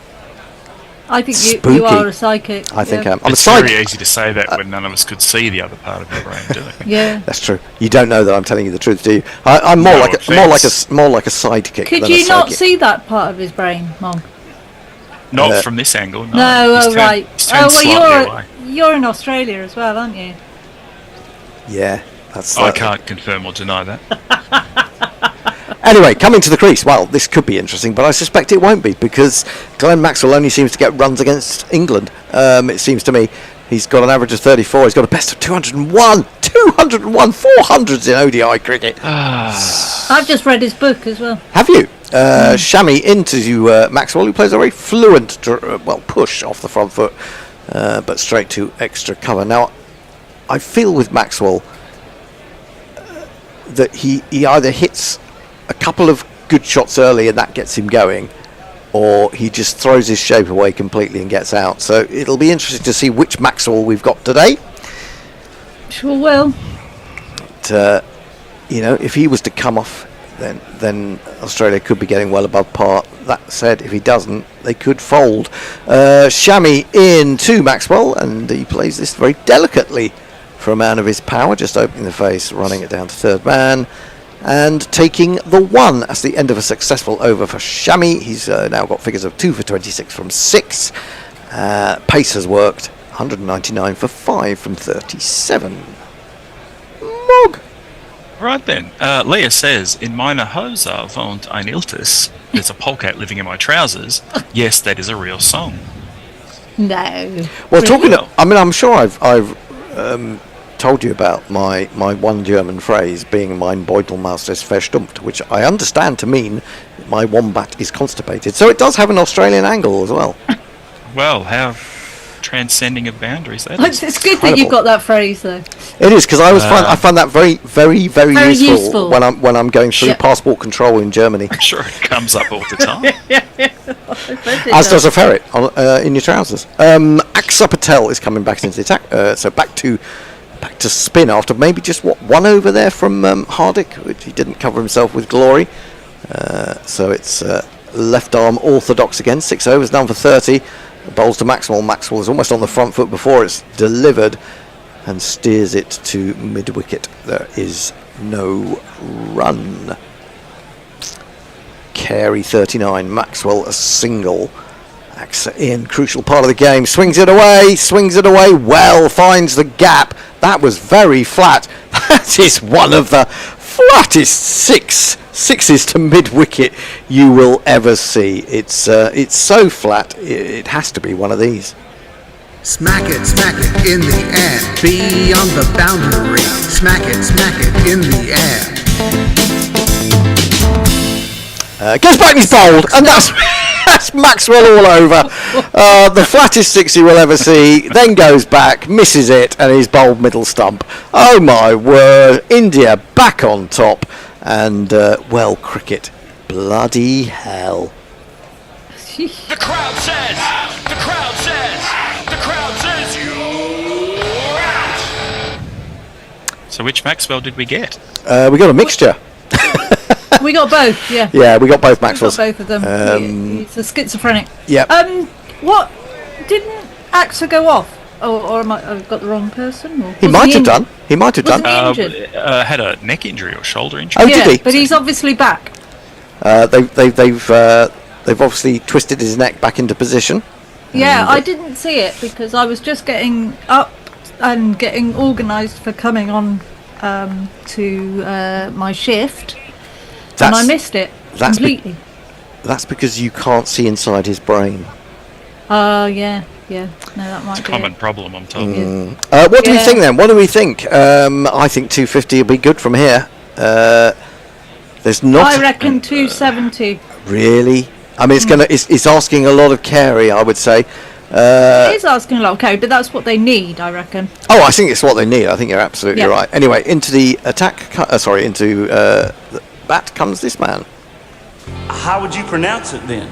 Ben Dwarcius.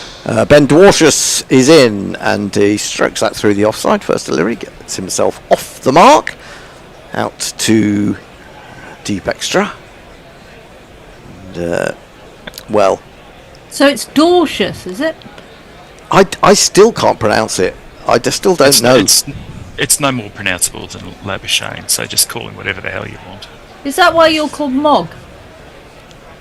My surname is unpronounceable, yes. Is it? Yeah, it's at least it's at most 2 syllables. It's horrifying. Chopped backward a square by Carey straight to the man at back point. Just a no, sorry, not even a single. AXA to complete the first over his new spell. He's come back in. He's got a wicket. I mean, that's what's helped, isn't it? India, when they brought players back in to the attack, they've taken wickets quite sharply. Good to see him back, because I think it sounded like it was quite a horrible injury. It went straight into his neck or something, the ball, but I didn't. Yeah. 206 for 6, 12 overs remaining. Now, of course, Australia do need to bat out those 50 overs as well, and with only 4 wickets to fall and not a lot of batting to come, only Nathan Ellis, Tanveer Sangha and Adam Zampa. It's got to come from these two, really, isn't it? Or Ellis, I'm not sure. Can Ellis bat a little bit? I think he can. Ellis can. Yeah, I wouldn't want him to have to bat for 10 overs, but he could score you a few runs. Yeah. Oh, well, that's good. That's good to know. Head made 39, Smith though 73, Carey also on 39. Shami 39 rather nice runs. Yes, very nice runs. Defended to mid-on. He does look so much like Mitchell Johnson from if you don't get a complete close-up. Or yeah, but with all the silly moustaches. Any other dickhead with a moustache. Yeah, basically. I mean, I suppose the thing that makes him look more like Mitchell is his left arm over the wicket. Medium pace. I wouldn't call him quick, but but at the moment he's batting. But at the moment he is batting. Yeah. Mitchell Johnson could bat a bit as well, couldn't he? He could, yeah. He could wield it. He could wield the willow. Shami in full delivery. Not a lot of foot movement coming out of the Mitchell Johnson look-alike, but he strokes that to extra cover. In fact, no foot movement. No foot movement whatsoever. Do we remember Peter Smith said they'll struggle to make 250 if they get Smith out? He's just popping his head up and going, "What did I say?" I want credit, he says. I want credit, as we all do when we say things like that. And Nindo will be coming in a minute saying, "I called it." The other side of his brain. Yes. Yeah. Here comes Shami in bowls. Oh, a little cutter there that turns Dorcius around a little bit in defence. And there is no run. Anyway, we're looking at wickets that have fallen today. And Australia will feel that they've got out to a couple of, been a couple of ropey shots. Inglis started well, 11 runs off 11 balls, and then Maxwell popped up a little catch, didn't he, to extra cover, the simplest catch you'll ever see. Rough week. Yeah, I can't think, where was that kind of shot when he was playing against England? Yeah, it doesn't happen then. It doesn't happen then. Virat Kohli does a bit of diving in the extra cover read to stop that next drive from Dorcius. And, he really did milk that, didn't he? Goes down two-handed at full stretch, does the side roll back up onto his feet. Like a ninja. He is a ninja. Oh, no, a ninja's just about to come on. Oh, he's on the a nindo, should I say. Anyway, Shami in again. And he's going to get a run here as he chips that backwards square. He might even get 2. No. Carey says, actually, I'm fed up with you monopolising the strike, not scoring. So I'm going to take this ball. I'll probably try and take a single off the last one so that I can keep the strike. Or I need to batter it for a 4 or 6. Yeah, they need to get a few boundaries coming up, don't they? Yeah, they need to get it going again a little bit. Can't afford to lose another quick wicket, or it really will fall apart. I have to say. Now, a lot of people were saying that even English supporters were supporting Australia here. I'm not sure I would go that far. English or English? English. Good ball from Shami. All Carey can do is defend it back to him. That's a really good over. It was a slower delivery at 75 miles an hour. And India are re-establishing control, I would say. 39 overs bowled, 207 for 6. Go, Rob, go. Joe Grover says, Hendo, have you ever seen Scanners? It's a movie with Michael Ironside. I'll leave you to investigate that. Brian in Brisbane says, Hendo, surely your time's up in this session. Too many wickets going in your stint. I know, sorry about that. I apologise to all my And Steve friends. Smith's as well, and you called it. I did. I called it literally as it happened because I literally. I may have. Literally. Yeah, literally. I called it as it happened. Great Mongering says, what is happening to Oz, man? What is happening to Oz? Good question.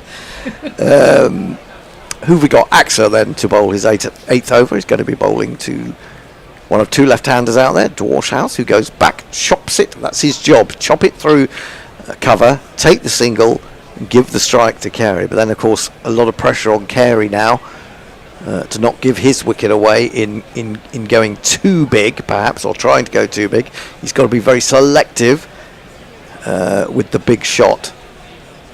It's on a knife edge, this game, in some respects. It is, isn't it? Well, it's never on a knife edge in the first innings, though, isn't it? True. He goes back and crunches that with a cross bat, does Carey, but picks out extra cover. Will be annoyed with his placement there that wasn't quite up to the mark.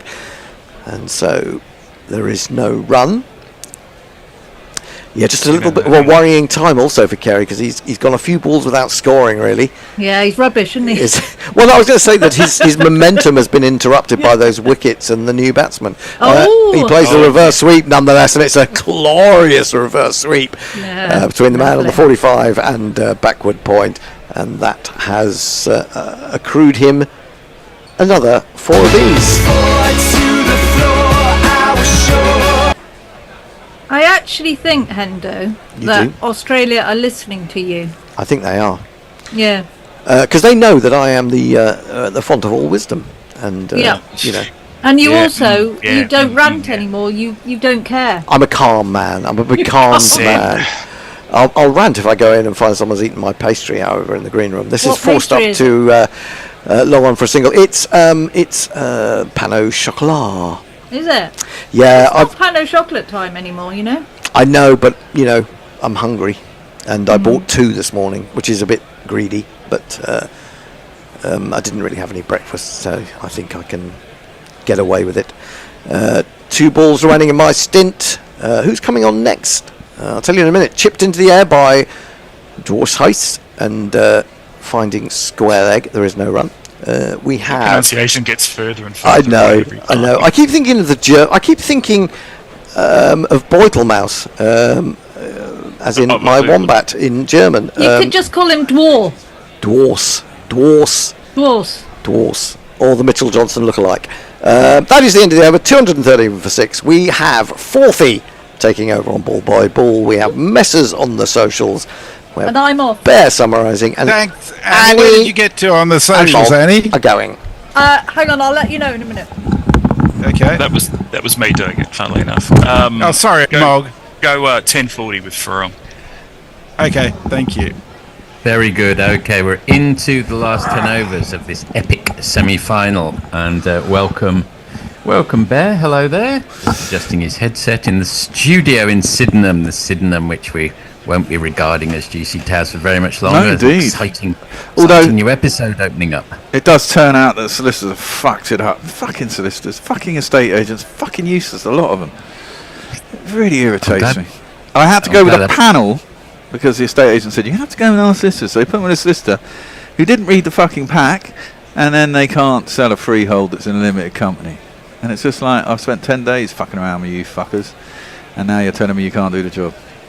It's so fucking irritating. I'm glad advertising agents didn't come in your roll call of horror there. Super chat. We've got a super chat. I think we might be able to just squeeze it in. Do you want to see if we can squeeze it in, Messi?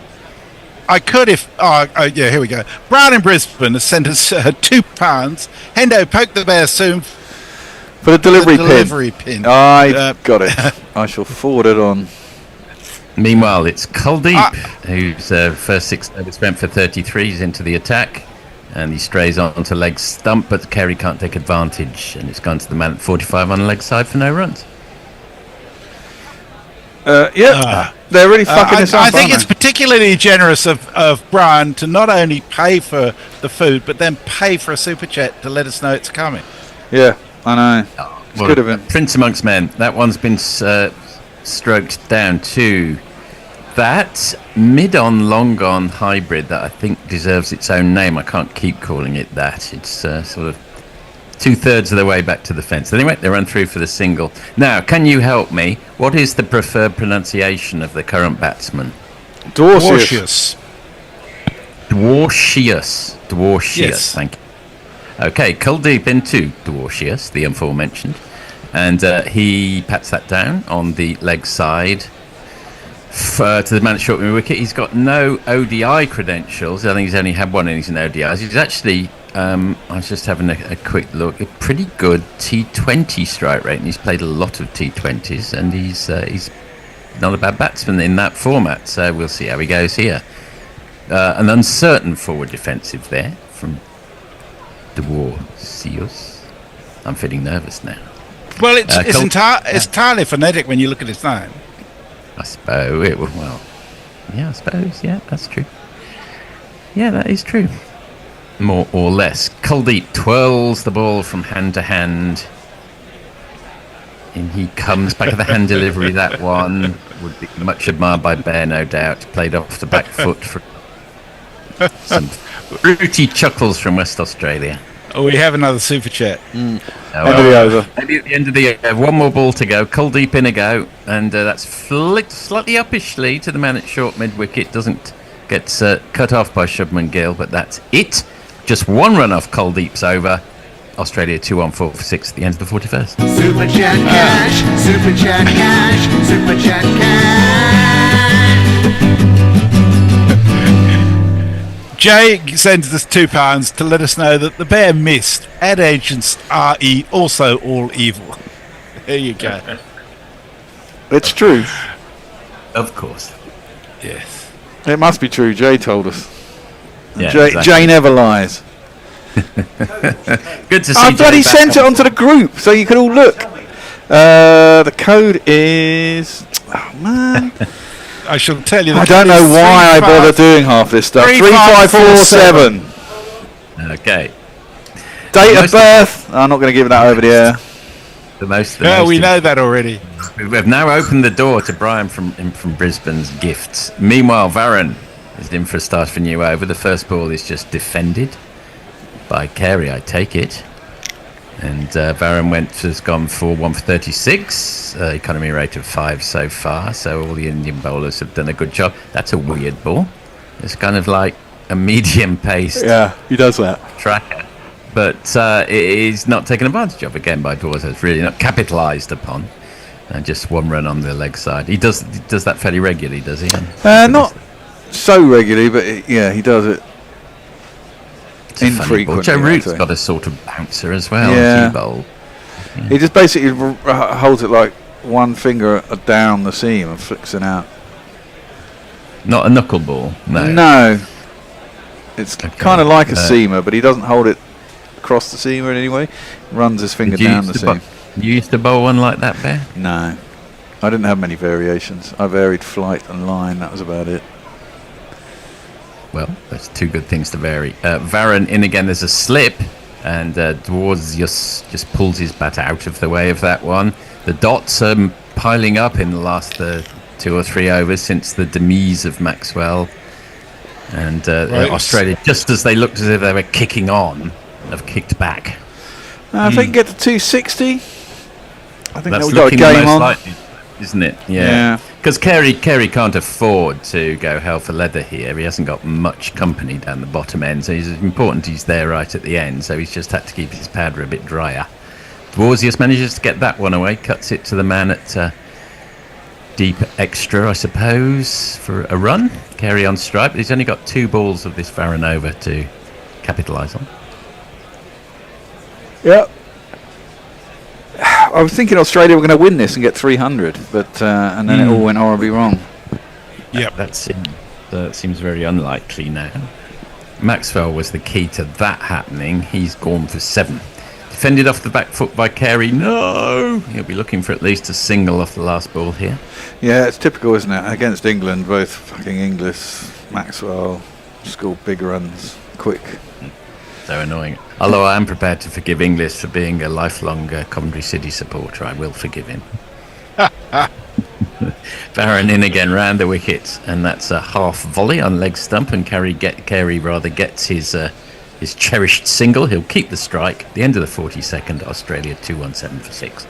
I should say that WinViz has India at 53%. I have them about 70% at the moment. I think when Smith was batting, Australia were looking a good chance. Right now, given the paucity of their bowling attack, I think they're going to be absolutely crunched. Jay Grover says, well, to be fair, I do not lie, although I might exaggerate opinions for comedic effect. And he says, fourthly, I cheers for defending me against charges of illiteracy the other day. Oh, not at all. I always defend you, Jay. And Eric J just says, you wouldn't let it lie, Vic. Wouldn't let it lie. Wouldn't let it lie. It's an old quote from Rick Reeves and Bob Mortimer's sketch shows. In comes Kuldeep again, drifts onto leg stump, and they're thinking about 2. They make it. It's good running. And they're going to make 2. Well run. That's probably not a bad strategy from here on in, would you say, Bear? Some 2s available? Well, possibly. Means I might have to go on a run out. But, always a way of looking at it. Well, indeed. I got an LBW. Your LBW came in, didn't it? It did come in at 13 to 2. I think it's had 2 since then. I've gone on another one again. Kuldeep in again. He keeps drifting onto the leg side, and he keeps not really being punished for it. They just hurry through for a single. A vague possibility of overthrows as it's fired in. Kuldeep doesn't look too impressed with having to field that one. You know what that is? There's big applause. Carey's 50. You know you lift me with your 50.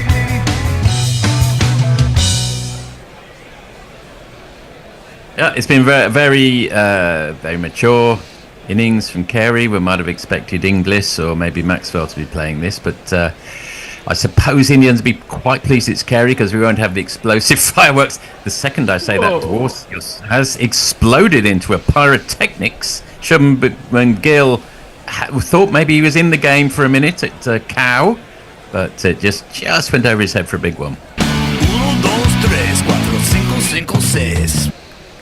That was a good shot. It was in the slot, and away it went. I know nothing about Dwarcius, but that was kept his shape well. It was a decent shot. Yeah, he's 30. He's not some 22-year-old, so he's got plenty of experience in cricket, but not at this level. And that's a false shot, which Kuldeep manages to get to Dwarcius, who gets a thick outside edge, who doesn't quite carry to the man at 45 on the offside. Does he have a first-class ton? No, he's got 250s, I think. I'm just going off what I read about half an hour ago. Okay. That's flicked down to long on by Carey. Well, it's a secret of the teacher, isn't it? As long as you're 10 minutes ahead of your students learning, you're fine. Exactly right, yes. I've never actually really I've always quite liked the idea of teaching, but I don't think I could keep the discipline. It would depend, and it's so tiring being a teacher as well. I did some coaching of soccer and cricket, but I've never been a teacher. Anyway, enough of that. Forward defensive, last ball of the over. So Carey to Dwarcius to Carey. Sorry, end of the 43rd. Australia 227 for 6. Jay Grover said something. I don't know if it's continuing the Bob Mortimer riff. Says, can't give a baby booze. Does that mean anything to you two? Can't but give a well. Well, obviously you can't give a baby booze. Although you could put it on the end of your finger to help them sleep.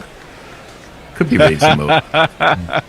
Sounds like something you might have experimented with. No, I didn't. But that's what my parents always said. Yeah, just give it dip your finger in some whiskey, put it in their mouth. Waste of whiskey, eh? Yeah, it is a waste of whiskey. Better off using it on yourself to deaden the pain. This mortal coil. Peter Smith says it's Carey from New Zealand. No, he's a proud South Australian. He did play Australian rules football at one stage as well. Vallon in again, and that's a thick outside edge, which I think will go all the way. Yes, it does. 4 on the floor. And one more fall than the four before. That's what fours are for. To get funky on the dance floor. Dwarzius moves to 15 off 19, so he's keeping Carey company well.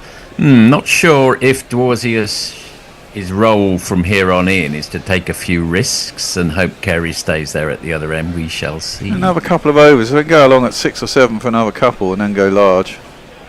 Yes, 6 down's the problem. Just closes the face of his bat towards us on that one. So I mean, if they can get through to what 47, not losing another wicket, and then they can take risks. I think in the last 3, because then you should be on around about 260 then, or 250 odd. Indeed, they go for 10 and over off the last 3, if not more. And that's cut, but straight to the man in the gully. No run from Dwarzius, so 4 ... so far this over.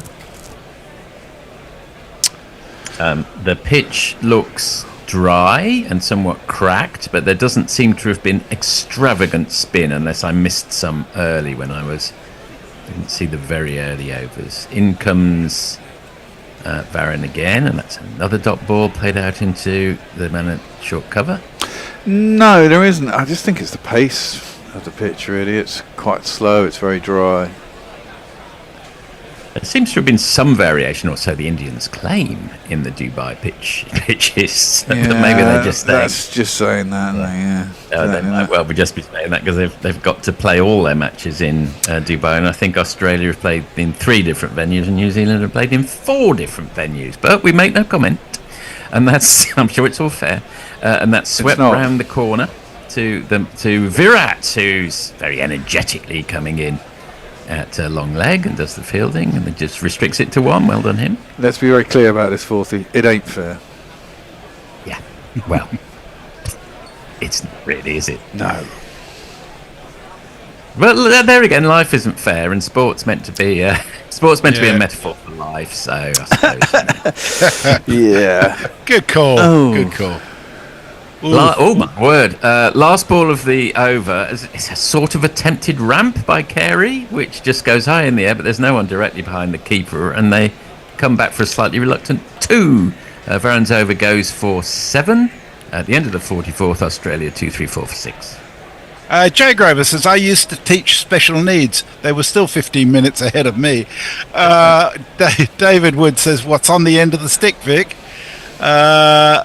Muttley says, just had my receipt stroke update for my Asda delivery due this afternoon. They didn't have one of the packs of sausages I wanted, and I have substituted them with, what the fuck are X sausages? X sausages? Jace suggests they're made of Norwegian blue. Or ceased to be sausages. As long as they're not made by Elon Musk, that's the main thing. Yes. This is EX sausages. Okay, then. Yeah. Extreme sausages. The score predictor's at 282, which seems generous, I would say. Yeah. What I suggest is the next time that fucking Elon Musk sort of addresses the fucking cabinet in the States, someone asks him why isn't he wearing a suit? Yeah, very good points. Shami has bowled superbly in this match so far. He's gone for 2 for 27 off his first 7, and that's absolutely bang on the money, right up in the block hole, and Dwarzius actually does reasonably well to keep it out. He's bowled well today, hasn't he, Sammy? Yes. That was as good a ball as you can bowl, I think, at this stage of proceedings. Did Smith just miss it? It wasn't really a Yorker, was it? It was a low full toss that he seemed to just miss. Strange one, wasn't it? Because you would fully expect that to have been clouted for 4. It wasn't a great ball. It was basically a full toss, quite a fast. You can't really say it was a great bit of bowling, but Smith just missed it. Yeah. Maybe it was a touch faster than he expected. It was 144, I think. Anyway, that one's been squeezed out for a single. He batted well, Smith, today, actually, as well. I thought Labuschagne batted okay until he got himself out. Yeah, well, actually, it was a good ball from Jadeja, doesn't it? It was hammered in towards his leg stump a bit quicker. It was. There was partnerships through the middle, weren't there, about sort of 50, 40, 30. But none of them really kicked on. Aye. That was the LBW I got, wasn't it? Labuschagne. I don't think this pitch has been nearly as hard to bat on as it has been in previous games in Dubai. It looks slightly easier, doesn't it? Yeah, they've been sort of around the 270 mark on par, haven't they, in Dubai? In comes Shami again, round maybe even less. That's been played down, full toss actually, been played down to long off. Not a bad option when you're a schoolboy. You think, bowled a full toss, terrible ball, but in the latter stages of one of these matches, it's not a disaster. Indeed. Low full toss, as good as a Yorker. Only a single. Yeah, it's much better often than a regular line of length ball in the lower reaches of a T20 or an ODI, which batsmen just line up. Right, Shami, .11, continuing his excellent form with the ball. Around the wicket, and that one was slightly slower, slightly shorter, but again, just played to the sweeper on the leg side. That's Akshar, just for a single, .111. A lot of slower balls he's bowling this over. 2 or 3 have been at 75 miles an hour. Yep, doesn't seem to have pulled up with any difficulty after getting hit on the shoulder blade in the last match. Sometimes that can sort of cause some problems the next day, but he seems fine. Rohit Sharma contemplating life. He's captained well, I think, today. So yeah. Sometimes a little passive. It'll be interesting to see as well as this wicket wears on today, whether it gets harder, slower and lower as the day wears on. In which case it might be harder to bat second. And there's another full toss, and again it can only be directed down to the man at long off for a single. That was certainly the piggy's thinking this morning when he decided to bat. Yeah, it wasn't entirely obvious, I suppose, what the decision there should have been. In fact, Rohit said that it was a good toss to lose. Yes. Just a bit of kidology, probably. Yeah, he said he didn't know what he wanted to do, did he? In which case, yes, not bad. We'll be seeing that's a very unusual looking Australian attack with the new man Sangha coming in later. And that's a real slow ball, and it's been cut to the man on the offside boundary, who hairs in. I think that's Akshar again.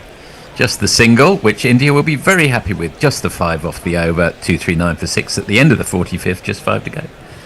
Sudahu points out with respect to Smith's dismissal, shit gets wickets. Martlish sausages were supposed to be cheddar cheese and smoked bacon pork sausages. That sounded banging. Jay Grover says his eyes are gone. Trademark. Pete Smith says he wants Australia to win, as then it will make the final more interesting. That's true. Eric J says my dog can say sausages. Knight's Vision says Australia need 290 at least to get the match to the last over. Pitch not bad like it was in the New Zealand game. I'd agree with that. And Jay says I feel pretty privileged. My moral choices today are supporting India versus Australia at cricket. Why? I am wearing a suit. Farron, first ball of his last over, and Dwarzius tries to cut it, but it bounces more than expected, just goes straight through to the keeper.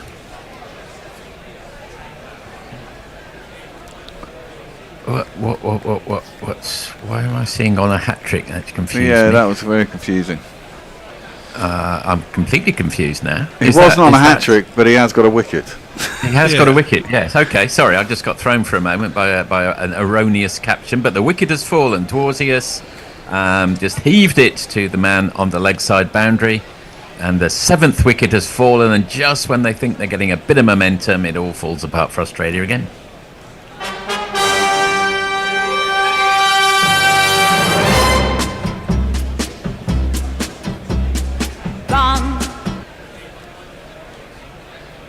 Well, he did all right though. 19 off 29, I suppose. They got to 239 for 4. They got 4.4 overs left. Carey's still there. Another 30 runs, 270 would be a reasonable score, especially if the wicket does slow down. It all, as you say, it all depends. I mean, I guess you'd say Australia's strongest strength is definitely their batting. Although that isn't even that strong, is it? I mean, you'd expect India to win this game, I'd have thought. Well, to give you an idea, WinViz has the teams at 50-50, whereas Bet365 has Australia at 2-1 against. So I'd go with Bet365 any day of the week on that. Yeah, I think I would too. And I take it that they've had them India as favourite, as odds-on favourites. Is that right? Yeah. Yeah, last time I looked, they were 13-8 on. Yeah, they're close. Yeah, about that. $1.40 they're paying. Yeah, that's right.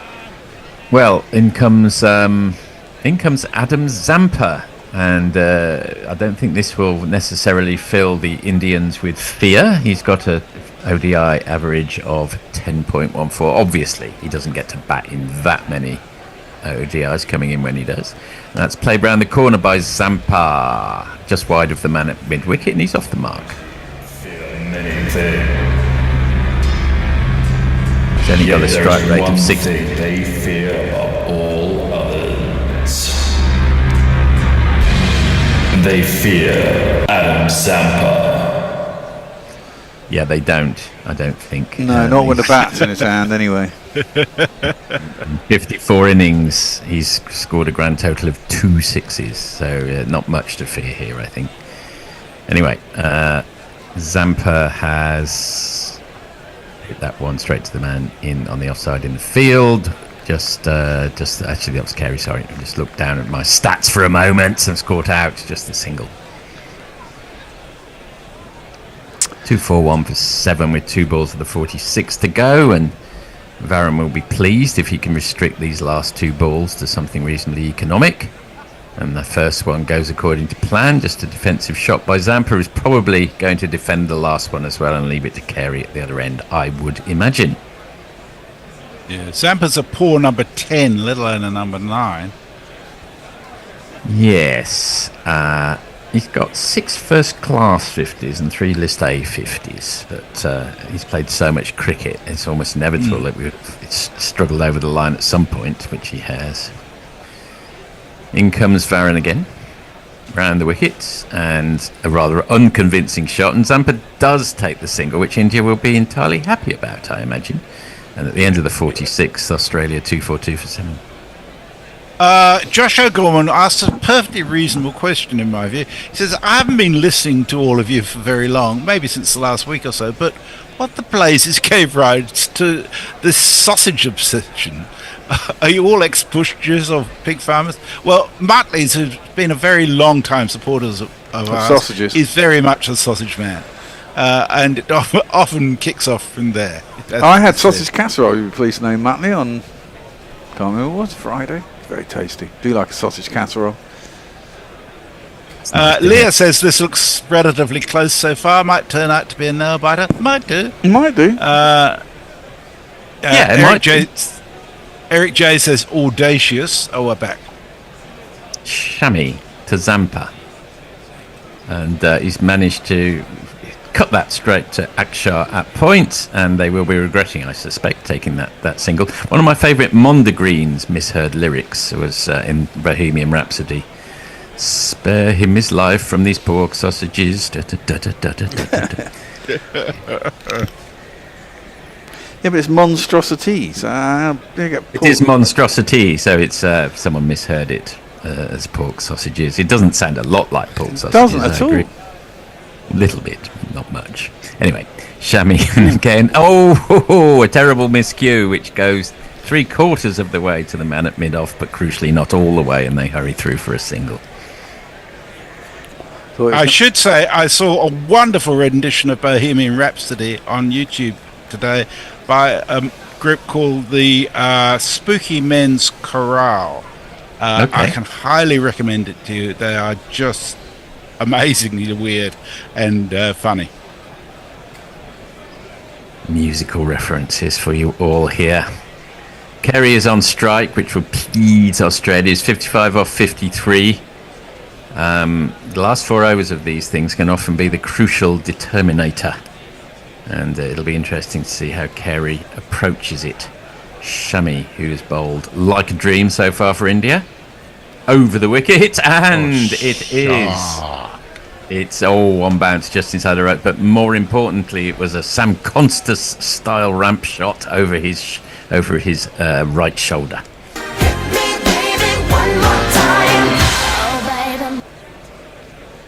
That was a pretty classy shot. No, it absolutely was. I think it was going on to miss the off stump as well, so it'd have been pretty safe if he'd have missed it. Unless he'd have played onto his stumps, of course, which is a probability when you're playing that shot. They're interesting, those, aren't they? Because they have to be surely premeditated. Yes, I think so.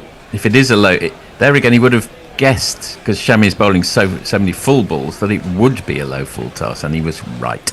That one, again, a full ball. Carey ends up on his arse because he's completely he's misnavigated that one completely. I think his back foot got a bit stuck in the earth there as well. He could have pulled something. God, yeah. He's one of the many wicket keepers that Australia have. And he won't be keeping. Is English keeping? I suspect so. He's been keeping the rest of the tournament, hasn't he? Yeah, I believe so. I don't really like the colour of yellow of Australia. It's a sort of buttercup yellow. I prefer something a little subtler in an ideal world, but it's not really a subtle nation, is it, Australia, I suppose? Not really.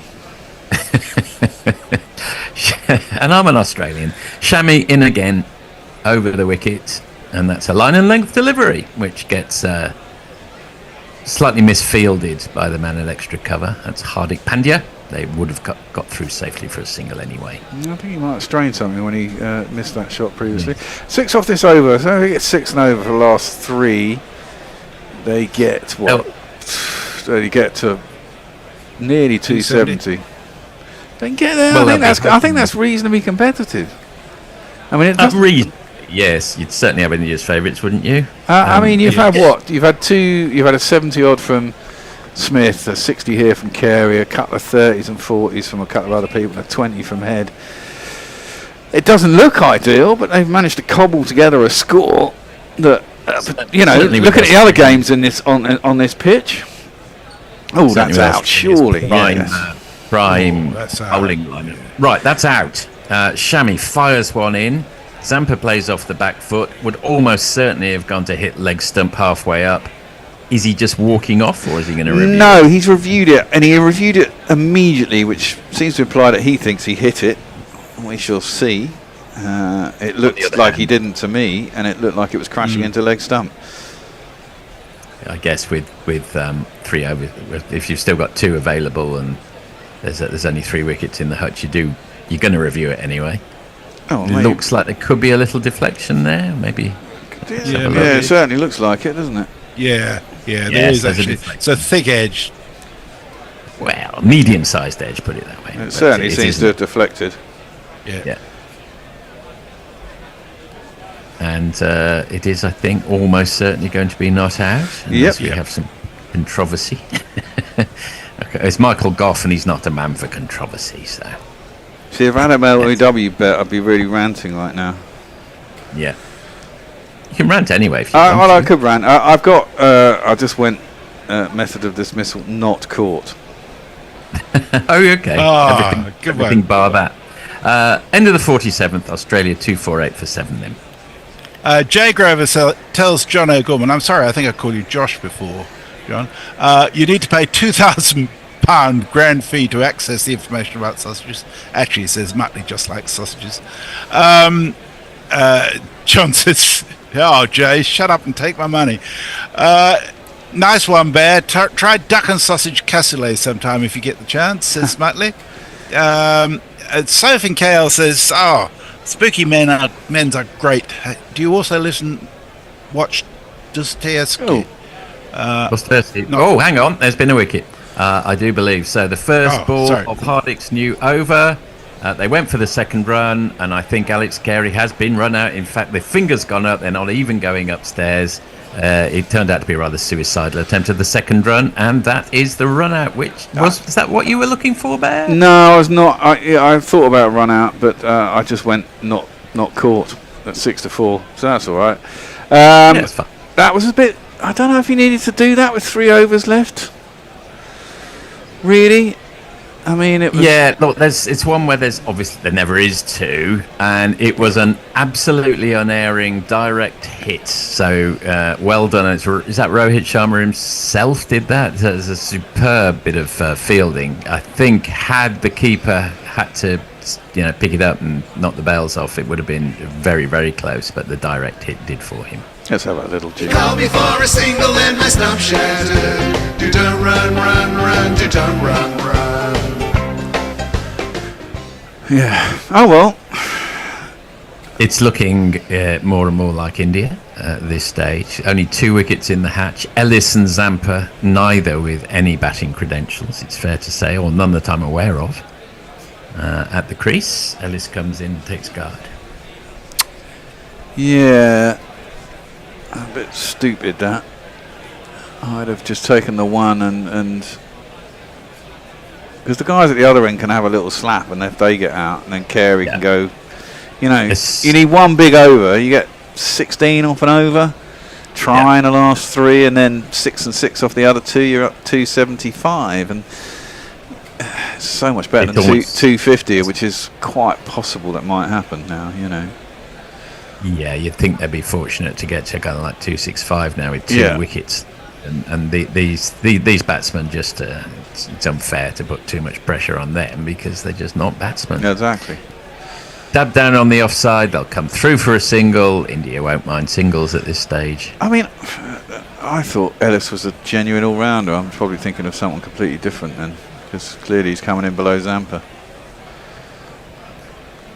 I will maybe leave it to someone else to have a look at his record. That's a great bit of fielding. We're seeing it again. He had a good sight of the stumps to aim at, though, wasn't he? He was at 45 degrees, so he had two stumps to aim at, really. Reasonable look. In comes Hardik again. Slower ball. And Zampa gets behind it, but can't do anything with it, and just pats it down on the offside. I don't know, really, with only 2 wickets left. Don't know what you do, really, because you don't want to be leaving too many balls out there. But low risk, I suppose, until the last over, maybe. Well, Ellis has hit 4 sixes in ODI, so that's twice as many as Zampa. Okay. And averages 15.75. Okay. Slightly surprised he's come in below Zampa in that case. And that's whipped into the vacant mid-wicket area, but they can only come through for a single. Shubman Gill does the fielding. Yes. What you do have to say is this is the highest first innings total at this ground in this tournament, isn't it? India only got 249 the other day, or 247. That is surprising. Okay. All right, well, yeah. All the cliches about not judging a wicket till both sides have batted on it, etc., etc. We shall see. It does look easier than the other day, but exactly as you say, can't really until you know, you don't know. Yeah, that's true. And in comes Hardik again. That's a slow full toss, which has been deflected, but there is a man on the 45 halfway back who manages to cut it off. Dot ball. Yes, there was an old ads line for Northern Territory, which was you'll never know if you never go. Because rather like me, we always keep saying, at some point we'll go. I mean, in 20 years in Australia, we've never got round to it.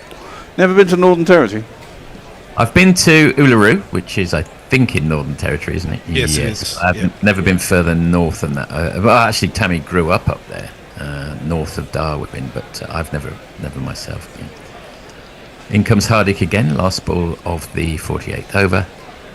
Slow, loopy old bouncer. Ellis can only get it as far as the man at mid-on. At the end of the 48th over, they take the single, and it's 252 for 8. Joshua Lech try some poetry. Says oh bloody hell! Sorry, it crashed on me. It's come back up. He says Zampa takes a scamper to end the over without the bowler shouting "Roger." No ex-supernova. That's cricket with the gorilla. Nice. Okay. Thank you. Eric J says, "Shame we don't have Bairstow behind the stumps to Carey, just for the chat." And Night Vision says we could have the same finalists as the last T20 World Cup. It's certainly possible. We could do. Hang on a minute. T20 World Cup. Last T20 World Cup was England-Pakistan, wasn't it? No. T20 was India versus South Africa. Oh, yeah, I forget they come around every year now, do they? Yes. Chamois in again, and that's glided, but straight to the man at point. They come through for the single. India happy with that. And Ellis is on 3 off foot, Zampa 4 off 8. 11 legitimate deliveries to go. Last time I was in Australia, which was a long time ago, we went to Perth, and I was into the idea of hiring a camper van and driving from Perth to Darwin and then flying out of Darwin. But we never got around to it. Just as well, it's a very long way. Yeah, we had 3 weeks. I figured we could do it in 3 weeks. It's only about. Oh, you could, but you'd be still be driving a lot of the time. Don't forget, if you do that. Oh, and that's chipped. Has it gone straight down the claws of long on? No, he's chipped it successfully, but they've only come through for a single. 2, 5, 4 for 8. The only trouble with that is that you'll become the axe murderer victim of some crazy guy. Some crazy guy in the middle of nowhere. It'd be like a horror movie. You need to take a camcorder and someone can find it, and then it'd be a movie. We don't admit to having any of those in Western Australia. They're all in New South Wales. I think so. You've got your own share of loonies and madmen over there, I'm sure. It's Adelaide, actually. Got to watch out for the genteel suburbs of Adelaide, which that's where all the crazy stuff really happens. Yeah, barrels and things. Yep. Yuck. Ellis facing up to Chamois. Goes slightly wider on the crease, fires it in at his toes. He's lofted it, and again doesn't quite make it out to Virat there. Maybe a younger Virat might have sprinted in, but he takes it on the bounce. 1-1-1 so far this over. That's fine, as far as India are concerned. I went not caught again. I've got a funny feeling it's going to be caught. Especially the way they're playing here. Yeah, you'd think court's probably favourite, but there again, I suppose that means you get better odds for not caught. That would be about the extent of what I know of the betting markets. Low full toss, swinging, and clipped off his toes by Zampa, comes through for yet another single, 4 in a row now. Chamois got 2 balls to go, and he's on 2 for 42. Super chat alert there. Super chat. Jay Graver sends us £2 to say Bear versus Wolf Creek. I'm not quite sure why. Well, Wolf Creek was the classic film, which with the serial killer in it. Oh, of course, yes. That's a horrible film, actually. Really grisly watch. Chamois, one of the most horrible horror films, and that's launched. Wow, Ellis has got hold of all of that, and that's his 5th 6 in ODIs, and a very welcome one for Australia. That was a handy shot. Takes him over 260, doesn't it? 262 with 8 balls left. It was the off cutter, the slow off cutter, but he read it all the way to give him his full credit to that one. 2 more of those, and you begin to think, maybe even Stephen. Get another 6 and a 2, they get to 270. They got 7 balls, 8 runs, gets them 270. I think that would be a reasonably good score. It doesn't look like it, but I've got a funny feeling it might be. Yeah, that's true. I think in comes Chamois again, and he's launched that one again. Where's it gone? Straight down Virat's throat at long on, and the 9th wicket falls. Ellis is out for 10 off 7, and there is one over to go. The crowd says, you're out. Pete Smith says if Australia bowls well, it's on as runs on the board, pressure. Yeah, man. That's And Drake Mongreen says so. Wolf Creek will do all types of stuff on Bear's bum. Eric Chase says I thought Wolf Creek was an Aussie rom-com. And home and away, Wolf Creek for the deaf. It's just fluffy. Pirate Badger says you're taking your life into your own hands, venturing into any middle-class suburb around the world. Behind the neck curtains are always, I say, unspeakable horrors. Well, that is so true, as David Lynch instructed us. The new man has come to. He probably didn't think he was going to get a bat, but Sanger is at the crease. Oh. you want a rabbit. This is a super bunny, I think. I just noticed Bear is dressed like Zelensky. Is that deliberate, sort of tribute to the man? No. Not at all. Who's in next? Sanger. Oh, he's got a jingle. I have to play this because, Mog's really proud of it. Okay, Hardik is in again to Zampa, and he manages to pull that one to deep mid-wicket for a single, exposing the new man Sanger. Let's hear his jingle. Hey, what do you want for lunch? Maybe some guineas? Nah, I'll just have a tan beer Sanger. Thanks, mate. Now, if anyone isn't Australia and wonder what that's all about, the abbreviation in Australian for a sandwich is a sangar, which I didn't know until I arrived in Australia. Yeah, why would you? Sanger has never hit a boundary, either a 4 or a 6 in ODIs, although he has only had 2 innings in ODIs, to be fair to him. I thought you were going to say Sanger as slang has never hit anywhere other than Australia, which is true as well. I don't think anyone else in the world has Sanger for a sandwich. I don't know. I've heard Sanger used in England. Have you? Yeah. Oh, okay, right. It was the Earl of Sandwich who invented it while he was playing billiards, wasn't it? In comes Hardik, and his butler bring him a sandwich on a platter. And that's cut down to third man. They'll just take a single, though. Zampa back on strike. Perfectly reasonable shot. Yeah, it was all right. It's okay. Yeah, we're lovely looking at the partnerships here. 50, 56, 34, 54 in the 34. 6 of the top 8 partnerships, but none of them really kicked on. No. I think that's this kind of wicket, though, isn't it? It's difficult to kick on. It's difficult to score, and I only think it's going to get harder. And I think, it could be a reasonably competitive score. It'll be interesting to see. And if we know that there's one highly competitive team in this tournament, in any tournament, it's always Australia. He's been bowled. Australia are all out for 264. The top of the middle stump goes, the bails go flying off. Zampa's out for 7 off 12. The completed score is 264. Hardik ends up with 1 for 40 off 5.3, and they have not used up their allocation of overs, Australia. Top of our stump, that's a good ball. It's Zampa, so what do you expect? I was just wondering if anyone can win in the GPL. So required will be, 529, is that right? 260, no. Yeah. What was it? 265? Yeah, so it'll be 529. So it'll be, 531. No. Oh, sorry. I thought 529, yeah. No. Yeah, beg your pardon. Yeah. 529. No, but if they lose marginally, Messi can win it. If they win with a 4 or 6 or something off the last ball, there's a chance you could get it as well, Messi. Yeah, just about. Other than that, an Indian loss. There's probably loads of people in it. Anyway, any last messages, or we should then go to? Yeah, we've got a few. Especially about Adelaide murders. Barney Hall says, Adelaide murders, you're talking about the northern suburbs where many £10 poms settled. Brahma Lodge is a lot like Sheffield, says Fluffy.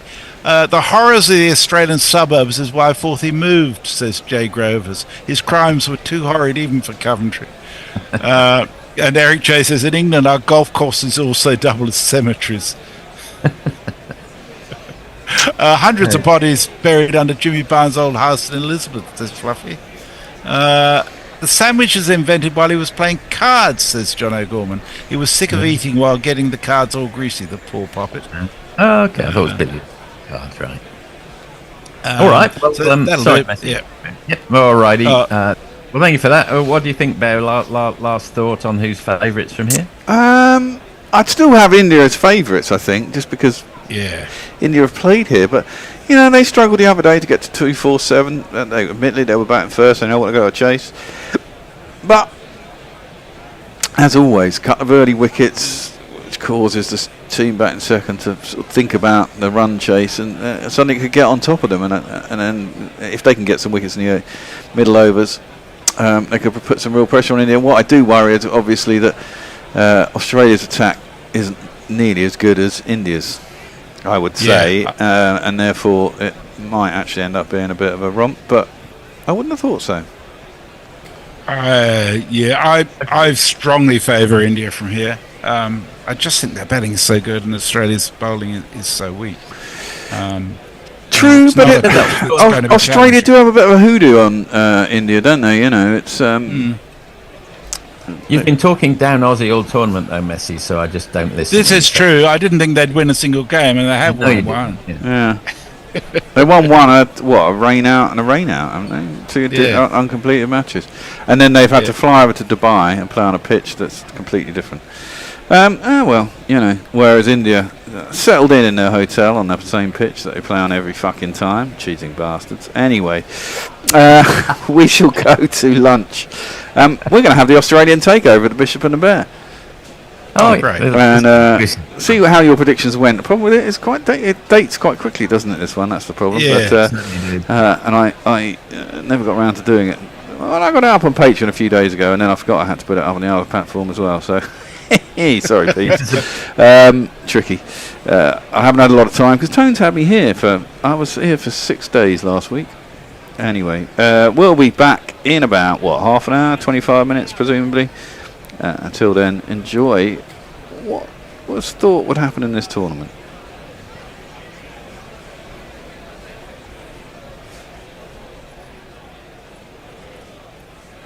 Get set.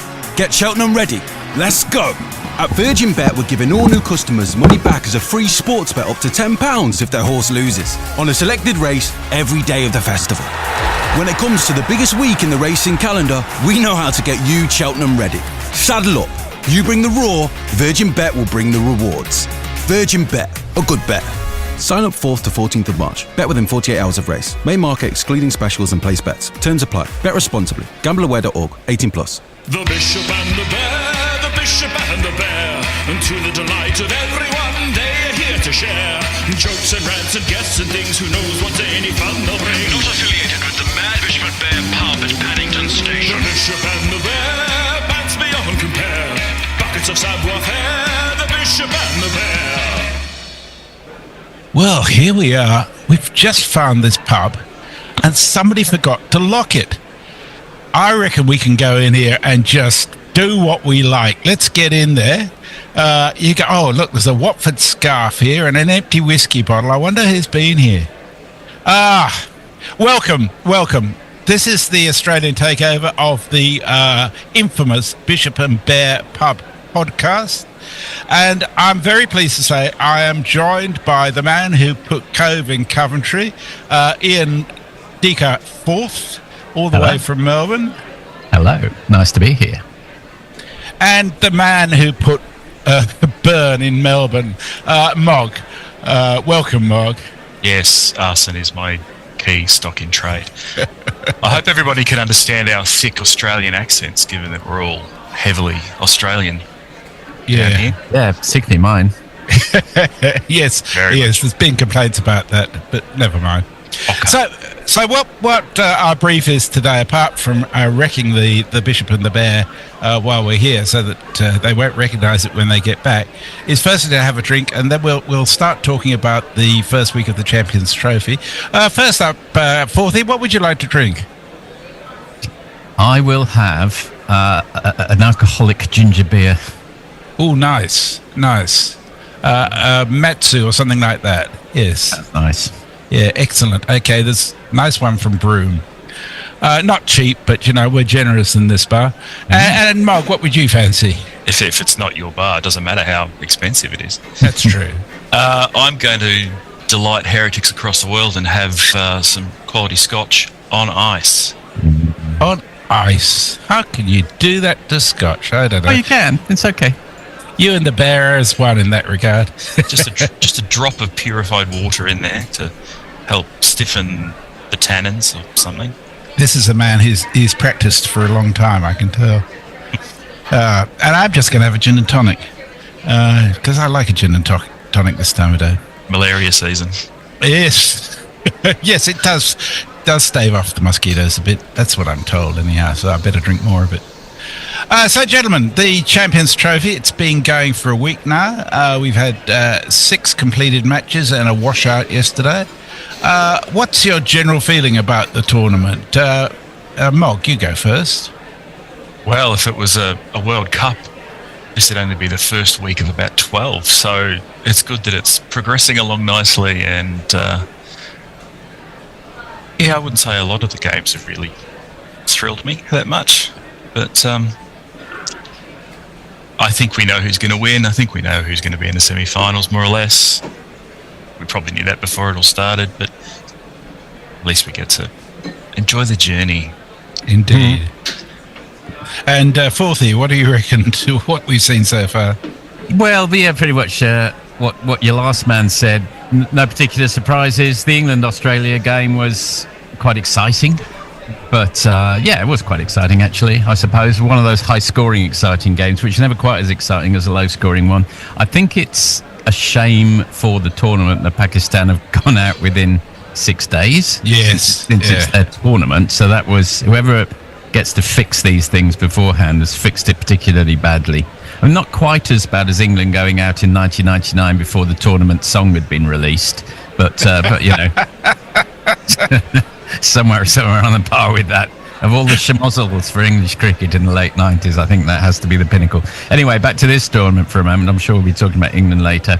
Look, it's let us rejoice, as Margaret Thatcher once said, at the news. Let us rejoice at that news that not that we've sunk a battleship heading in the wrong direction, not that, but rather that Pakistan is hosting a tournament at all. Indeed. So that's good. And that's first time for about 40 years? 29, I think it is. Partially hosting. They're not entirely hosting it, though, are they? They're baby steps. So that's been good. And Pakistan playing India, admittedly not in India or Pakistan, but you've got to start somewhere. So, good things. Afghanistan, I always get confused about whether it's good or bad that Afghanistan are in a tournament, considering that we were told that it was bad that South Africa should play cricket because of apartheid, so they mustn't play cricket. But then we're told it's good that Afghanistan do play cricket despite their evil regime. So it's a little bit confusing to a layman. It's hard to follow exactly. It depends which lens you look through. If you're looking through the sporting lens, it's good. If you look at the political lens, maybe there are some questions. I know. I've given up on politics at the moment. I just get what I get. Yeah. Jonathan Trott, the Afghanistan coach, was saying yesterday that a number of his players have been very brave by speaking out to the Taliban about the lack of women cricketers. We can only take his word on that. I can see that they're in a difficult position, and you know, what worries me is the amount of kudos that the Taliban itself takes from their successes. Well, I hope I don't get blown up on the way to my coffee tomorrow morning if I've spoken out of turn. Then, you need to vary your movements. Don't be predictable. Does this happen a lot in Melbourne, does it? Oh, all the time. It happened to me twice just this morning. Oh, God. Oh, well, be careful, boys. Be careful. So in Group A, we've got New Zealand, India, Bangladesh and Pakistan. New Zealand's qualified by thumping both Pakistan and Bangladesh. So your views in relation to New Zealand's performance thus far? Mark, you go. They've been perfectly adequate and perfectly competent when they needed to be. They've been... It's almost a little bit boring in a way. Yes. They're just sort of plodding along, and then they realise, let's just make 160 runs off the last 10 overs or something, or let's get Bracewell to come in and knock over a bunch of blokes. It's decent bowling. And they just do what they got to do, and that's enough. They've won, so I guess it doesn't have to be too flashy, except that obviously that last whatever it was got them up to 320 or 340. That was fairly exciting.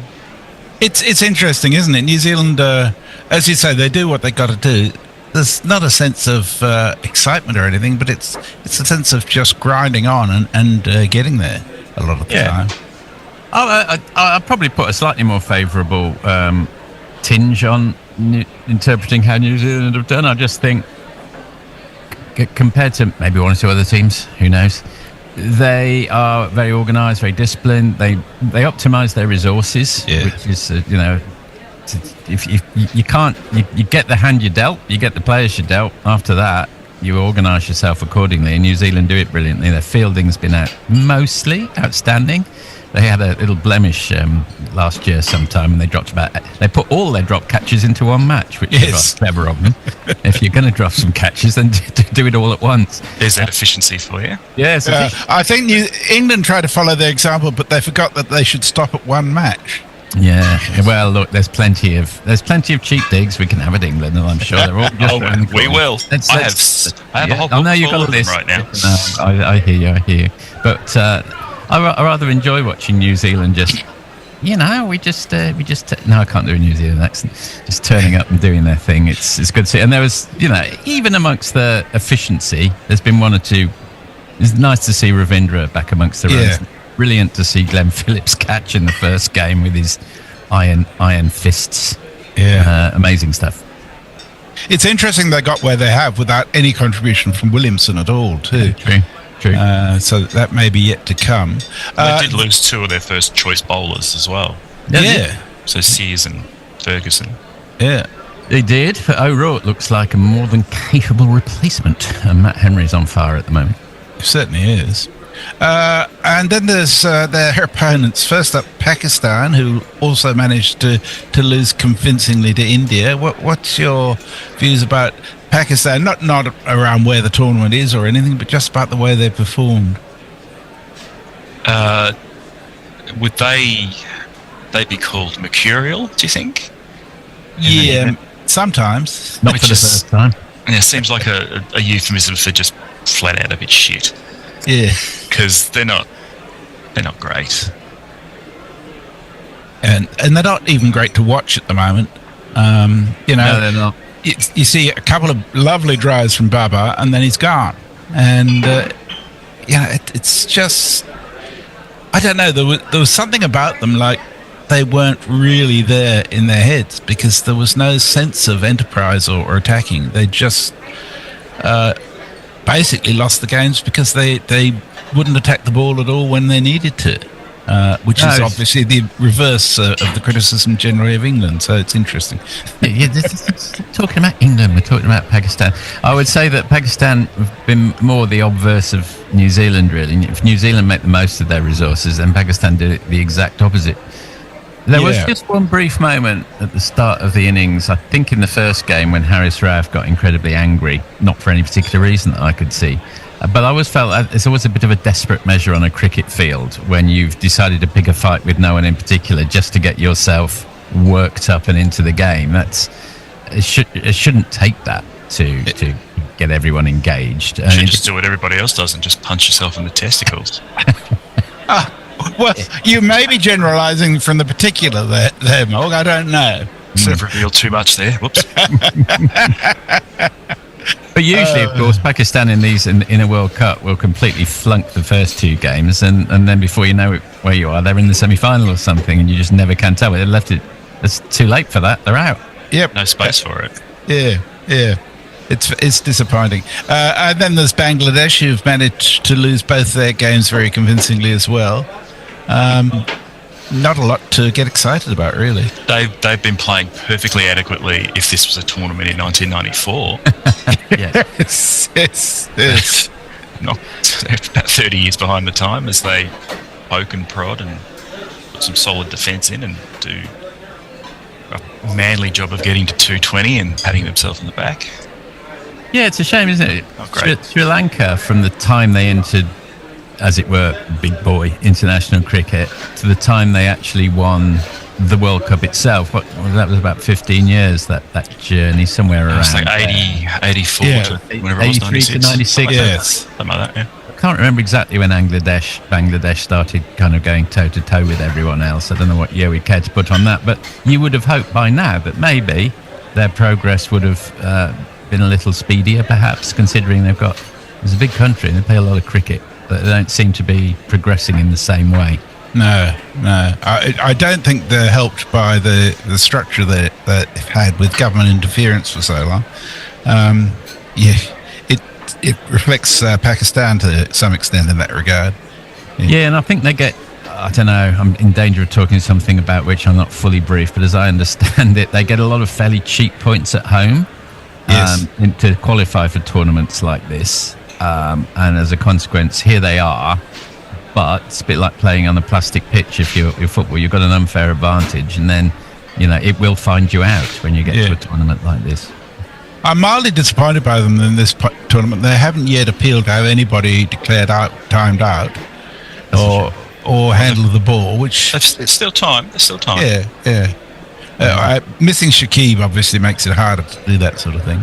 Genuine shit stirrer that he is. Yeah. And then the fourth team in Group A is, of course, India, who've been very comfortable in their hotel in Dubai, nipping down the road every couple of days to go and play a game on the almost home track. But for all of that, you'd have to say they've performed pretty well. I'm pretty sure they'll win the whole thing, not to declare too early, but it's a combination of the favourableness of their location plus the fact that they're probably fairly good. I don't like to say that, but if Virat's actually scoring runs, and Gill seems to be doing all right for himself, so yeah. I think that what you get with India. Well, I think they are one of the all-time great ODI teams, this one, and they're probably right in the middle of their imperial phase sometime about now, so they almost certainly will win it, unless they have one off day, which they've had in the past, let's be fair. But what you get is, with those well-grooved machines, okay, one player goes down, one player's out, someone just steps in and understands their place in the side and just steps in automatically. Without even touching the sides, it barely affects the overall team performance, and that's what a brilliant top tier team can do, and that's what they are. And what's scary is that the people they're bringing in are quite often quite young, so there's no reason this isn't going to keep rolling on for a long time. That's an interesting point, that, because when Australia lost their 3 premium bowlers for various reasons, their replacements are around about 29, 30. Now, there's nothing wrong with that. That does mean that they're quite battle hardened in the domestic leagues or in the international circuit, but you don't have. It's a function of having such a brilliant sort of top 4 for 10 years that Australia have had. A bit like the batting situation back in the day, Hayden and Gilchrist and Langer, they were about 29, 30 when they had to step up, because it's so hard to get into. Mike Hussey was fairly old when he... Yeah, Mike Hussey was probably about 30 as well. So it's interesting that India continued to manage to find 22 and 23-year-olds. Not quite. I suppose there's an awful lot of Indian cricketers. Australia tried a fairly young chap recently, and it didn't necessarily go over too well. So yes, so they did. See what happens. Don't experiment with youth from Australia. I think that guy who came in for the Australian last test, who was it now? The guy with the earring, Kuhneman. Connor McConster-Sweeney.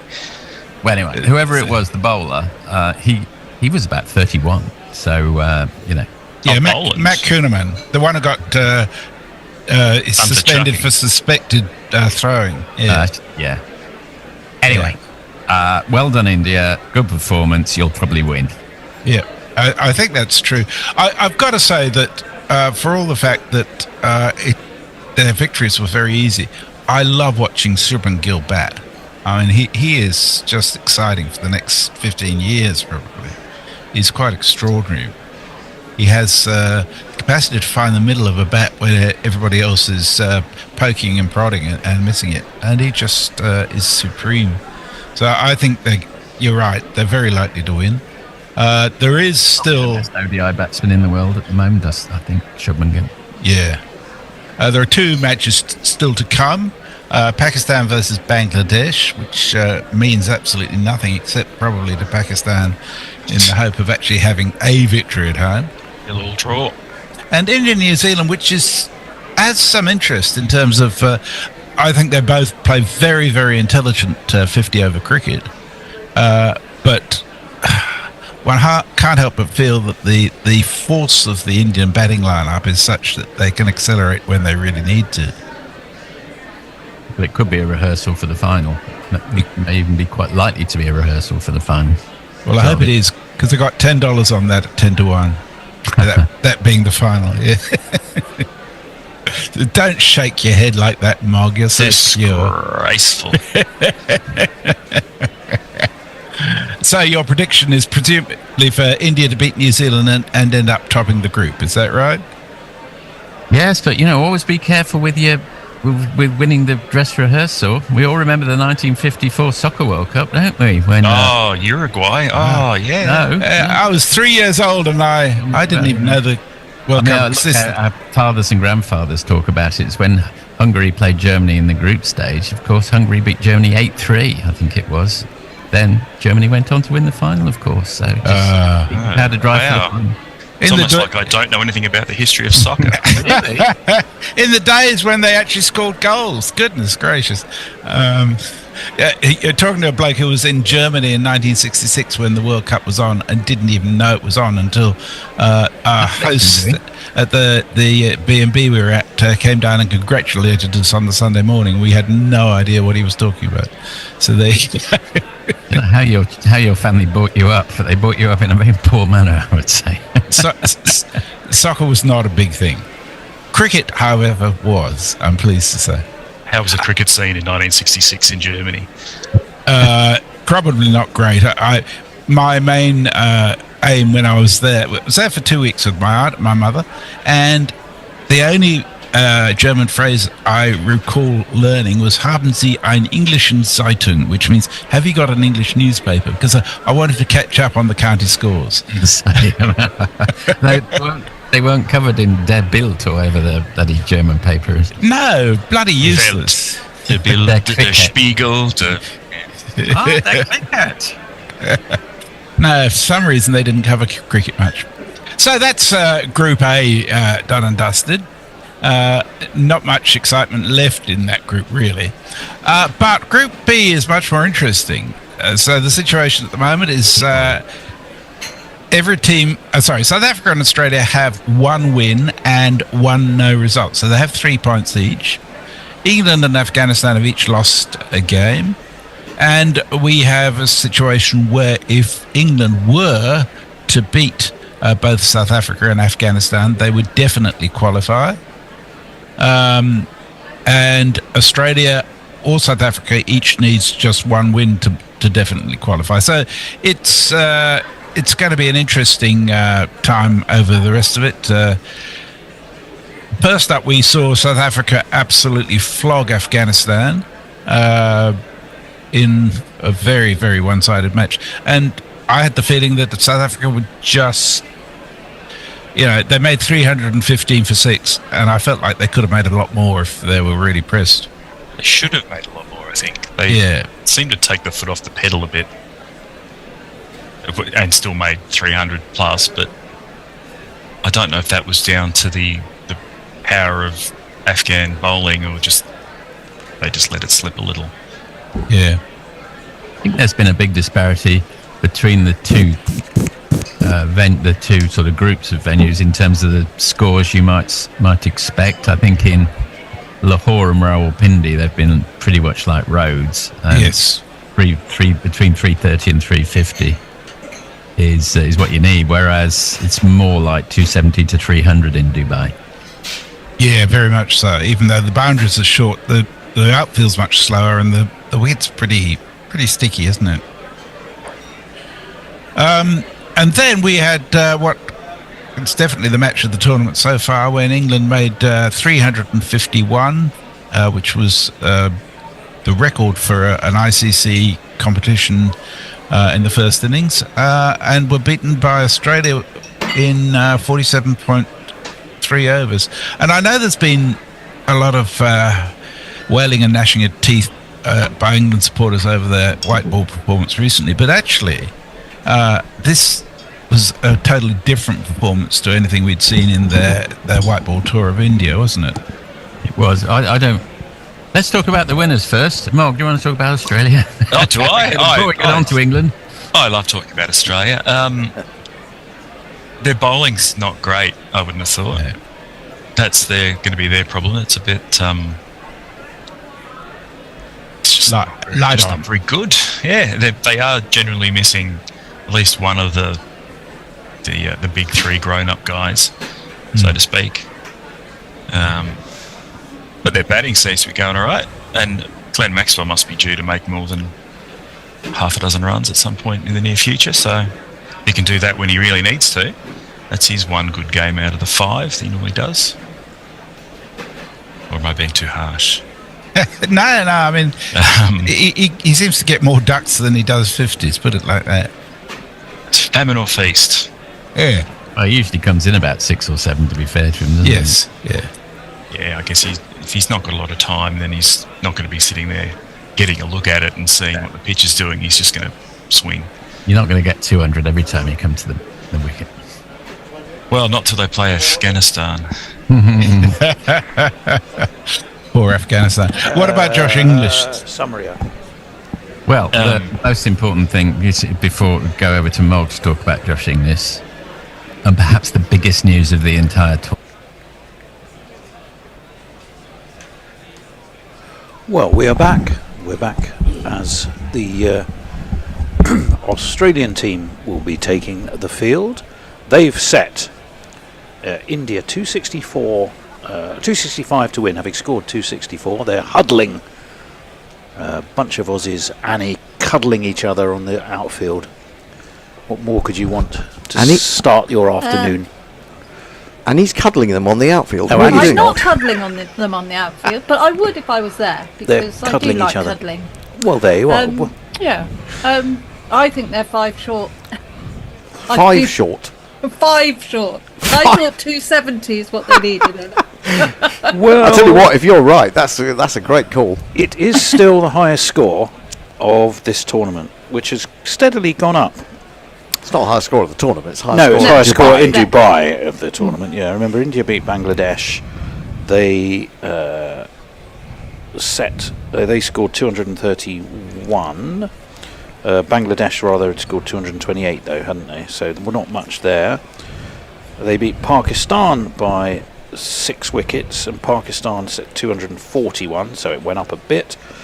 When they beat New Zealand, India had to bat first, and they got nearly 250. They got 249, so it's gone ever upwards, has that first innings score. But Hendo, your money might still pretty much be on India as Rohit and Shubman Gill, is it? Yeah. Take walk to the crease. Yeah, I think your money's got to be on India, but early wickets might make a difference. They do bat a long way down, don't they? They've got people who can hit it a long way down. Well, here's Rohit.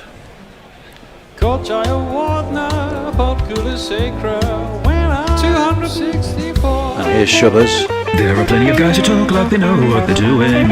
Liars and frauds. Shubman Gill is the real deal. He doesn't talk, he does it and shows them how.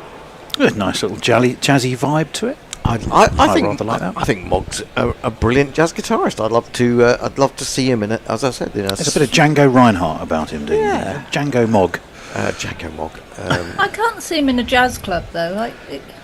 Can't you? Oh, I can. No. Why? Why can't you see him in a jazz club? The kind of jazz clubs I've been at perhaps are the wrong ones for him. Oh, hello. Now I've got visions of the dodgiest of speakeasies with Annie slinking around in her cocktail dress. It all sounds distinctly iffy to me. Right, well, we are, of course, at the first semi-final. It's at the Sports Centre complex in Dubai, and Sergeant Major Dorsius is in left arm over, and it's defended by Rohit into the onside even, and there is no run. 265. The target. Mohammed Shami has become the tournament's leading wicket taker in the first innings. It was a combination of pace and spin, but it was pace did the damage near the end as they were looking to try and motor along. It was spin that really ripped the guts out the Australian innings, that's for sure. Sharma, one slip in place for Dorsius. Sharma's whipped that away around the corner, down to fine leg, and India are off and running with a boundary. 1 and 2 and 3 and 4. And very nicely played too, Hendo. Well, yeah, but meat and drink for Rohit. I mean, if Rohit wanted a stroke to get off the mark with, that's what he would probably have chosen, or a delivery to get off the mark with, to be more exact. Speaking of meat and drink, by the way, a huge thank you again to Brian in Brisbane for some more comestibles sent our way. That one is dabbed to short third by Rohit. There's no run. There was some beer. There was a lovely bottle of Californian Malbec. And I think especially with Hendo in mind, Annie, there was a huge monster-sized packet of chocolate digestives. I think perhaps I ought to send out my address to him. I'm on this desert island, stranded. I'm you are. Yours will arrive in a bottle in about 6 months' time, with a note in. Dorsius, over the wicket he comes, defended again in front of his off stump. Back to the bowler by Rohit, and there is no run. 4 without loss. That said, Annie, being on a desert island, presumably you've got some coconuts that will occasionally fall on your head. You could distill your own rum, couldn't you? Yeah. I don't know if I've got the necessary skill to Have you got a basketball? Have you got a basketball called Wilson as well, by any chance, while you're there? Just to play with on those dull days when you're looking for company, which would be every day. It's all happening on my island. Dorsius in, lofted by Rohit. That should have beaten the outfield because there really isn't one, the infield rather. It does drop short of the mid-wicket boundary. It's flicked back by Maxwell, and I think that's Steve Smith, was it, who completed the fielding. It is 3 that they've been able to run, and they moved on to 7. Have you been listening at all on Radio 4, Annie, to The Island? No. With Stephen What is Mangan. it? I can heartily recommend no. it. It's very, very funny. Is it? It okay. is. I don't actually live on an island. No. So you know that. Well, no man does, according to John Dunn, of course. Or no man is an island. 7 without loss. Here comes Wing Commander Dorsius. Still that slip. Left arm over, defended by Shubman Gill off the first ball he's had to deal with. He's dealt with it comfortably enough. Pushed to mid-off. It's the end of the first over. It's 7 without loss for India, Annie. Message in a bottle. Jay says, I were in and out during the last few games, so I wasn't fully filled on the cat situation. Is the beast already? He's returned, I am delighted to say, after a best part of 2 days. He wandered in. He'd clearly been marginally traumatised and locked in somewhere. He looked a bit thinner. He's been a little bit... Did he run away sulking? No, he didn't run away. No? He wasn't sulking. No, okay. I think he's a bit adventurous, and he got himself wedged somewhere he shouldn't be. We've all done it, Annie. We've all done it. We've all done that. But anyway, back to you very quickly before Nathan Ellis takes up the attack. Again says, I think Molk has a perfect voice for Jazz Club. He has nice skill sets to execute. I think so. We all agree with that. Yes, he's got a chilled voice, hasn't he? I don't know about voice. I've never heard him sing. No, I'm talking about his Nathan Ellis speaking voice. Right arm over. Rohit dabs to backward point. There is no run. Speaking voice, yeah, nice. That nice. Kind of voice, yeah. And Messi says Annie in the wrong clubs is an intriguing version. Is it a speakeasy with the bishop on drums and Hendo on sax? On fax? It's sax. On a fax. I know I'm very old-fashioned in a technical sense, You are. but I don't think I ever mastered the fax by the fax machine. I never mastered that. Nathan Ellis over the wicket. That's been launched by Rohit. Oh my word, he's got that. Yes, he has. Over long on. That's the maximum, and it's 6 of the King's finest.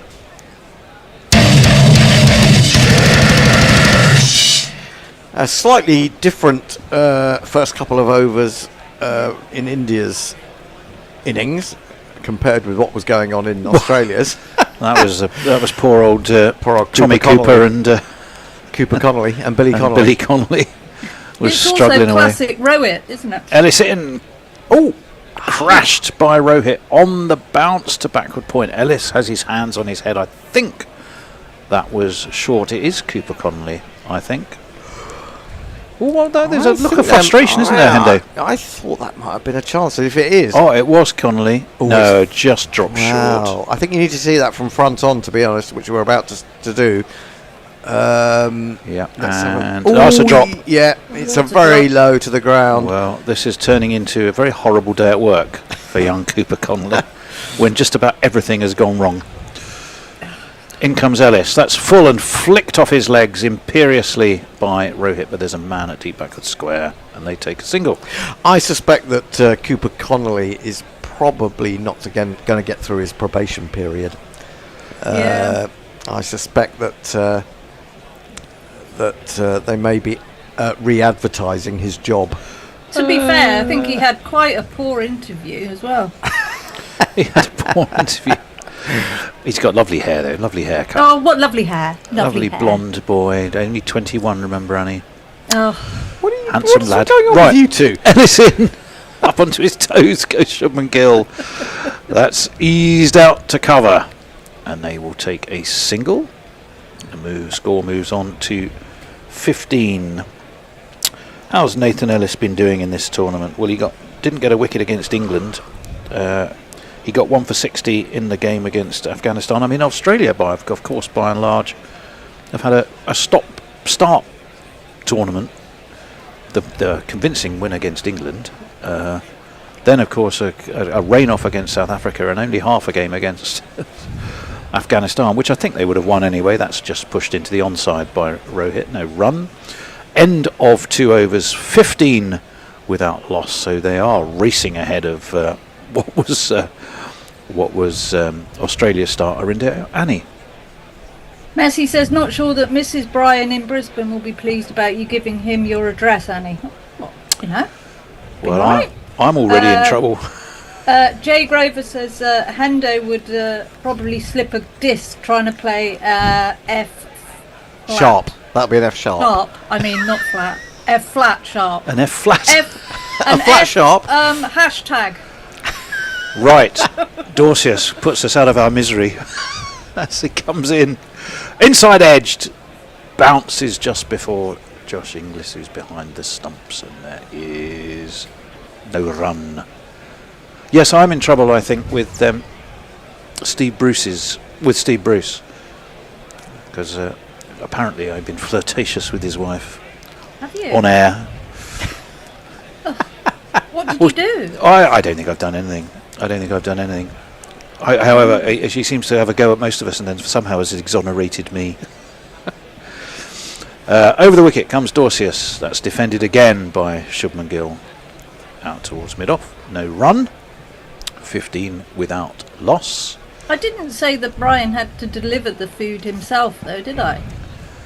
Do you think he'd just turn up in his rowing boat? Yes. He turned up in his rowed around the world. He turned With up some black magic. He turned up in his bus. He's a driver, isn't he? He's a bus driver when he comes over to England. That old black magic got me in its spell.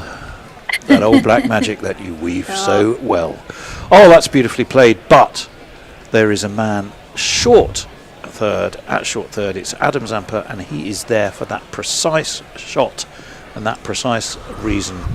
Very much the trend in ODI cricket, I've noticed, is to really pack that ring and quite tight around the offside to look for those glides and cuts. I thought you were going to say very much the trend to have a mullet and then shave it all off. Well, that's also a deeply dodgy trend. Yes. Dorsius in. That's a good ball.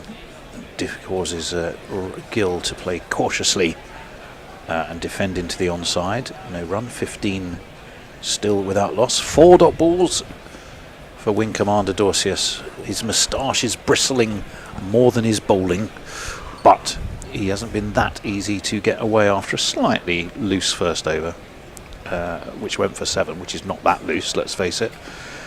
There's a mid-offer cover, a point and a short third. It's that point, a backward point and short third that are very closely packed with each other, as it were. Dorsius in, pulled towards leg. There is a man at deep square. Yes, there is. And they will not.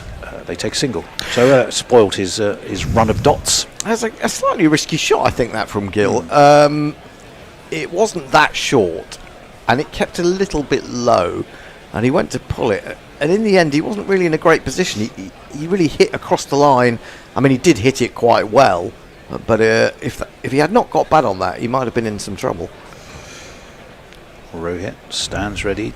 The left armer's in. Rohit lofts this. He should have lofted it just far enough. Yes, Labuschagne had to turn and run from short extra. He threw himself backwards. He got 2 hands to it. It has spilt. It's a single. It's 17 without loss after 3. But Hendo, but he did have 2 hands on it, didn't he? Well, he did, but it's an absolutely brilliant effort. It's a strange thing about Rohit, though. The bat turns in his hand quite horribly. I thought it would clear by some distance, and he's done almost everything right there, Labuschagne. He is a fantastic fielder. I mean, he's It one of is those. the sort of effort you'd expect him to get, isn't it? Well, you'd expect him to get to it, whereas some players wouldn't even get to it, No, I don't think. But, anyone at full stretch in the air trying to get the ball to stick can let it escape their grasp, I think. So I think we'll it might turn out to be important, but I think we can forgive him that one. I think we'll forgive him. Yes, I do. you're right. That one swings a little bit from Nathan Ellis, right arm over, and Rohit defends to one of that little tightly packed ringette on the offside. We're going to have another look again at that catch. He angled the bat. He clearly was looking to chip. And when you look at it side on, as it were, I think Labuschagne might be a little bit more disappointed. It would have been a great catch, but when you've got 2 hands to it and you've judged it as well as he judged it, you'd want it to stick, I reckon. Yeah, I do think that there's judging it to get into position. He still had to put in He still had to put in the dive, didn't he? Sorry. That bounced more than Rohit was expecting, and he kind of rather gloves it down into the ground. So there's no run, and we all move on. But we're watching many times. Well, first of all, his hat flying off in slow motion is quite an artistic piece of camera direction. But yeah, he falls, and as he falls, the ball wriggles away. His catch efficiency apparently is 91%. Yeah, I've talked about this catch efficiency. Well, I mean, you either catch them or you drop them, don't you? Well, so that means basically how many he holds out of 100 is 91. That one is dabbed again to Cooper Connelly. I think, though, if you were trying to outline a catch efficiency, you have to take into account the degree of difficulty, don't you? If every catch you take is hit straight to you, then that's efficient. But if you've put in the dive, you've run 50 yards and dived and taken a brilliant catch. This is where stats are all wrong, aren't they? It could be a dolly or it could be a complete... Ellison. Yeah. And again, he's beaten Rohit, one that just does him for pace. That was a terrific ball from London Spirit's finest, or one of London Spirit's finest. I couldn't tell you. Are they going to call? They won't be called the London Spirit. Are they called the London Spirit anyway? Is that what they're called? Apparently. Well, yeah, I know we don't mention the tournament that dare not be named. I never really know the names because they're all so stupid. They're all so stupid. They're not quite as bad as the Garden Route Badgers. Who? Well, I don't know. It's got a ring to it. 4 dot balls so far for Ellis, who's bowling again. He's got an inside edge as well from Rohit, but he has got it away towards square and will get a single. So again, much like Dorseus's last over, 4 dot balls are followed by a little release of pressure. I have to say, I have driven the Garden Route in South Africa, and I don't remember seeing any badgers. Really? Yeah. I've never been to South Africa. Do they have badgers in South Africa? I didn't think they did. I don't know. I mean, it seems a very. Are we at the end of the over? No, there's should be one more ball unless I thought there was. Do they not have in Africa? Do they not have honey badgers? So it would be the Garden Route honey badgers would be better, wouldn't it? Nathan Ellis They're really worked fierce. into the onside by Gill, who's thinking of anything but Garden Route badgers, and strolls a single. After 4 overs, it's 19 without loss, and wearing her floral garland and hula skirt, we shall go back to Annie. Oh, they are. To be fair, you don't actually know that he wasn't thinking about badgers. Right. Super chat. Mutley tells me, Annie, surely the UK is an island.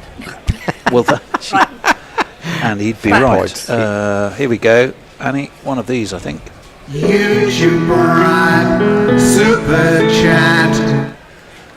Super Chat. A super chat. Jay Graver gives us £2 to say, who's on fucking socials? I like the GR badges. I do actually, but the name. I said I liked the name makes me laugh. Yes. Dorsius, down leg, tumbling stop by Inglis, but it will or should be a wide, shouldn't it? It is. It is indeed. I won't jingle it, but we'll just wide. There we go. 20 without loss. Still, I think Jay had to do a super chat so I could actually read one out for him. Right, I just have to do a bit of on and offing with the old thing. Right, that's pushed away. That's nicely connected with actually by Shubman Gill down to long on. It's the 446th four of the tournament. Meaningless and he stat. played it nicely.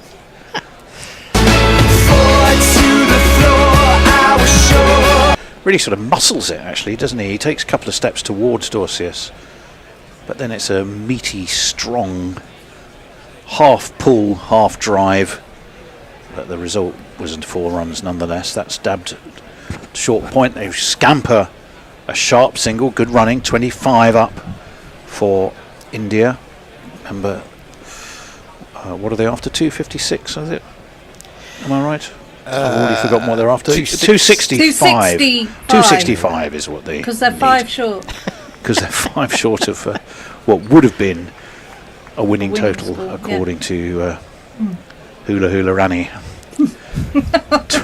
25 without loss. I can't do a 6 off this over so far. And I can see you in South Pacific. That's dabbed out into the offside.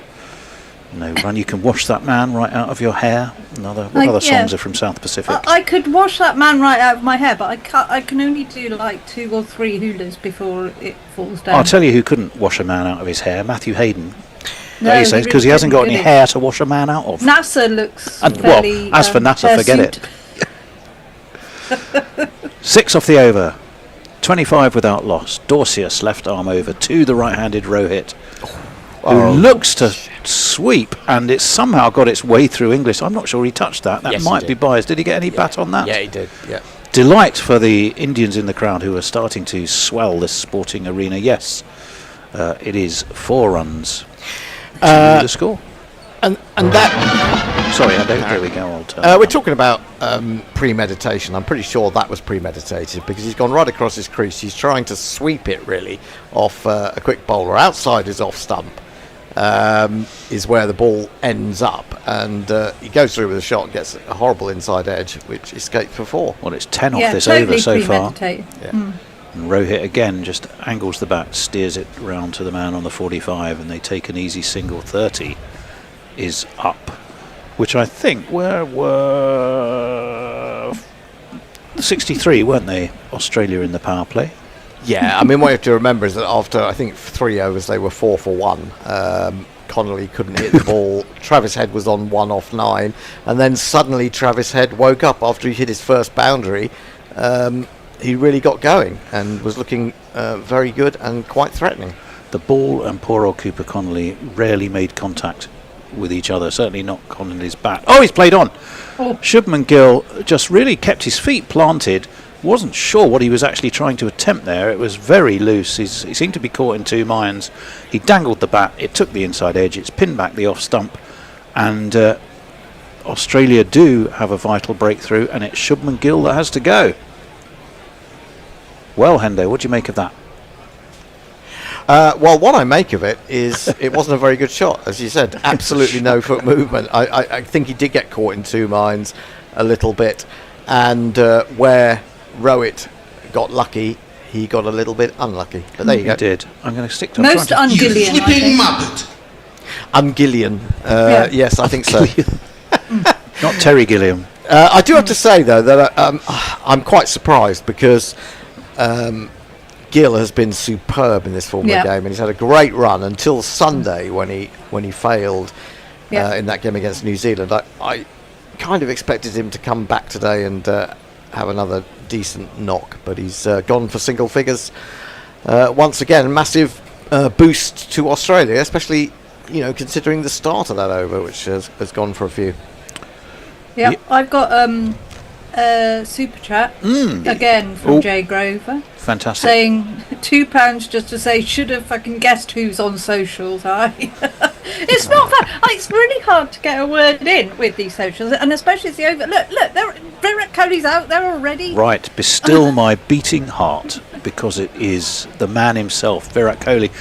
But it's Rohit who's on strike, and he drives to short extra, and there is no run. So Kohli fans around the world will have to wait for the man to face his first ball. We're watching that dismissal again of Shubman Gill, which the more you look at it, the more it just looks like a terrible shot, where he just didn't quite know what he was planning to do. Yeah, I think he had an idea initially just to dab it into the offside for the quick single, and then he just seemed to sort of lose track of it a little. Nathan Ellis, I'm with you, wide, going wider, swinging away. English dives, but given as always, umpire Gaffney. Is that Gaffers? I think it is. It is. Well, he spreads his wings and says that is a wide. Do this one. So umpire, spread your wings and call. Well, he did the man from Otago. And he's chortling and chuckling. That suggests there are some interesting communications to be awaited. As Ellis is in, up onto his toes goes Rohit. Steers the ball out to deep backward point. Sangha does the fielding. And they will take a single. So 2 from this. Ellis over. 32 for 1 are Australia. Now, India. Now, when you consider how early India got their spinners on, you do wonder whether they might get Zampa on, within the next 2 or 3 overs, simply because he's got a fantastic record against some of these Indian batsmen. I think Rohit he's got out 4 times, Kohli's got out 5 times in ODIs. Yeah. Ellis in. There's half a shout, but I think he probably got a little bit of inside edge onto it. And I think was that Virat? That was Finally, Virat. That was Virat. Yes, he faced his first ball. He's got himself a single. Second highest scorer in ODIs for India, with just over 14,000. Who's the guy in front? I don't recognise his name. Do you think if he played another 162 matches, that he would overtake Tendulkar at the top there? 4,000 runs in 162 matches? I don't think he's going to play as many as that. No, I don't think so. Ellis in, Rohit just doesn't really hit it too hard. He just angles the bat and guides it through mid-wicket. Maxwell is there to field, though. Not his day with the bat, was it? 6 and out, as I recall. Well, it was, as we said, we got both Maxwells. We got the flattest 6 you'll ever see, probably only rose off the ground about 3 feet through mid-wicket. An amazing shot, and then the next ball went back to 1 and was bowled middle stump. Just missed it. Simple as that. Made a few runs actually in the Big Bash, did Ellis. An average high score of 40, I think. And that one is again just eased out into the offside by Kohli, down to deep cover. Sangha fields, and they will take a single. When you say Sangha fields, I also immediately think of it being Kumar Sangakkara out there. Ah, not that one. No. He took 13 wickets at 22. In the Big Bash? Yeah, best of 3 for 23 versus the Thunder in Hobart. I have to say that I think Ellis is going to be a much better bowler in T20, simply because the more you see of him, the more you'll pick up his variations. So if he has to bowl a full 10 overs, and you stay in there, he's over the wicket, down the track. Oh my crikey! Everyone was diving for cover. Kohli was diving one way. Gaffers was diving the other. He's put his hand over his heart and gone, blimey, that was close. Don't think he lost his hat though. And it's gone straight for an absolutely crunched 4 runs. Who was the cowboy who never lost his hat? Billy the Kid? No, Randolph Scott. If you're a studier of old style westerns, look up Randolph Scott. Wherever he did in any film he was ever in, he never lost his hat. Never lost his hat. Oh right, I thought you were asking about a particular cowboy in history, not an actor. No, an actor who played a cowboy, Randolph Scott. Sorry, Annie. Right, Sutu says Annie just butt in on the pricks, which was what I was doing then. Dorsius into Coley, drops the bat, runs a single, and the score moves on to 40 for 1. Yes, do feel free to dive in, Annie, if there are any pearls or belters. Well, Dave says, to be fair, they're a pair of gobshites. Whom? You two are. That's what you say. We're looking at Gaffer's spectacular dive in slow motion, which was quite entertaining. Virat is amused. Well, both the batsmen are highly amused. Gaffer's, thank goodness, is alive to be amused. And that one is pushed into the offside. No run on this occasion from Rohit. 265. Remember the target being chased. Australia crawled their way to the slowest of starts, but picked things up. But regular wickets as ever. They didn't, in the end, see out their full allotment of overs, although they were only 3 balls short. I don't think it was regular wickets. I mean, it was really at that point when they'd lost 4 that you felt that if 2 wickets went down quickly, they'd struggle, and 2 wickets did go down. Dorsius in. Quickly. That's a nice wristy half cut, half drive down to deep cover. They'll take another single. 41 for 1. I think the second wicket partnership was worth over 50. I think the third wicket partnership was 50, and I think the fourth wicket partnership was 40 odd. So, I think they did well in not losing wickets in clusters, which is the kind of thing that England can do, or even 2 close together, which can really put the brakes on, especially if it's 2 set batsmen. In comes Dorsius, defended by Coley.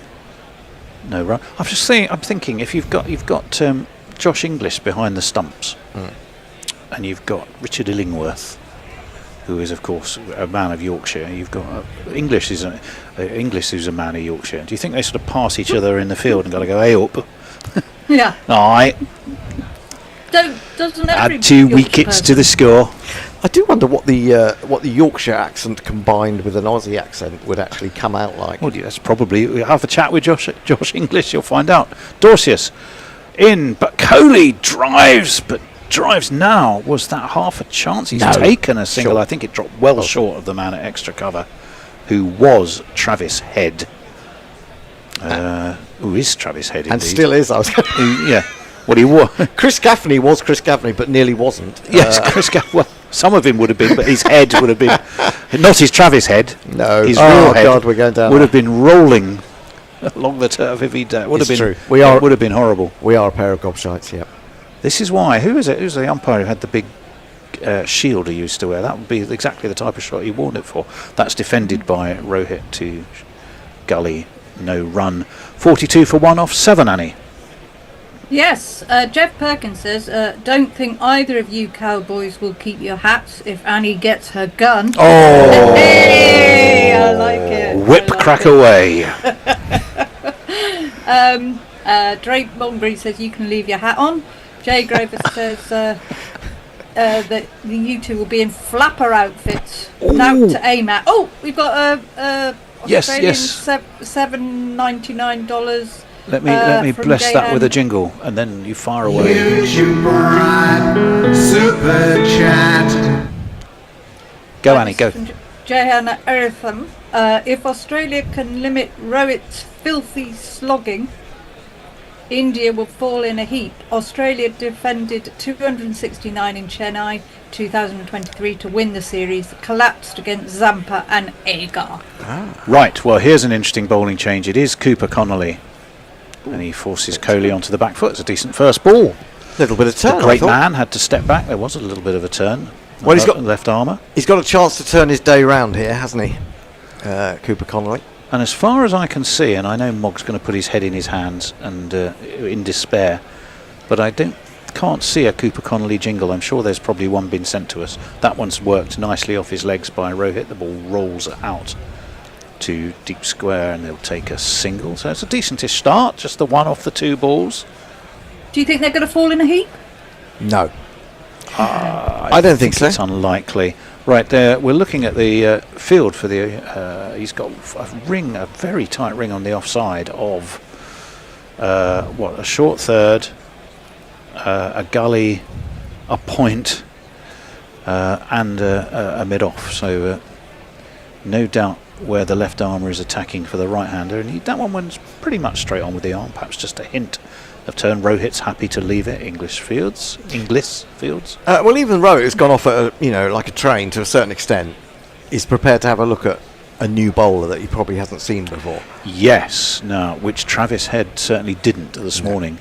Defended by Rohit to Connelly, and he's being shown no small amount of respect by the great Rohit, is Cooper Connelly. You've surely got to look at a bowler before you try and heave into the boundary, surely. Oh, he's had a swing. Ooh. Huge shot from Connelly. He's got Rohit. Rohit was looking to swing him away. It was full. Might have just turned a little. That looks smack in front to me, Hendo. Yeah, I thought that was out. And, well, he may have turned his game around if he's got rid of Rohit. I don't think it was a particularly wise shot. I think Coley is actually possibly telling him... they have reviewed it. No, I thought Coley was going to say, go on, off you go. But no, he didn't. Because these big guys, these big names, they will review almost every time. You kind of understand that because... they are so vital to their teams. There's no edge on that, is there? No edge on that. He's got a massive stride in. Has the 21-year-old from Perth got his man? And what a man it would be. Actually, wouldn't it be his first international wicket? I believe it will. There you go. Very decent one to start with, if it is. Filthy slogging, you see. I don't know why they're looking at this. I thought the ultra edge, there was nothing on the ultra edge. Now what are they looking for? They're looking on the other side. There's nothing on it. Oh, well, that's the ball striking. That's just the ball thumping into the pad, isn't it? Yeah, exactly. So there's nothing on that at all.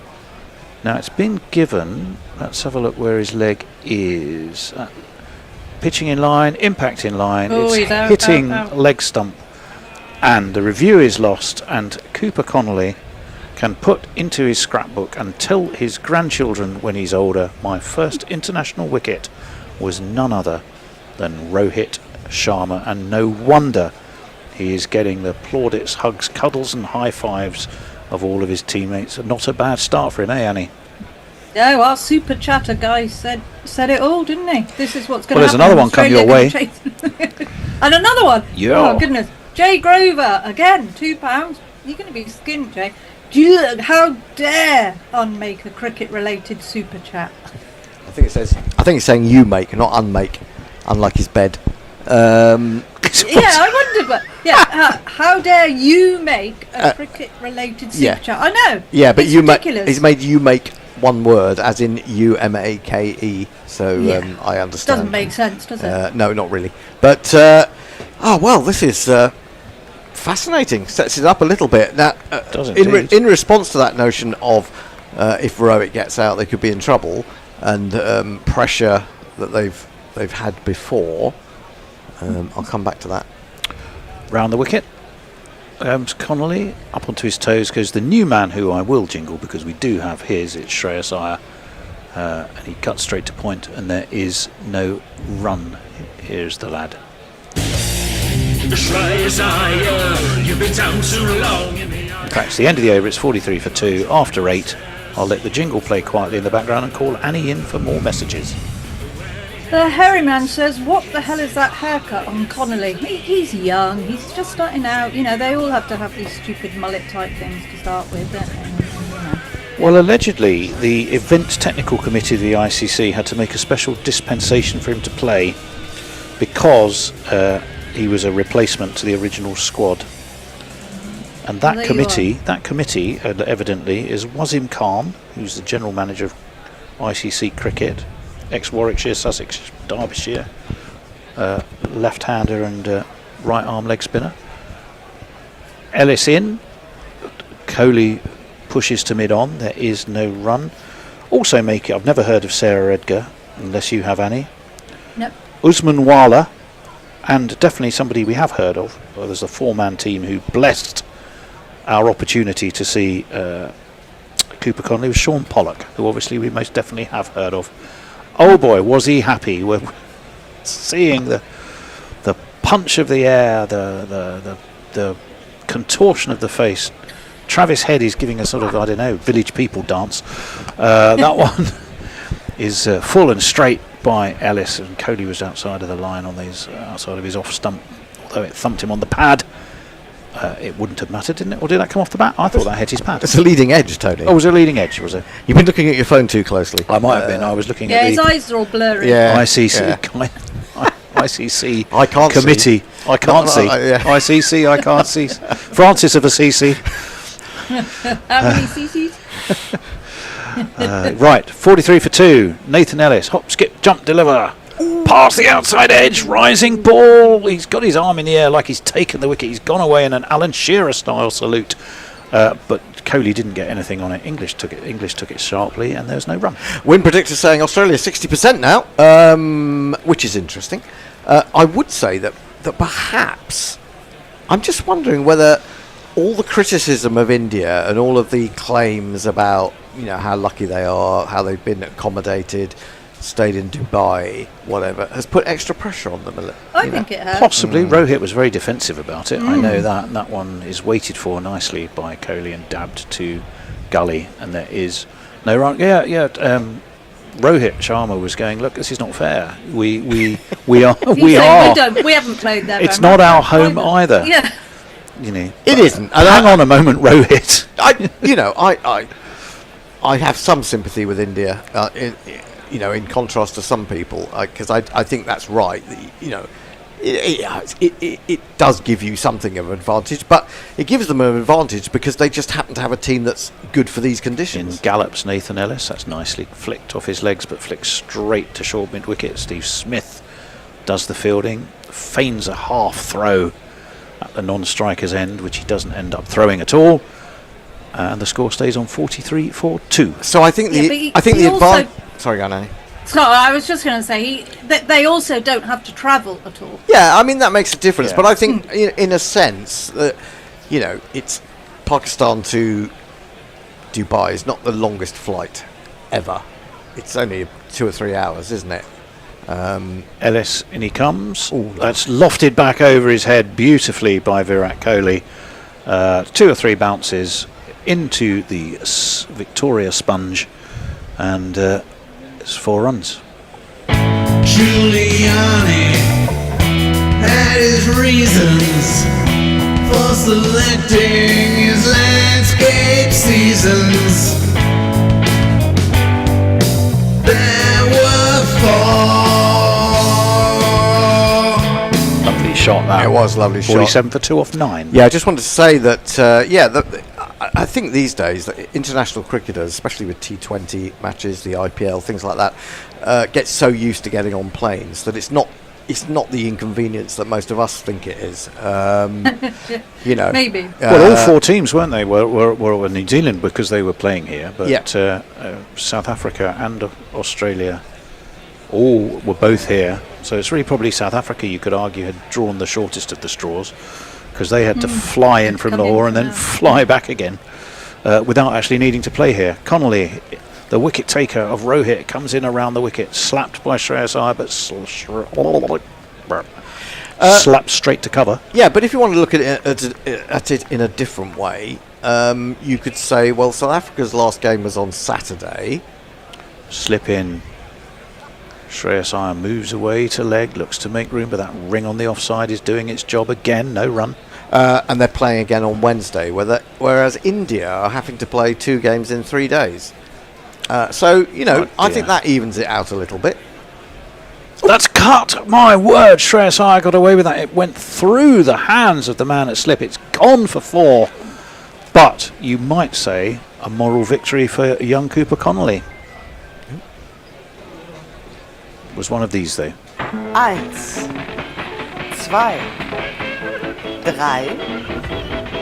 4. Didn't quite go through Smith's hands, to be fair. It was past him, but slightly wider. It would have been. That's a good ball again. Flighted nicely. He's found his range as young Cooper. Maybe Gary Cooper, after all the conversation of cowboys and cowboy hats. We'll call him Gary Cooper for now. We're looking at that replay. Stephen Smith probably 6 inches from it. Oh, that's a horrible ball, though. It's a full toss. Thank you very much, says Shreyas Iyer. Hauls it round the corner backward of square and has got himself a slightly gifted 4 runs. 1, 2, 3, 4. So 8 off this over, but in one case I would say it was fortuitous, in the other case it was just a horrible ball window. Yep, absolutely. So can he come back from that? Yes, he can. It's thrown up onto Shreyas Iyer's off stump. He defends into the offside. It's 10 overs complete already, crikey Moses. 55 for 2. We're going to have a little shuffle-aroo. Annie, do you want to read some final messages while the rest of the team come in, which should include the Bear, Mog and Forthy? Okay, so Jan says, now it's on. Pressure will be on India. Plenty of spin, cutters and into the pitch bowling to come. Eric says, plums in season for Rowett. Enric Mentor says, what a pity Rowett's out. Suter is unhappy that you muted the Holy Diver jingle. And I'll do no more because it looks like I'm out of here. You're out of here. See you later, Annie. Bye. Hello. Hi, Annie. I've got Mog. Whoever wins, we lose. Nice. Well, into the One of my attack. favourite movie taglines. 40. Is it me or is it you? Oh, it's me. Sorry, that's driven out. I thought it was you. Driven out to wide, long off by Coley. First ball of the over as Zampa comes into the attack. And is just the single. I shall give him a jingle. The enemies of the mighty fear many things. Yet there is one thing they fear of all others. Adam Zampa, who comes in to bowl, and it's defended out to the offside, and there is no run. Well, I imagine they will milk Adam Zampa for 5 and over if they can, and they will look for their majority of their runs elsewhere. You're exactly right. This is the point where I go over for the fall of the next wicket because we're in the boring middle overs. That one is cut out to the point boundary. They're going to come back for 2. Ooh, they are. Better throw, might have been interesting, but no. So where do you think it's at, Forthy? Well, I think it's probably 60-40 Australia at the moment. Let's see what the bookies think. India are still favourites of the bookies. 2-1 on. Australia are 13-8. That reflecting volume of bets as well. I presume it's exactly doing that because I think it's about 50-50 actually. I don't think it's 60-40 Australia. There's a lot of batting. I mean, it's not a high total, although we've seen on this pitch it can be quite tricky. I mean, 265 is certainly the highest first innings score in the tournament so far at Dubai. It's driven back to the bowler and there's no run. But let me ask Mog, whoever wins, we lose, what film that is from? It's from Alien vs Predator. No, okay. Terrible film. Oh, right. Yes, I remember. I went to... that's driven back to the bowlers now. I went to Leicester Square to see that. And it was quite pony. Yeah, it wasn't great. The sequel wasn't great either. There have been so many Alien films now. They think they'll get double the box office money by combining the franchises, I guess. Well, yes. A lot of Predator movies too. That one's cut out to point and there's no run. They've even started doing timeline ones, haven't they? There's that film Prey that I'd seen. I didn't even realise. That was quite good. It was alright. It was alright. Don't get me wrong, but I mean, this is it. They certainly sort of mine these things, don't they? What's that? Dead horse flogging, blood from a stone, etc., etc. Indeed. Anything happening, Mog? Where? Oh yeah. I should actually.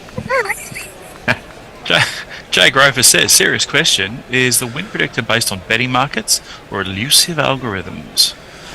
I think it's elusive algorithms, I think you'll find. Well, they'd probably have some proprietary little system that they have. Left arm round the wicket, Connelly to Cody, plays it out to mid-wicket, cover, and there is no run. I've been reasonably impressed with Connelly in the sense that he hasn't gone to pieces, at least after his drop catch and appalling batting performance. He's bowled quite tidy. He has bowled pretty well, really. It'll be interesting. I mean, the batsmen really haven't seen him, and it's that's driven up to long off for those single. I mean, Coley and Shreyas Iyer may have never seen Connelly before. It might depend on his, can he take a bit of pace off? Has he got a slider? 'Cause if they get used to him, something different may happen. But this pitch has been conducive to spin. As on the back foot, Cody plays it up to long off, and it is. I looked him up on in a single. Looked him up on Wikipedia. He came up as Cooper Leonard Connelly, and my eyes saw Cooper Leper Colony. I just couldn't help it. Cody plays that out. Can't quite beat cover, and it is no run. He's too young to feel pressure anyway. His brain isn't fully formed yet. Well, it was a little bit like Ben Stiller in There's Something About Mary to me. Driven by Cody again up to long off. This is it. They are going to just milk him. They're going to milk them all for about 5 or 6 and over, aren't they? And if there's a bad ball presented, they'll hit it for 4. Cody has scored 14,000 ODI runs. Is in pretty good nick. Shreyas Iyer is in pretty good nick. These two could do it on their own. Flip side is, I guess someone makes a mistake at some point, or a ball keeps a little low with a bit of luck. That one is played out into the covers, and there's no run. I'd like to see a close game. I think you'll get that. I think it'll be reasonably close. I'm sure Maxwell might come on and take some spawny wicket or two. You never know. India below where Australia were. Australia had quite a good first. They were going at 6 and over. Yeah, they were, weren't they? I mean, when Labuschagne and Smith were together, they were actually scoring at a decent rate. Yeah, it's a pretty well almost a perfect straight line actually. There, accelerate, and decelerate. Just pushed out to the covers once more by Cody, and there is no run. Steve Bruce is very happy to see you there. Hi Steve. Good to hear your comments on the tubes too. That's driven up to long off. When you share a famous name with someone who is famous, how perhaps you'd like to tell us, Steve Bruce, exactly how annoying it is for people to constantly say, "Is he that Steve Bruce?" Yeah. Do you get called out on the street? Like the author Warren Ellis and the musician Warren Ellis. Well, yes, that's true. Driven nicely by Cody. I thought it was Shreyas Iyer, but it was Shreyas Iyer. They changed the scorecard on the TV too quickly sometimes, and these two look quite similar at the crease. Driven out into the deep cover for a single. I suppose with the Warren Ellises. Oh, we're on again. Cody drives that up to long off, and it will be a single. I have to say, Brian, thank you very much for the beer. You got short-changed though. On the order it said 2 cartons of beer and a bottle of wine and a packet of bickies, which was very tasty. But only 1 carton of beer arrived. The Star Praman wasn't on there. That's driven square up to point, and there is no run. So get in touch and demand money back for the Star Praman. Shreyas Iyer is facing up. Zampa. It's over the wicket. Goes on with the arm. And it's driven out into the covers, and there is no run. Mog. Well then. Enrique Mentor says, I don't think the ICC will allow any Championship Trophy World Cup take place without India. There's too much money. India money, power. Yeah, that's true. But, and I'll say it again, an Indo on the podcast was like, we can never go there, blah, blah, blah, blah, blah. But I just think the security would have been overkill. They could have gone there, I think. I guess you can't blame the players. You can't blame the players, no. The support staff. Probably can't really blame the BCCI, but you can blame the government. Well, I think, you can blame the government, and I think BCCI may well be in the government's hands, but that's cut out into the deep cover region. If any of the members of the BCCI board want to ever get political careers, then yes, they need to do what they're told. Well, yeah, you know what I mean. So anyway, I'm sure there's lots of people who tell me that's nonsense, but it's just a feeling I get. Played out into deep point, and there is no run. Sorry, there is a single. What am I on about? They thought about 2. Also, To answer Steve Bruce's question, yes, I am Australian. Ah. You're right to forgive me for it. I wasn't given a choice. You're Taswegian. Oh. Aya is fiddling around at the crease, and he gets that. There's a boundary. Gets that out behind the point. It's a good shot. He sort of stepped out to the leg. This is where smart guys might try and play with Connelly a bit. He's not. It's his first time in an ODI. And he might try and play with his head a bit. It's been hit behind point anyway. It's 4 runs.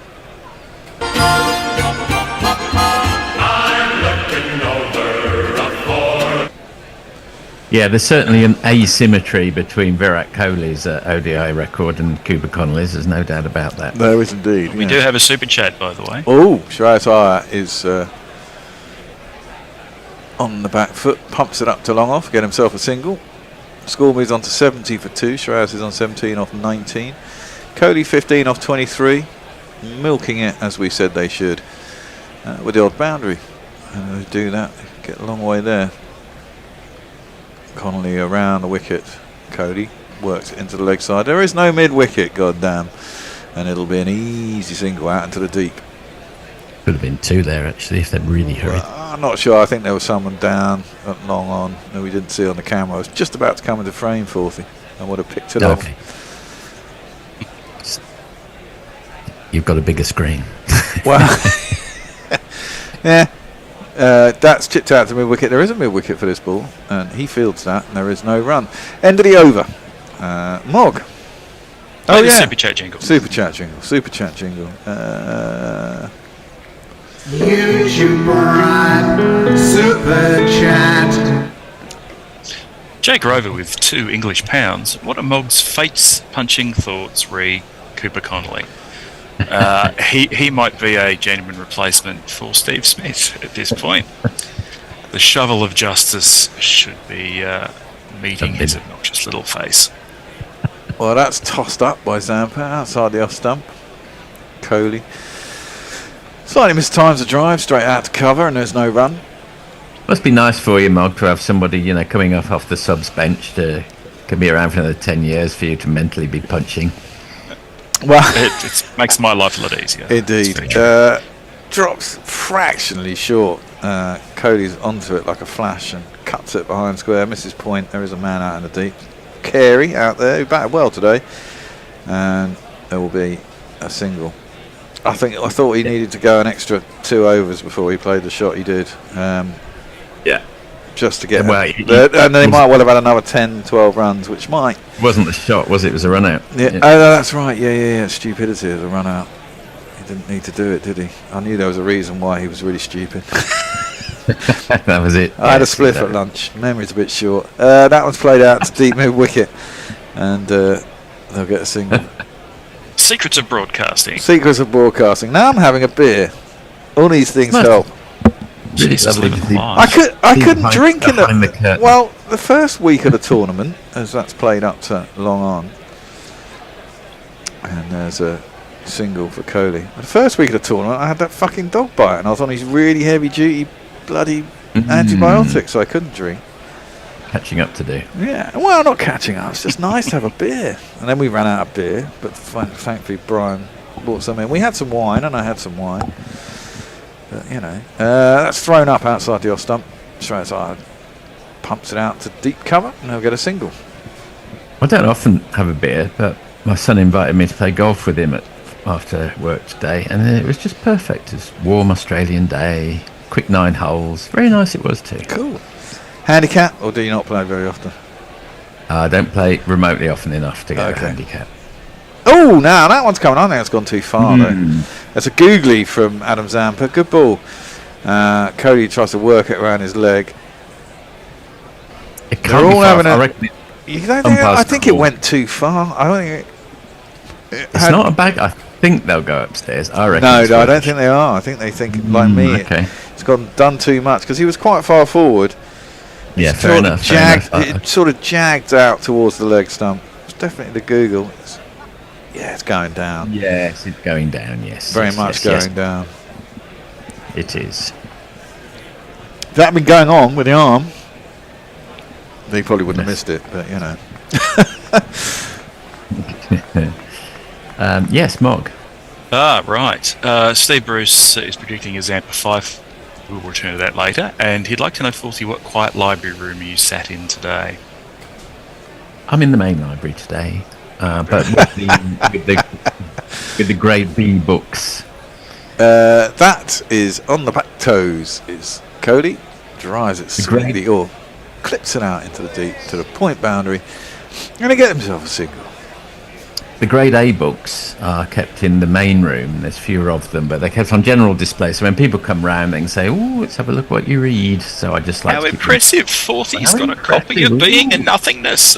Yes, he's got an untranslated Suetonius. All of that. For the book snobs, yeah. Yeah. Well, Nathan Ellis is back into the attack on that first ball. I didn't say that. He's fallen over second ball, doing a bowl. He's doing a woody. He does a woody quite often, does Ellis, actually. Cody clips it onto the offside, but straight to a fielder, and there is no run. I'm actually in 2 book clubs. We have got one that we've been running for the last 5 6 years. And gradually over time, people have said, "Oh, it's too long, it's too difficult." So it's virtually turned into a novella club. So I started another one, which is called Slightly Harder Book Club, where we've gone back to reading proper. Slightly Harder Book Club, like that. Nathan Ellis comes in, he's bowling at Coley, who clips that into the leg side, out through square leg, no one there. There is in a deep, of course, 4 men out, and it will be just the 1 run. I think they're doing exactly as you said, Forty, just Not. 4, 5, 6 and over. That's all they have to do. That's all they have to do, and that's what they got to keep in their head. I mean, they might have to speed up a fraction later on in the game, but presumably, if you're out there for, mind you, no one in Australia really got away, did they? They all. No, they didn't. There was a few decent scores that never went on. It's harder when you're batting first, isn't it? You don't know what a decent score is. These guys, they can milk all day long. It's just like 1998 all over again, really. Well, it is. It's up to Australia to force it by getting wickets, I suppose. Yeah. It's going to be difficult, although the pitch is offering a bit here. Shreyas on the back foot, defends back to the bowler, and there's no run. There's certainly more in this wicket than any of the wickets in Pakistan. I thought they were pretty Yes, bad. they were. I mean, considering England used all pace, it did fuck all for the paceman. There was hardly any seam movement. Would have been slightly more interesting if England had played in Dubai, actually. But yes, it would have been. Slightly. Only slightly, probably. Well, yeah, England's terrible, really. Clipped off the pads by Shreyas out into the deep. It's fielded by, I think that's Marnus out there. It'll be a single. Yeah. Cody on 19. Go on. I can't remember what was I going to say. I mean, when you about Marnus dropping a catch. We all enjoyed that, didn't we? There's been a few. There's been one or two. There's been a few significant drop catches. Seeing an aerial view of Dubai, it's hard to make it look nice. Have you been to Dubai? Never been. Might have flown through it, but one day, unintentionally, at a stopover that I didn't want. Oh, that's a good shot, Cody. Swivel pull. Didn't drop that short, but Ellis isn't particularly quick, and Cody was on it like a flash, pulled it behind square. And a nice shot. It's 4 runs. There's not one boy for me, I must have 2 or 3, I need 4. Use your moron, super chat. Jay Grover pissing away £5 yet again, just to register my disgust towards Bear's irresponsible behaviour. Wow. You know you love it, it's Jay. It's a play on words. Yes. Well, look at that. Says, uninterrupted, unadulterated Virat Cam for the remainder of this match. He'll make 150. Well, I don't know if there's enough runs for him to get 150, but who knows. But at this comparison, at 16 overs, Australia are 82 for 2, India are 82 for 2. Ooh, could be an absolute classic. Zampa is in. Googly just knocked out through the covers to the deep for a single. As ever, the low scorers, they're the classics. The 2019 World Cup final was all the more classic because it was 249 or whatever it was. Yeah, I agree. Because a score like that is kind of always chaseable in 50 overs, isn't it? So you kind of always have a chance unless it really goes horrible. I'm pretty fond of that one where South Africa made 400 and multiples against Australia. It was pretty good. That was fun. Yes. Was that a final? No, No. that's the thing. It's clipped into mid wicket and straight to the man. There is no run. It was a game of no consequence whatsoever. Oh yeah, well. Right, yeah. Well, England did the same, didn't they, against New Zealand in a warm-up for the Ashes or something in 2015. That's played up to long on for a single. Scored 480 or something, you know. Quite Did England make 490 against? Who's that? That was against New Zealand, I think, in an ODI. Yeah. Jesus Christ. Jesus H. Christ in his full name. I don't think I did a jingle up to 500. What's the H for? Oh no, do you not? Do you not say that? Yeah, we Jesus. do. But what is the H Jesus for? H. Christ. You know, Jesus You know H. what, Christ. What's it? Hernandez. Hernandez. Jesus. That is clipped by Shreyas Iyer. Can't beat the man at point. Well, I don't think he was originally Christ. I think Christ means that he was not baptized, but he was anointed, shall we say. So I don't think it was his original surname, so to speak. I don't His know original surname was just Nazareth. Let's just say that. The Nazarene. Played back to the bowler, and there is no run. I saw the other day, maybe it's in the Daily Mail, so it's absolute bullshit, but they're actually saying that the Turin shroud is really the death shroud of Christ. So, That's just not true, is it? No. I nailed one decades ago. It isn't. It doesn't look anything like he should look. Yeah, it's like it's just bollocks. It's just driven out square to point, and it's a single. Wasn't that discovered? I seem to remember that being discovered in my lifetime. They first Like early 80s, late 70s, late 70s, or yeah, something like that. 70s, yeah, something like that. But I have read up on it, and it's just it's a medieval con. It's fine, but it's a con.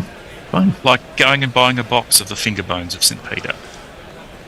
You could construct multiple versions of the same saint if it were you to follow up on all the fragments in all the cathedrals. Anyway, Mark, exactly.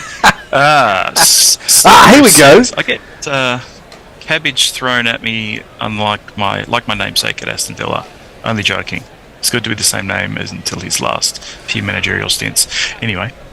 Anyway, we have this man. Hey, what do you want for lunch? Maybe some guineas? No, I'll just have a Tanveer Sanger. Thanks, mate. It's Tanveer Sanger, who, when I saw him running in from the outfield, looked like Khawaja from a distance. But it's nonsense. No. The one token brown person Australia dates to let play. Sanger. Bowls too. Shreyas Iyer. That's not fair. First ball defended out into the covers, and there's no run.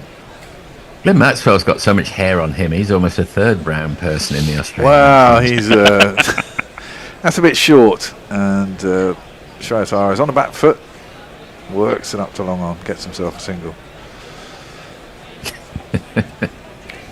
We've upset everybody. We've upset the Christians. Yeah.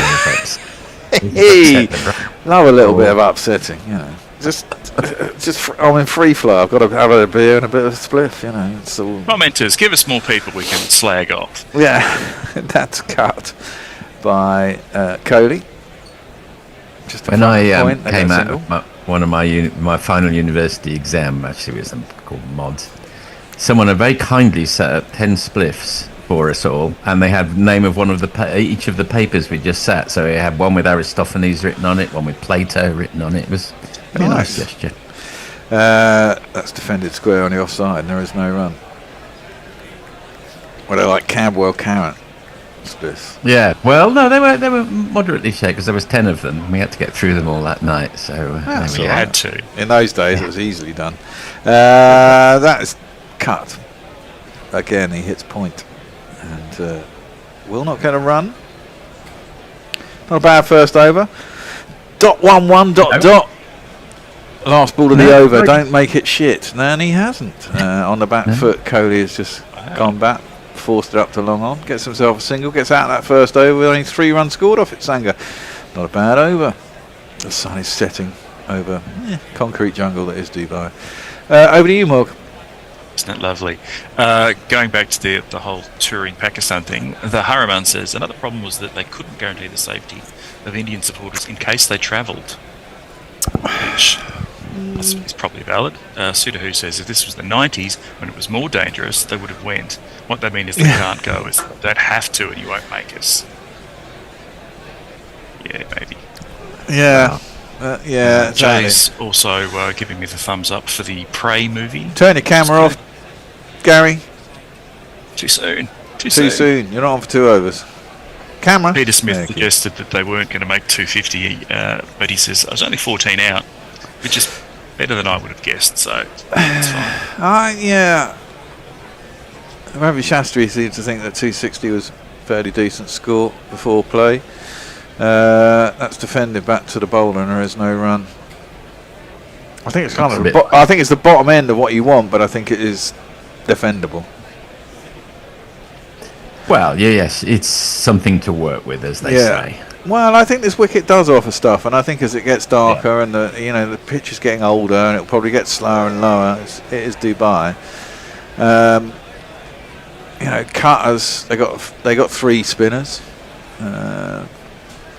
That's direct hit on the stumps, and they're going to go back for 2. It's just dropped down in the offside behind square by Shreyas Iyer. It was a direct hit from Marnus. It certainly wasn't out, mate. He was virtually past the stumps when it hit the stumps. He was. He did a very good handbrake turn there. And he did a very good handbrake turn, and it went out towards square leg, and they got back for a second run. So that's smart. At least they're thinking smart here, India. I have to say, I think Australia have generally fielded pretty well, actually. They've been pretty sharp in the field.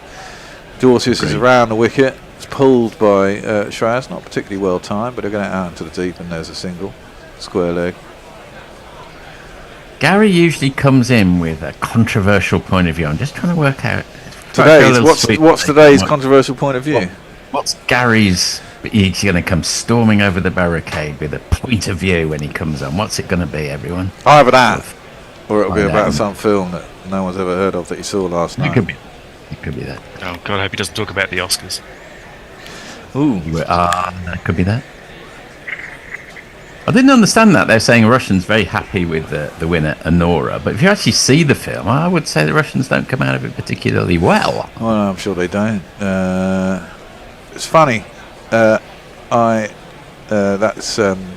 cut at by Carey. Was it a slower ball? No, it wasn't. But he seemed to be stretching at it. Goes through to keeping his eye on. I started watching Zero Day because it's got Robert De Niro on Netflix. And it's amazing. It's he's an ex-president, and the whole politics of it is completely anti-Russian. Almost, Russia's to blame for some hack, and then the juxtaposition with the current guy. It's like, whoa. I mean, De Niro. I mean, everyone hates Trump, apart from a few Americans. De Niro really hates him. I know. That's just glided off the legs by Shreyas Iyer down towards long leg, and there'll be a single. Similar sort of age, actually, aren't they? 5 years. Dinner's about 83, 84. Trump's, 78, 79 now? 79 this year, yeah. In shit cunt years, probably. He's probably crossed paths several times, you'd have thought, throughout their lives, haven't they? And the sorts of circuits they run. That's clipped off the hit by Shreyas Iyer out towards deep mid wicket. He'll get himself a single. Epstein's Island, you mean? Yeah. Yeah, possibly. Who knows? Over to you, Mog. Lucky Six says, I have one of Christ's finger bones. Cost me a fortune. Jake Rover says, I got a tooth of the Virgin in Spain. Took me ages to pull it out. Eric J says, frothy for Pope. Okay. Pope's go frothy. And Drake Mongreen says, in all honesty, that picture he's seen out of Jesus is really a picture of Cesare Borgia. Could well be. Could be. That's Cardinal Cesare to you. Thanks very much. He's about to go, isn't he? Oh, he's on. Well, yeah, he keeps having episodes at night, but he keeps hanging in there. God doesn't want him to leave, man. Doesn't want him to do anything, but also doesn't want him to leave. Absolutely. So, yeah. Don't hear much from the Pope these days. They used to offer us encyclicals on our sex lives and things, but you don't get so much of those anymore.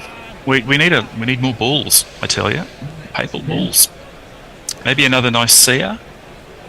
Get a bunch of folks in, organise some stuff. That's the best way to do it. Well, we're having a long break, so maybe we might be having Must be drinks. drinks. It's the end of the 20th over, wasn't it, as well? We haven't change? Well, I thought it was the end of the no, it was the end of the 19th. Yeah, 19th. There you go. Well, in that case, Eric J says some old relics here. Clearly, Yeah. to you two. Well, you know. Well, you're a positive youngster, aren't you, Morgan? I think. No one knows how old I am. No, So exactly. never tell them. You're only 29, aren't you? It's the hate that keeps me young. Yep. David Wood says Gary will be backing Trump. That'll go well. Jay Grover says if Gary's talking about Oscar dresses, I'll be very happy. He also says I have episodes at night and no one cares. And Messi says lots of us have episodes at night. That doesn't mean we're about to go anywhere. Having to go to the toilet 15 times a night. I understand that's what happens when you get to your ages. So, No, not Your yet. age is not the same age as Messi. He's about 20 years older than me. Ooh-wee. Well, jeez, ouch. Suda who says, if it's the hate that keeps you young, why do I look 60? As in, why does you don't hate enough is the answer to that one, obviously. You Hate know. harder. You've really Hate harder. You've got a lot to learn about being a hater. Yes. If that's the case. Like, I hate this fucking ad that's on right now. I don't know anything about it. I just hate it. Yeah. It's a natural thing. Last 16 of Champions League starts tonight. Oh, yes. Arsenal. Something else I hate. Yeah, well, I'm sure you do. Liverpool play tomorrow. PSG. Jonathan Wilson, who I do respect as a cricket journalist. I quite like reading his things. He's very much a technical guy as well. But he edges it for PSG. I'm hoping he's wrong. He wrote Inverting the Pyramid, didn't he? Which is Yeah. the definitive book on football tactics through the ages. We had an all guerrilla fifth round match between Forest and Ipswich last night, which Grubby played James, and James came out on top. Oh, Forest won. In fact, yeah, Grubby actually went. Oh right, okay. That's defended. Well, pushed actually by Shreyas Iyer up towards long off. It'll be a single, funnily enough, as Sanger comes in for his second over. I'm presuming that was drinks because that was quite a long little break. Sanctioned by the ICC at the BCCCI. Current partnership is Shah in the crowd before. Yeah, well, he is there. 51 or 68. Jay Shah to me just really has a weird head. That's clipped out square at the deep mid wicket, and there's a single. It's just something about his head that's wrong. It's I don't know what slightly it is. hydrocephalic, but it's also slightly wrongly shaped, and it's just Yeah. Hydrocephalic? Hydrocephalic. Oh, you can't say hydrocephalic. He is an odd-looking guy, is all I will say. That is driven by Iyer up to long off, and they'll get another one. 3 singles or 3 balls. They'll be happy with that. I think I'm happy with that because I think I went over 95.5 for the fall of the next wicket. It could carry on like this for the next 20 overs, and we still wouldn't know who's on top in 20 overs' time. Which is why, funnily enough, I finally got. It's going to be. Finally, as we get towards the end of the competition, I've kind of got the flow of it, having wasted lots of money on stupid bets. As that one's clipped off the toes, I think. I mean, there was half a peel, but Cody got down. Must have got some bat on that because it went quite quickly. Swept it pretty fine, and it's gone down to the long leg boundary for 4 runs. 1, 2, 3,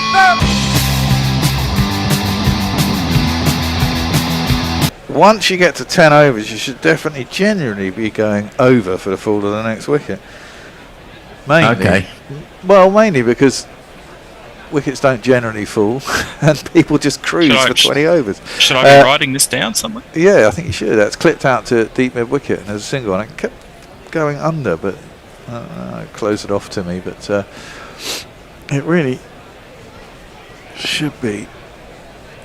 I mean, this is potentially quite an easy chase. 163 or 30 overs. So I mean, unless they run a ball at the moment. Strolling 7, yeah, they kind of are, but obviously wickets just changes it, doesn't it? You just got to get the right ball. And this is probably, as that one's guided out third man, and as the end of the over, this is probably the problem that Australia have. Their bowling attack isn't as good as India's, you would have to say. Anyway, it is time for a change. Gary is going to come on. He's going to give you some of his pearls of wisdom, along with Tony, who's lurched into the room. He's stretching his groin for some reason. And he's going to be joined as well by Messrs. So, hello to you all. I'm out of here. Goodbye. Right, Clifford Bradford, Messi. Clifford Bradford. Thank you for that. Laughable that an 88-year-old man should be a head of state and a worldwide religious sect. This is Clifford Bradford. Well, it's not about age. It's about capacity. I spent an hour last week interviewing an 81-year-old I know who is so agile and mentally and physically. It's amazing. Sorry, we're back. Tony, are you on board by ball? No, that's you, Gary. Oh, is it? Oh, right. It's been clipped to mid-on by, or long-on, I ought to say, by Virat Kohli, off the bowling of Glenn Maxwell, and a single is taken. You won't hear anything from me about the Oscars, nor indeed the announcement today of the Olivier's, British theatre's equivalent, because I don't like award shows, nor awards. This ball is for theatre and film anyway. This ball was just pushed back to Maxwell, who surely won the award of Innings of the Year for his 200 that time. And he's Innings of last year. Again. Was it last year? Oh, year before. It all merges into one. As another off break is just pushed by Shreyas Iyer into the leg side. And there is no run. What a tremendous match we've got underway here. Really is very, very good indeed. Anything could happen in the next 5 minutes, as he used to say at the start, or half hours at the start of Stingray. He goes down for the scoop, does Iyer, but he got into position early, just clipped it over his shoulder, and it's fielded down at fine leg, and they're through for 2. India 105 for 2, 20 overs and 4 balls gone. Where's your money, gentlemen? Where's your money? Just on India, I think they chose 2 down. I think they're looking in tidy order. Very much on India. I mean, India back so deep. That's the other thing.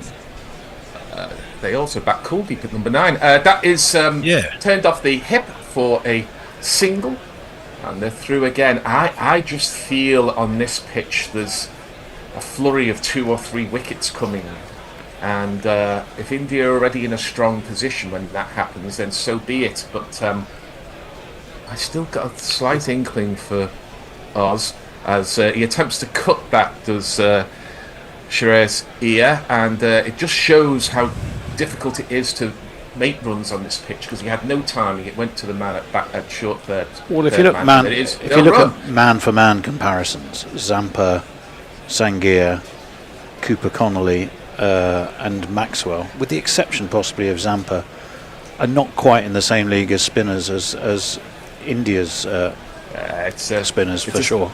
It's a semi-final, Tony. It's played in the head, not on the pitch. Should we see how many cliches we can fit into 10 overs? That wasn't a cliche. If it was a cliche, I would have said it's the 6 inches between the ears that matters rather than the 22 yards in the middle. As this is just pushed by Kohli, and it's well fielded by Sangha, a man who comes furnished with his own nickname. Got to be impressed with that. Again, both batsmen had runs he could score off, balls he could score off there, but just couldn't get it out of the trap of the field.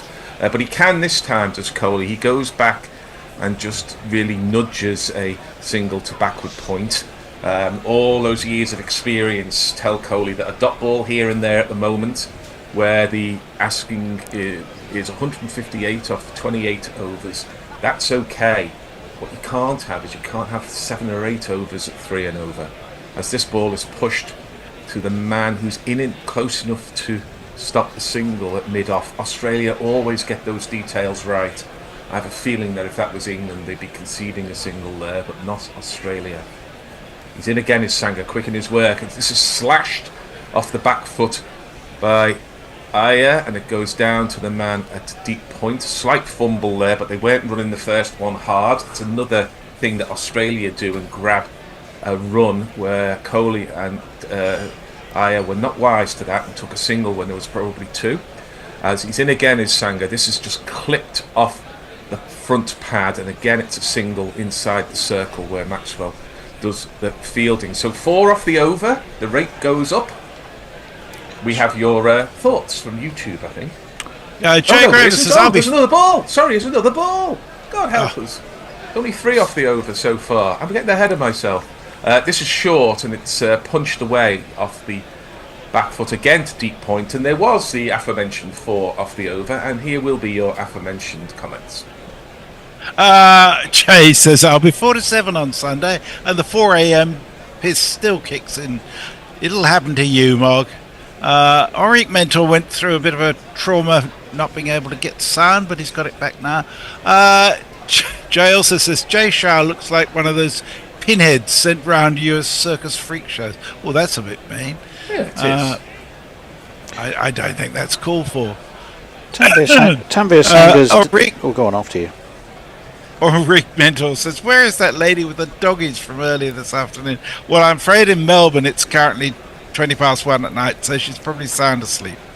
That ball's clipped off the pads, through for another single, just trading in ones at the moment, India. Tanvir Sangar's dad is still a taxi driver in Sydney, apparently. Way to stay grounded.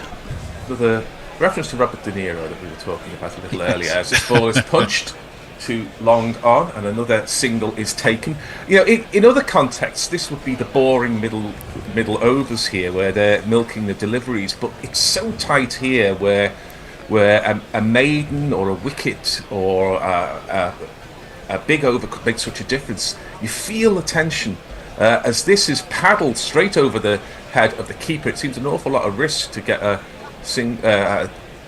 2 runs down to fine leg, but that's what they've done.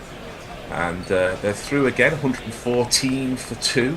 Well, if you look at it in run rate terms, they're there or thereabouts. They're currently going at just over 5. The required run rate is just under 5.5. Yeah, it's all good until you lose a couple of quick wickets.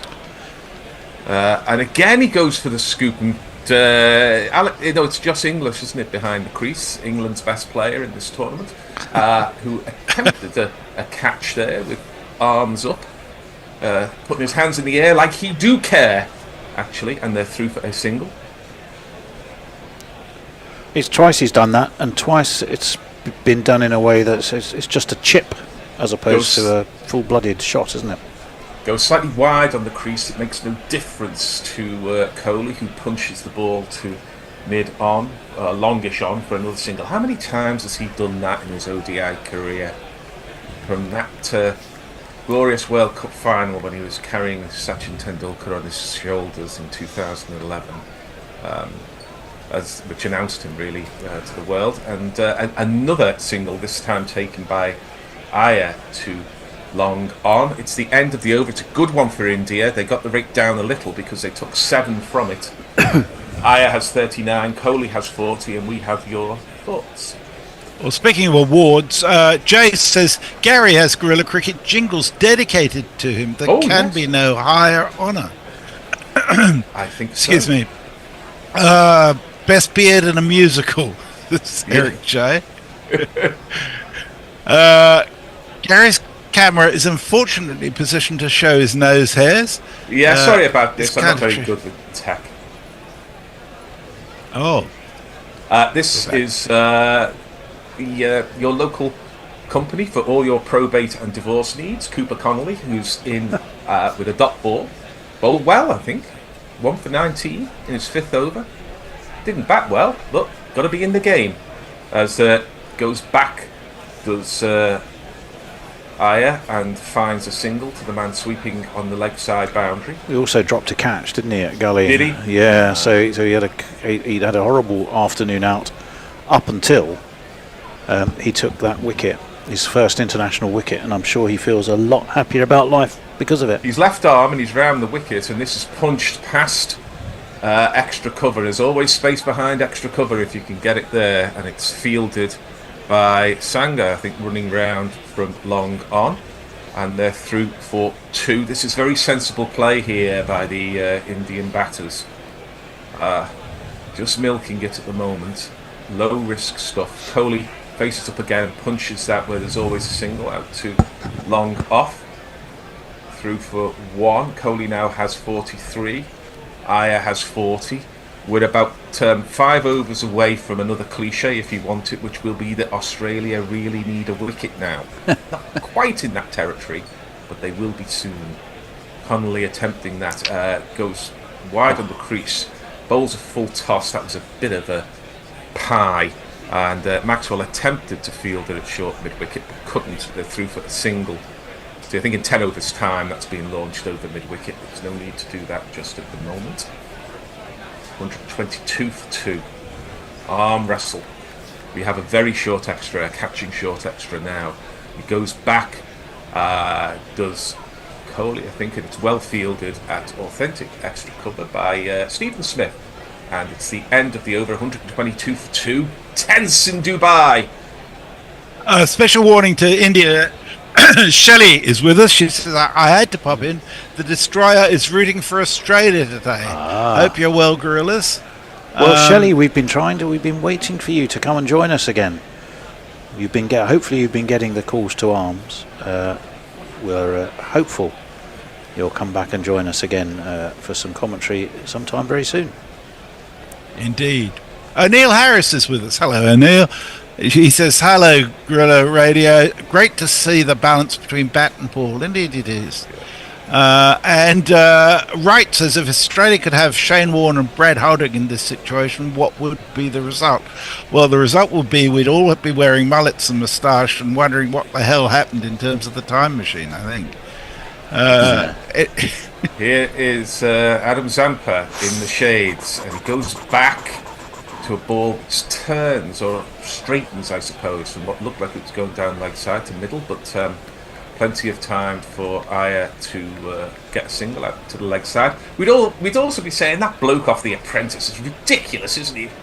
What a preposterous person he is. As Zampa's in again, and this is full, and it's slashed by Coley. That's the half volley he was looking for. He does get it to deep extra cover, and they're through for 2. I thought that was going for 4 there. There must be some dew on the outfield for it to have slowed that much, surely. I mean, well, they said there was no dew the other night. Yeah, it does seem slow. Yeah, I mean, that was a kind of slow snooker shot over the bays there. As Zampa is in, he's down the leg side, and these two batters, they know exactly which ball to turn to leg, exactly which ball to hit into the offside, and sure enough, that's gone to leg. They're through for a single. A partnership now 83 off 100. I've barely seen a shot in anger, and yet 83 off 100. That's experience for you there. Only 6 fours in that partnership. 100 balls, only 6 fours, and yet they're going at 83. As this ball is punched to deep point, and again they're through for the easiest of singles. Zampa can't get a dot ball here.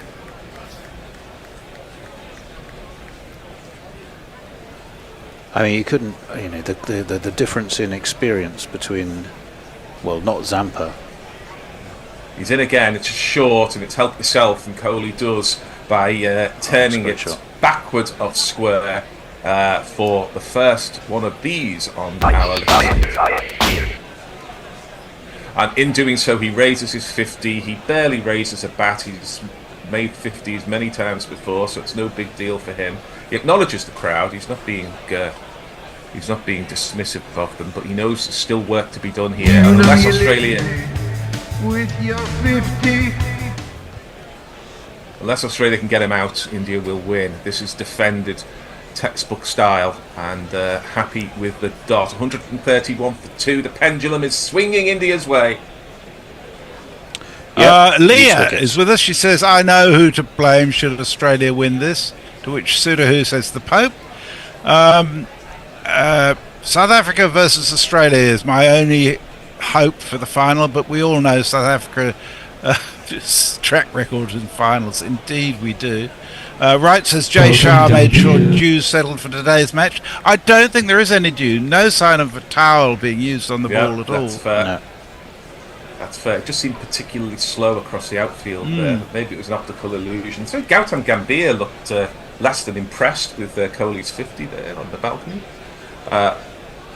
As he goes sort of half back and then half forward, Shreyas Iyer. He didn't pick the length there, but nevertheless punched it to long on, and they walk a single. I think a little prior to advertised. I think Australia need to make something happen here. I think they've got one catching fielder at short extra, but I think we need to put a bit of pressure on these batters, because that's another easy single from Connelly.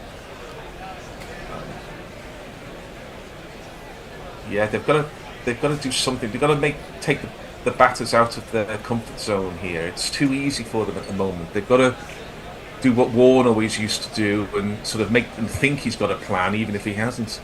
Left arm round the wicket again is Cooper Connelly, and this is just slightly skewed off the outside edge to backward point, and there is no run. What's the benefit of that 4 in the previous over? Gives them a bit of a free ride in this over. They don't have to hit a boundary. As he goes back and he attempts to hit a boundary, but he can only pick out the man at a point. There is no run. Josh Inglis swaps a joke with Shreyas here. Of course, a lot of these players know each other from the IPL and after parties there, as this ball is punched to long off, and they walk the easiest of singles. It's a rivalry. Do you think they have after parties after each IPL game, Gary? I've seen Chris Gale's Instagram feed. I'm sure they do. It's a rivalry, but I think largely not bitter these days between Australia and India. This is hit in the air and it's dropped. Oh, Maxie, what have you done? He's there precisely for that shot. It was hit. It was an easy catching height from Coley, the man at short extra, but I think Connelly just came slightly across, and we'll see it again here. Yes, he's left it for Maxwell. Actually, he was diving to his right, but he'd take that 8-9 times out of 10. Well, I think if Connelly had gone for it, he would have got it. He would have got it, yeah. In pulling out, that was enough to put Maxwell off, and between the two of them, although it was Maxwell's hands that dropped the ball, Connelly did have his fair share in that drop, I reckon. I think so. I think Steve Waugh's telling him he's dropped the World Cup. The Champions Trophy. Yes. See, that was Shelley trying to exert her influence. And, I think it was. She did a bit. It's too much static on the line for it to go through perfectly, as this ball is just pushed to backward point. And that will, even the Australians' ironclad self-belief will surely be harmed a little by that, because they really needed that at that point. Maxwell's saying I didn't see it because Connelly dived across him. Oh, he's bowled him! Well, Adam Zampa is in. It's the wrong one. He went back, did Iyer there. It was not a length that you could cut, as was proved by the fact the ball cannoned into the off stump. Well, there's a bit of experience on the Australian side for you. 134 for 3. Iyer's out for 45. The game changes.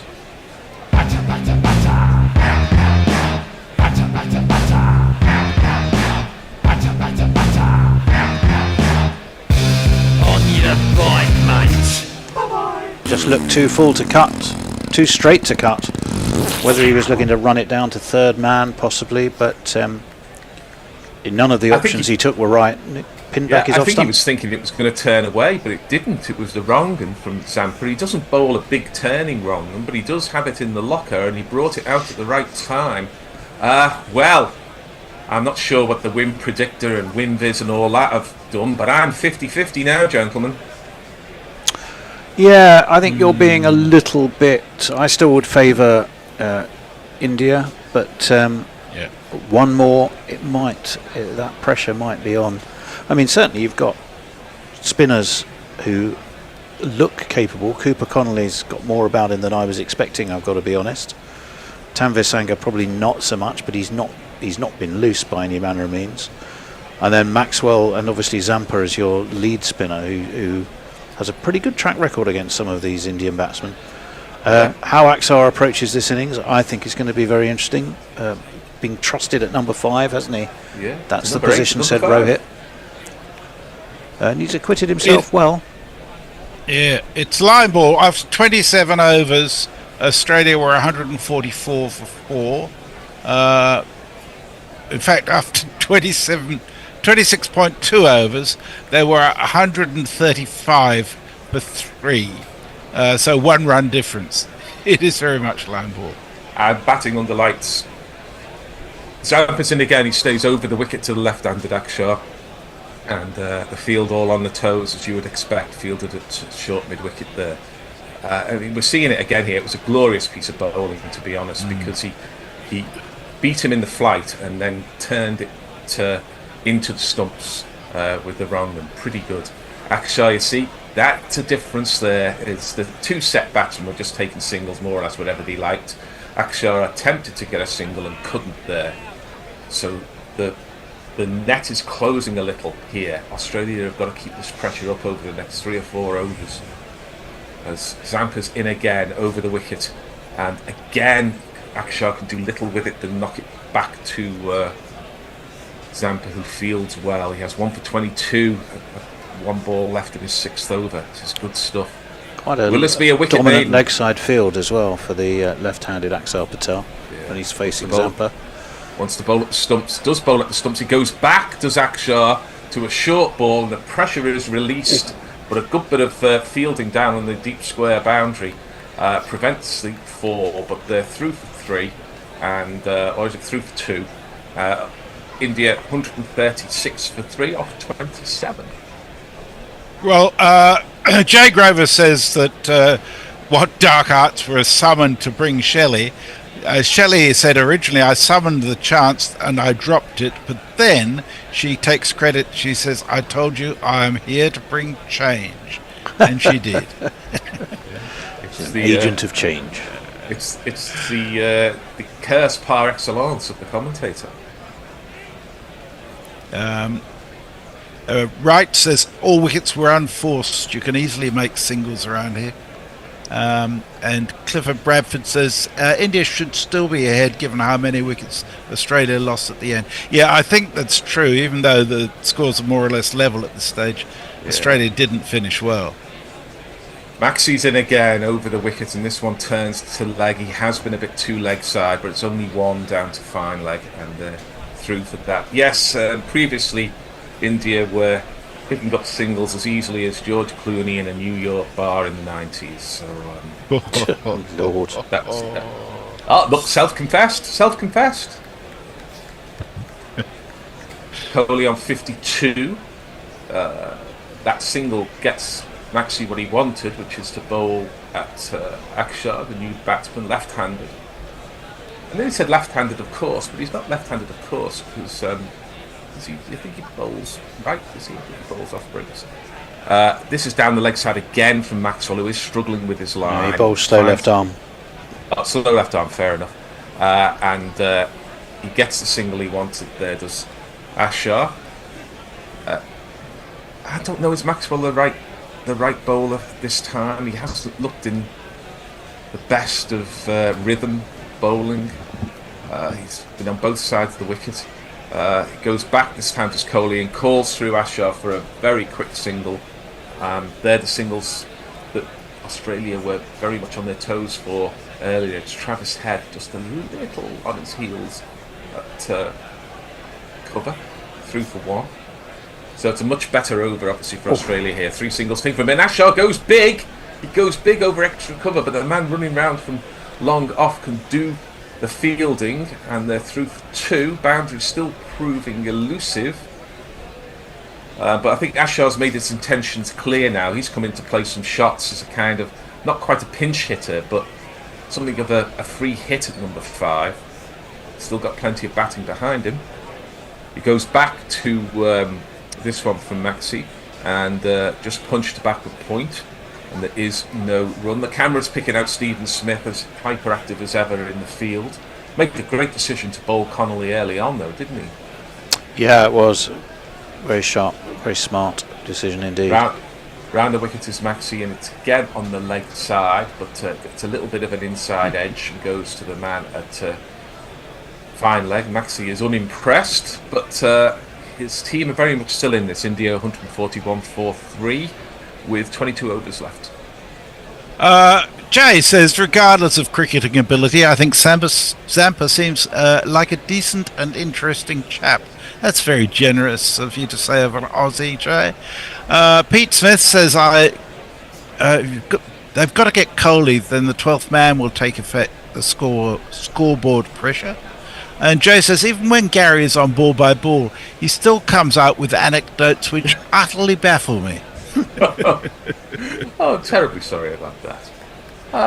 We don't appeal to everyone all the time, but that's part of the game. He goes back to a short one from Zampa, and that's the kind of classic way from Coley to rest the initiative. First ball of the over, hit it high over mid-wicket for ball. It's just another four. Well, this is So it. you I might mean, say- you hit your one bad ball and then just work your ones and twos here and there, and you're going to Exactly. be up with the rate, aren't you? Exactly. The next ball punched to long off, and I know that I say this quite often, people pick me up on it, but I do think if you hit a boundary in a single, you get a kind of risk-free 5 off 2 balls, so to speak. And not quite risk-free because you've got to hit the boundary, but it does seem a very wise way to build a chase. And of course, nobody probably in the history of the game has been better at marshalling chases than Virat Kohli. Maybe Michael Bevan, but they're the top 2 in my experience, certainly. Zampa again, tossing himself leg breaks from one hand to the other. He's in again, gets close to the stumps, and Ashar plays across the line, but he gets enough of it down to mid-wicket, and India are now taking out an insurance policy against losing late wickets because they would now clearly want to get ahead of the rate, and they are doing so with a flurry of attacking shots compared to 4 or 5 overs ago. Win probability's got India at 73 and Australia at 27. Well, I think that's understating Australia a little, but certainly the last 10 minutes has made a difference as this ball is pushed to short mid-wicket by Kohli, and there is no run. The ask, in case I haven't given it to you recently, is 118 runs now from 128 balls.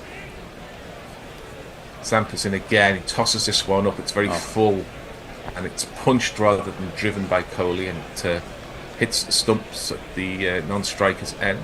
Well, it hit the stumps because it was a very sharp piece of fielding from Zampa, who was really quick to get his right hand down to a ball that was pretty well hit. In again is Zampa. He tosses this one up so much that it's actually a full toss, and it's another fine bit of fielding this time by Glenn Maxwell at short mid-wicket. It's the end of the over, 147 for 3. The Harriman says Australian keepers are always aesthetically pleasing. Is it something to do with the kit and keeping gear? I don't know. Jay says it's not about my ignorance, Gary. Sorry, start that again. It's about my ignorance, not your knowledge, Gary. Well, that's far too charming. And he also says, since when do I hate Australians? I wasn't suggesting you hate Australians, Jay. It's just that whenever an Englishman is complimentary about Australians, it feels a little unnatural. This ball is just pushed to extra cover, and there is no run. I wrote in Wisden a year or 2 ago about the test, the Fly on the Wall documentary about the Australian team. I was very complimentary about lots of Australians who came across very well, including Aaron Finch, who's been on commentary earlier. This ball is pushed up to long off, and they're through for a single. Just want to say one thing before I shift across into the summarising chair, which is after a slow start, Severance is absolutely fantastic. If you can find it, I think it's Apple TV series. It is, yes. My son said exactly the same to me yesterday, Gary. It's very slow, but it's now become almost surreal. But it's a very fine satire on corporate life as this ball is pushed to to square leg, and there is no run, and includes some very fine acting, world building, and character development. Maxwell's in round the wicket to the right-handed Kohli, who just nurdles that to deep fine leg, and they're through for a single. Kohli now has 59. Ashar's been a lot of sound and fury, but it does signify something because he's got 7 from 11, but he's looking to go at about a run a ball, I would suggest. Came into form really in the last game against New Zealand after a couple of low knocks. Yeah, he just pushed this one to mid-wicket. He's very angular, isn't he, as a bowler and a batter, Ashar Patel. He seems all kind of elbows and knees and things. And this is tossed up. It's almost a Yorker, but he gets the bat down well and again, push drives it more than anything else to long on. It's the end of the over. India have 150 for 3. Ashar has 8. Kohli has 59, and we have a new troop of gorillas. Should be the bear coming in to take over from me. It should be you becoming a summariser, and it'll be an Aussie for Aussie swap with Mog coming in for Messers. Thank you. See ya. I have to agree with you about Severance, Gary. Very good show. Excellent. Don't sound too surprised. No. I was just being wary of you giving any spoilers because we're about halfway through season 2, which has an extraordinary episode for anyone keeping up. So the most recent one, yes. Yeah, is that the most recent? Is it? Because we're eagerly awaiting developments. It was quite a surprise when that happened. I can promise you. Well, Ben Stiller's little comments at the end are also very good. Ben Stiller is the director and producer and a great believer in the show. Sanger is back into the attack. His first ball is larruped by Axar, but only as far as mid-off. He's on the edge of the circle, and there ain't no run. We got India to win this currently, haven't we, boys? I would think so. I'm about 60-40 India, no more. Yeah. Ooh, now that's driven a little bit aerial for a while, but there is no one at point, and it's going out, in fact, behind what is a vacant space, almost down towards a wide third man. Deep cover has to come all the way around. They'll get back for 2. Kohli taking them through again, doing Kohli things. Yes, if we continue the Severance theme, something of a goat when it comes to finishing innings. Yeah, very much. Some of us will get that reference. Driven up to mid-off. Again, no run. Axar's on 10 off 16. Kohli's 59 off 65. 152 for 3. 113 runs required from 117 balls. That's clipped into the leg side, and there's no run. Australia desperately need wickets, and a couple of them quite quickly, I would say. And if they could, one of those was Kohli, then we're talking. Well, whilst he's there, you'd imagine that they shall see it through. They've got to get him out, obviously. Yeah, they've got to get him out, and they've got to get him out reasonably soon, I'd say, Gary. Yeah, and they've probably got to get 1 or 2 others out as well. But Kohli is the key man. KL Rahul can do it. Well, that's pulled. Has it got enough on it? Oh, he has. Axar Patel has swept that out over deep backward square leg. He's got it all the way. It's only just over the boundary, but the man was out deep mid-wicket. And consequently, it's gone all the way for 6. Taking a risk, but pulling it off. I threatened I was going to copyright strike if you're using that before, and you've gone ahead and done it again. What? 6? That jingle? My Christ. Oh man, that's played back down the track to the bowler, and there is no run. Ends the 31st over. Over to you, Mog. Right. Says Kohli doesn't just chase; he ambushes like a cheetah, going for the kill. Calculated and no mistakes. Nice. Whereas Siddhu comes back, we've made quite a few mistakes during the Border Gavaskar Trophy. Ooh. Jay says, I haven't watched it yet. Please don't ruin Severance. Fuck, Mog will probably do it just to be a Bradman now. No, it won't. I'm a firm believer as a reviewer in never giving a spoiler. Oh, fair enough. Maxwell is back, and he's around the wickets. To Kohli, who just defends it in the offside, and there's no run. Deep in thought. Open stance, Kohli around the wicket. Turns into him a little bit, goes back, tries to cut it through the offside, can't find a space. And there is no run. Yeah, he made that ball look a bit better than it was because he should have been forward to it. But, well, the thing is, the problem is if you get forward, there's only so many places you can play it. You can't get the pace on the ball. That's why they all go back, I think. Yeah. Trying to work it around the corner, and does successfully run it off the face. Does Virat down towards the long leg and get himself a single. They are punching the ball quite successfully to long on and long off going forward. But I know what you mean there. It's so much easier when you've got that little bit of extra time and you can get more horizontal bats into it. On the back foot is Axar Patel, who cuts that out to deep point, and there's no one. I'd say Axar Patel has surprised me as a number 5. He's been pretty consistent, not massive scores, but very handy scores at very handy times throughout this tournament. Yeah, he just moves the game on at a time when you want it to be moved. Yeah, he takes risks, and he's generally kind of got away with them. Oh, now there's an appeal. I review that. I'm not sure. It didn't pitch outside leg, but it certainly I think it's going on to hit the stumps. And it is Coley. And if you've only got 2 reviews, and you've got to review this. You've got to review this, and they have reviewed it. I mean, it's not turned. Maxwell doesn't turn it that much, although the previous delivery. I think it's come a little bit, not much, but this has got to pitch on leg and be hitting off, so it's a very narrow corridor. It is. Well, yeah, I think it's straightened enough to go on and sort of hit the outside of middle or middle and off, and it is a question of whether it pitched in line. But I would. Might be a little edge in it. I don't think there's a ledge. It's very tight there. You're the spinner there. Well, yeah, it does look very tight. It's tight on a lot of things. I don't think he got an inside edge. The bat is angled at kind of 7 to 1 on a clock face. Yeah, and it's kind of opened the face. Oh, he has got an inside edge with a little nibble. So I'll be interested to see what the Hawkeye, or whatever it is now, says on this. It was a good review though, because if that was shown to be out and they didn't review it, you could lose the match in that ball. They haven't lost the match now. They've lost a review. Exactly. I'll be interested to see. Hopefully they'll bring up the DRS review system on that one. Maxwell around the wicket.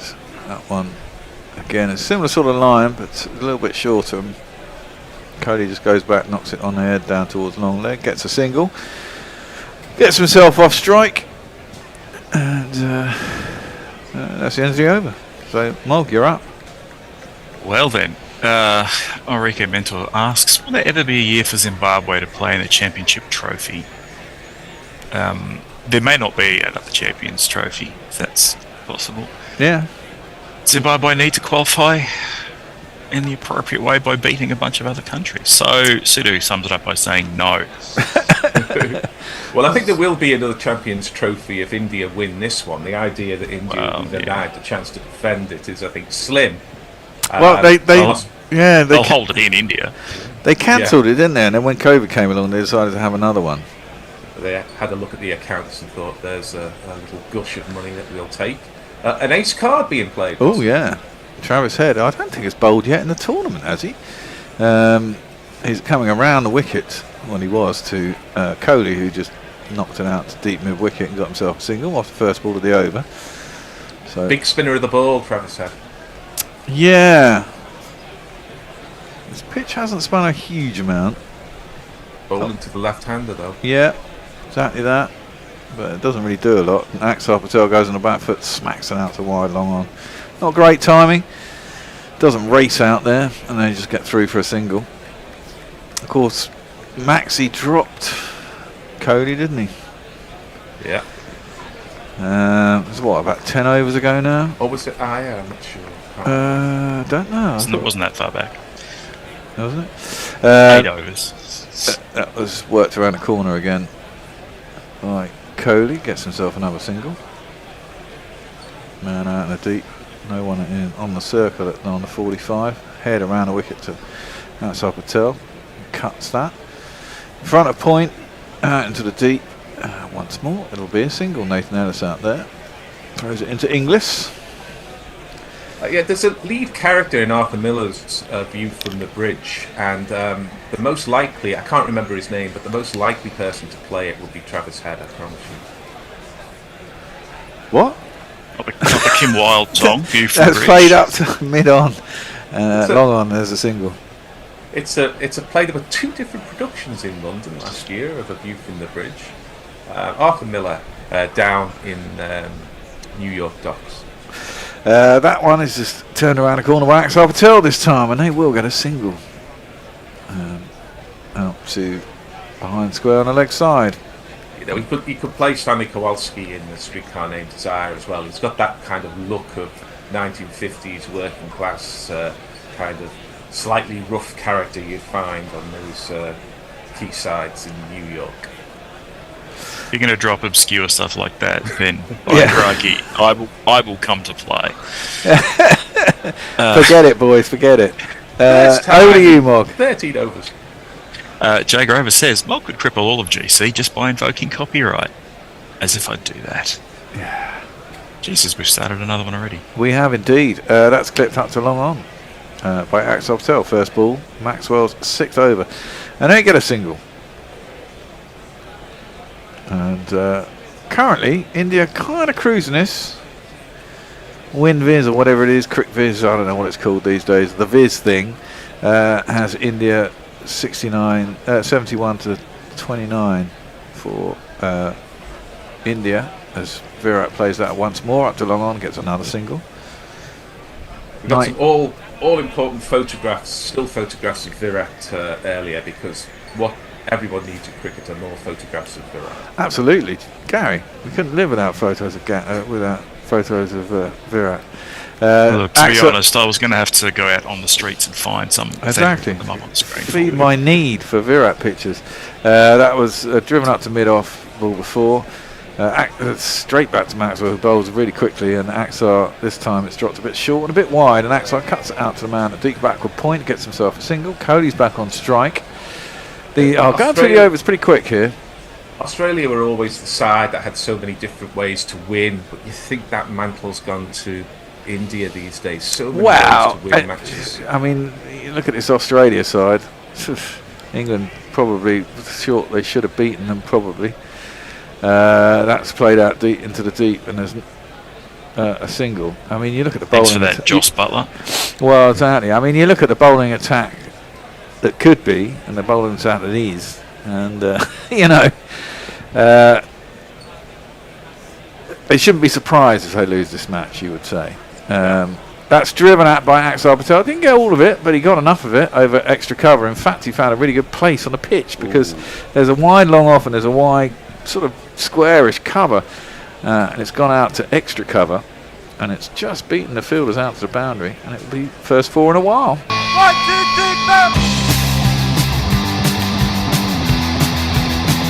4. And a very good way to end the over there from Axar. He Yeah, didn't really, he clothed it a little bit, didn't he? He didn't really time it that well, but enough. But he's just shy of a run a ball, and surely when they hatch the plan to bat him at 5, and especially in an innings with a target like this, that is brief. Go out there, and after 30 balls, be at 30, and after 27, he's on 26. So hats off to him. Exactly, because I'd say Jadeja's a better batter than him, isn't he? Oh yeah, and he's at 7. So they've kind of got him as a sort of almost a mid-order pinch hitter. A kind of, not a pinch hitter per se, but it's kind of keep the score moving along with at least one Larry shot and over, try and get a boundary. You don't have to get a 6, just get it into the outfield and try and get it over the fence. Kohli plays that up to long on, and it's a single, and they just turn it over at the other end. And if he comes off, and the thing is, he doesn't have to come off big, does he? I mean, if he keeps it on a score like this, if he gets 40 or 50, which he's done quite often in this tournament, it just pushes the score on, and you've still got better batsmen to come. If he's to run a ball for anything over half an hour, he's done his job. And he is, he's 26 or 27. I must say, Nathan Ellis is doing a fair impression of the being representative of the Ministry of Silly Walks on his running. He's I know. Going on there, hasn't he? He's got a lot going on. He's quite funny. Does the old hands up, and little hops and skips, and you know. Axar plays it up to long on, gets himself a single. Yes. And Australia desperately need a wicket. Only 88 required off 94 deliveries, I think. So a long way behind. Tomorrow we've got a goodie as well. South Africa, New Zealand. Which should be good. That should be a good game as well. I can't see the rule that one semi has to be fantastic and one has to be a dud. Isn't that just the way the rules are? This could end up being a dud still, quite easily if these two take it through, or very close to.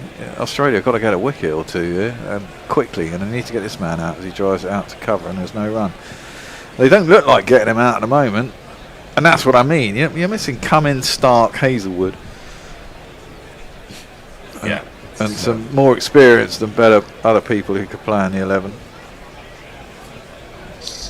You know, opening. Any side would miss those. Yeah, well, exactly. You know, may not be the best conditions, but the experience does everything, doesn't it? It's a slower ball from Ellis, and Cody just about manages to guide it down the third man for a single. It's bloody slow, 67 miles an hour. Yeah, I think you're looking for the word even there. It's an even slower ball from Ellis, who's looks a wholehearted tryer, but he's nothing. He's not up at Mitchell Stark's pace. That's no. Or Cummins or Hazelwood. No, pace isn't everything, because England have proved in this. Yes, very much so. Axar Patel around the wicket, and he just works it to short mid wicket from the angle. Yeah, I've got a question for you, gentlemen. Maybe this could go out to listeners as well. There's no. Oh, maybe I'm wrong. I'm just thinking that he seemed to be running on the pitch a bit there, Nathan Ellis. But there's so little advantage to be gained from it. Why would you even bother warning him? I suppose it might rough it up a little bit for spinners later, but I can't see it really. Oh, he's bowled him! Oh, he's bowled And there we have a wicket. It's not the right one they want, but it's not a bad one to get. Axar Patel, maybe it kept a little bit low, but he's gone back to pull it. It's gone under his bat. It's bowled him. Axar has gone for 27 or 30, just when he was looking really quite comfortable. And we have another little twist in the tail. Sweet. I love it when we have twists in the tails. And there's another wicket. That's Gary's doing. Another one bites the dust. I think that is going to be out, Fred. Another one bites the dust. I thought that when Shreyas Iyer got out, they were just cruising, and then suddenly, bang. Well, Australia haven't capitalised on it. You've got to avoid the prospect of 2 or 3 quick wickets, and they've not been 2 quick wickets, but they just open up that possibility. Bit of old school bowling there from the relatively new player. Hit the top of off, and that's what he did. Never a bad move, especially when someone's trying to slug you across the line. And Ashard played a decent innings for his brief, but he'll be disappointed having done some of the hard work to not be cashing in the next 20 minutes. Well, exactly that. And Australia desperately needed that, and they do need another. Quite experienced. Next man in. Yeah. They back quite deep.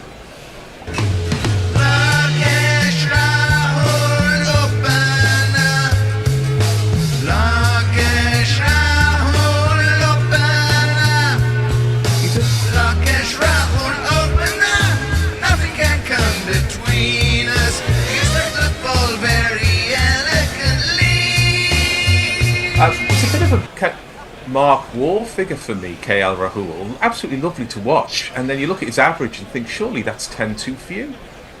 Yeah, he's had a up and down sort of time. I think he's kind of settled a little bit more now. He started off well in Australia, didn't he, on that tour. Did okay, and like everything, when things are going against you, kind of fell off at the end of the series. First ball he faced was just defended up to. Was that a single? Did he get off the mark? It's new over, I think, isn't it? Oh, was it? Was that Cody facing up then? Yeah, I think so. So he played up to long on then, got a single. Yeah, he did. Yeah, this pause is for KL Rahul taking guard. Wow. Let's see what that's done to the odds. Well, the odds at the bookies. What have we got now? Australia 5-1. Connelly in here. Around the wicket. It's cut by Carey Rahul. That's the man in deep, and there's no 1 run. Sorry. I mean, that's the problem, isn't it? You just think Australia just need more experienced bowlers. I mean, they're not bad. Don't get me wrong, but are they? You know, are they going to win this? KL Rahul. You've got to attack now, Steve. Yeah, you do. You need to get this at wicket now. That's defended out into the covers. They'll get a single. My irritation number 1 in cricket is that the field changes not at all or barely at all when there's a new batsman at the crease. But surely the game is different when you're bowling to a man who's just made his way to the wicket. Yeah, you don't want to. You certainly don't want to give him a little dab single out, or having an offside, or just to mid wicket, do you? I mean, you've got to close off all those areas. Feel like he's not amongst friends, you know. I'm not asking for a short leg and a leg slip, but I definitely want one slip or a short gully or something. Well, it's just knocked into the leg side. Yeah, there isn't a mid wicket. Yeah, there isn't one. It's just too easy. And there's a man out on the edge of the circle that's sort of struck mid on. He has to come round to mid wicket, and it's not going particularly fast. And he's deep. He's 30 metres out, so ends up being an easy single, and he gets off the mark. You know, Ashar came in to hit boundaries. You can understand why they wanted men out for him, but KL Rahul's not coming in to smash it everywhere. Nope. And that's played up towards mid-on. I've seen quite a lot of this today. Man at the non-striker's end, getting in the way of the bowler. Not by, well, probably a little bit, I'm not going to move, you have to get round me sort of way. Allows the ball to go past them, and they get an easy single down to long on. Yeah, we have seen quite a bit of it. And yeah, Jadeja was slightly out of order, sort of grabbing a bit at the batter. That one's tossed up, driven. They've got an off Hayden in. Is that skipper? Is that Smith himself? I think so. Yeah, I think looks like. He's looking a bit paunchy, Smith, isn't it? I don't know, he's arched his back and stuck his belly out, but I mean, he looks like he's put on a little bit of weight. He batted really well. I thought he batted really well, and then he got done by a really odd ball. It wasn't a Yorker. It was a kind of low full toss. He just missed. He just missed, didn't he? Yeah. 108 3 for 4 over the Ewmog. Right. Lockie 6 says, I bet most of the Aussies say ATM machine, which is something that irritates me slightly too. John O'Gorman says, as a fan of Nessun Dorma, I wasn't aware that Gary Naylor did cricket as well. I'm waiting for an anecdote about watching Viv Richards from the Gladys Street end at any moment. Well, I was in the Gladys Street in 84, and I was watching Viv Richards in 84, but not at the same time. Coley. But thank you.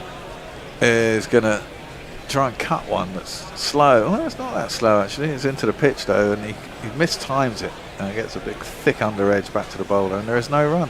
It sometimes amuses me when people know me from Nessun Dorma and not sort of thousands of hours on guerrilla cricket, hundreds of articles in the Guardian on cricket and the 80s and 90s cricket show, but I'm happy to accept any kind words. Well, but Jay does say you truly are a Renaissance gobshite. Ellis over the wicket, guided by Cody down towards third man to get himself a single. You know, when you're looking for that epitaph for your gravestone, Jay's your man, isn't he? Yep. He does say, Messon, love the lad. So, you're okay. You're okay. We love Jay. 184 for 4. Nathan Ellis has bowled out. Yeah, well, I don't know how many overs he's bowled. This must be his 7th, I think. Maybe 8th. Yeah, it was in the days when teachers would do things after school, like run a cricket team. So I'm talking about 76, 77 here. Nathan Ellis is in. And KL Rahul just plays it back to him. There is no run. 184 for 4. One of my friends, who was an enthusiastic but not entirely talented cricketer, had a somewhat individual bowling action, and the teacher would introduce him as right arm amusement to the batter at the other end. Well, I think we can say that Nathan Ellis brings the right arm amusement, doesn't he? With this approach to the crease. Yeah. Last time you did that, he took a wicket. So. Yeah, and he's wholehearted, and I like a man who gives everything. That's driven at by KL Rahul. Goes up towards mid-on. They get through for an easy single. He's got a bit of the whole arm thing, and then he's got a bit of Morning Morkel in there. Yeah. Pterodactyl. And there's a bit of kind of Mike Proctor in the way he throws himself into the crease. He's not off the wrong foot, and he's not quite as talented a bowler as Mike Proctor. Not many were. But there's something of everything is going into that ball getting to the other end. You know, he's a 70-mile-an-hour bowler bowling at 80 because of his effort, not because of his grace. On the back foot, Cody punches it out into the deep towards the boundary. It's Carey out there, and I'll just get a single. 79 required off 79. There's so many ways of bowling fast. It's obviously there's biomechanics and stuff involved, but for those of us who are less of a scientific bent and more of an artistic approach, the likes of Joffre just running through the crease of the balls at 87, 88 miles an hour, hardly without effort. Of course, the king of that was Michael Holding. And you see the amount of work in this, the grimacing. It worked into the leg side by Rahul. It's gone out past the man at short mid wicket. It'll go out into the deep. They think about two, they don't take it. And the king of this kind of approach was not Mike Proctor, who had a lot of class in, admittedly, his windmilling action.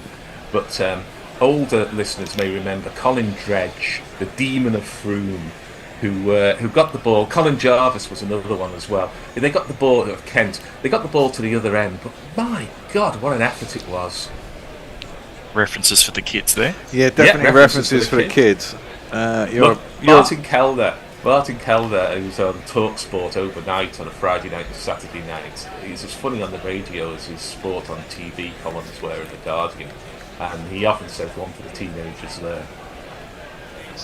Luke Hallahan says, "Alright, Gorillas, let's not kid ourselves. This tournament is rigged for India to win. Yeah, we Sadly, know you can't fight the BCCI. It's not news. It's not news. We've been. I think everyone's complaining about that, and India's kind of responding. What's his name? The skipper. Rohit. Rohit has responded saying we're not at home, but you're not at home, but you're getting to play all your matches in the same place and stay in the same hotel. Rigged is a little much, but I would say that India have been given the very best chance of winning. It's been mildly contrived, perhaps. Yes, that's even better. Peter Smith says, "Still got to get Kohli, and Australia will win." Probably not. The Harriman says, "Kind of done well considering the first half of the match where he sucked and dropped a catch." And Jay says, "Dunno, Mog might still get me to punch him in the face." Right, Connelly is bowling. Down the track comes KL Rahul. Drops it a bit short, cuts it out to the deep, and there is just a single. Sorry, my daughter's just trying to call me. Talk, Gary, talk. Well, Cooper Connelly is one of these people who has two surnames instead of a first name and a surname, like Hunter Biden. Cody goes back, works it out to deep mid wicket, and the opposite of Matt Henry. Single. Yeah, opposite of Matt Henry. Taylor Swift is another, and it seems to be a kind of growing trend these days, especially in America, but I think it happens in the UK a bit as well these days, and obviously in Australia. On the back foot, KL Rahul punches it, just beats the man at cover. And there's the skipper, Steve Smith. They're going down fighting, but you kind of feel they're going down here, Australia. Well, a wicket would change everything. I know that's the biggest word in life is if. If they get a wicket, it changes everything. But they've got to manufacture one. They've got to put pressure on here. Yeah. Well, that's why I've gone for a run out at 18-1, Gary. That one's cut out to the man at point, and there will be a single. Optimism, thy name is Bear. Yeah, well, every once in a while you got to roll the dice, Mog. I've rolled the dice quite a few times on the run out this tournament. There have been run outs. I've just got the wrong wicket, which is kind of annoying. Glenn Phillips incident. Well, yeah, there's been a couple. That one is played square on the offside. Rahul heads off down the track. He's sent back. There is just no think run. for Rahul, I'd still have a slip and I'd have a catching extra and have a catching mid wicket. Say if you edge it, or if you mistime it, or if you close the face, we're going to catch you. And he doesn't have to worry too much about any of those three things at the moment because the men aren't there. Tossed up, driven by KL Rahul up to long off. They've got a single. He doesn't really need to worry about mistiming that or the ball stopping a little in the pitch. Yeah. Throw his hands through it. At some point, Australia kind of got to take a little bit of a gamble, haven't they? Yeah, I think they have. think they have. I know you don't like to say about Australians are not being aggressive enough in the field, but if the much missed SK Warren were here, I'm certain he'd be telling them to attack more. I mean, he did that regardless of the situation. That was his main job on the mic, was to say, I think the fielding captain should be attacking more. Yes. But that's kind of crickety. Right. You know, in a certain situation, he's right, though, isn't it? I mean, in this, they got to, you know, you can't allow them to easy single up to mid off. You've got to gamble a little bit, make them go over the top, or force them to run the quick single and give yourself a chance of a run out. You know, that's the thing. Warren could attack, of course, because he had SK Warren in the side. So, Indeed. Well, Zampa's in. See, the pitch is so slow, isn't it? There's a little bit of turn, and if you don't get the length right, it's really easy. These batsmen just go back, knock it out, find a gap, get a single, and the run rate's or run a ball. So, you know, if you can get it down to 30 and you haven't lost another wicket, someone can have a little pinch it, can't they, and try and get it over and done with quickly. Because you know you're within striking range for a few shots then if it really goes there. Anyway. Yes. Tossed up. Ooh, Zampa. A little bit of an outside edge, a little bit aerial for a while. Head chases after it, but I can't see who that is. Is that? I don't know who that was. Oh, Carey came round from cover and fielded it in the end and they got a single. If you have a gully rather than the points that would have been caught, he may not have played the shot if that were the case, but you just think it gives him more to think about having a gully than having a point. Yeah. And then again, finds the gap, cut by Rahul, gets himself a single out into the deep. Or was that Cody? It's Cody. I ought to say backward point. I'm not suggesting bringing in the sweeper. You've got to have the sweeper.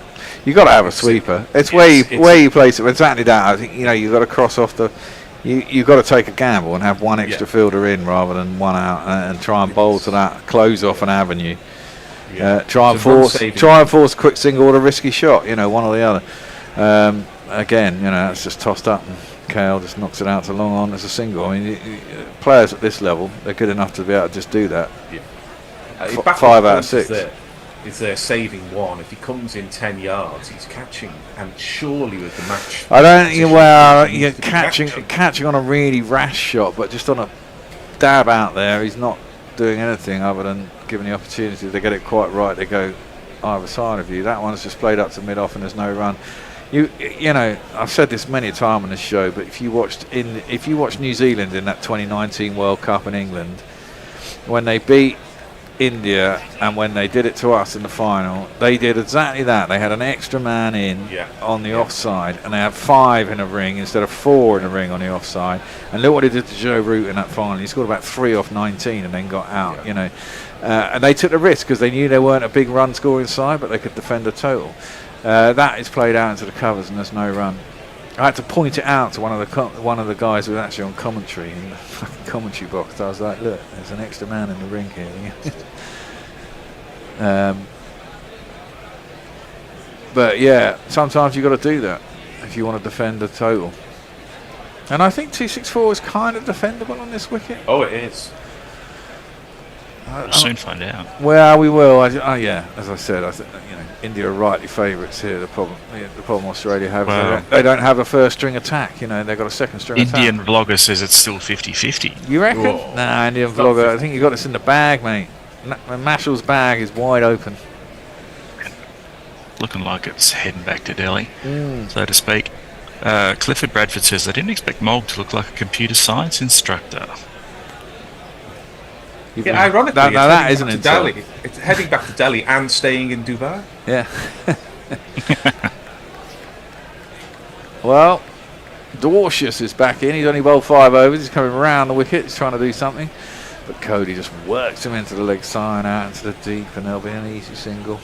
Yeah. Is he South African Dwarcius? His name certainly is. You know, there's a Labuschagne or a Labuschagne and a Dwarcius playing for Australia. It was one time when they all played for us. What is he doing going and playing for Australia?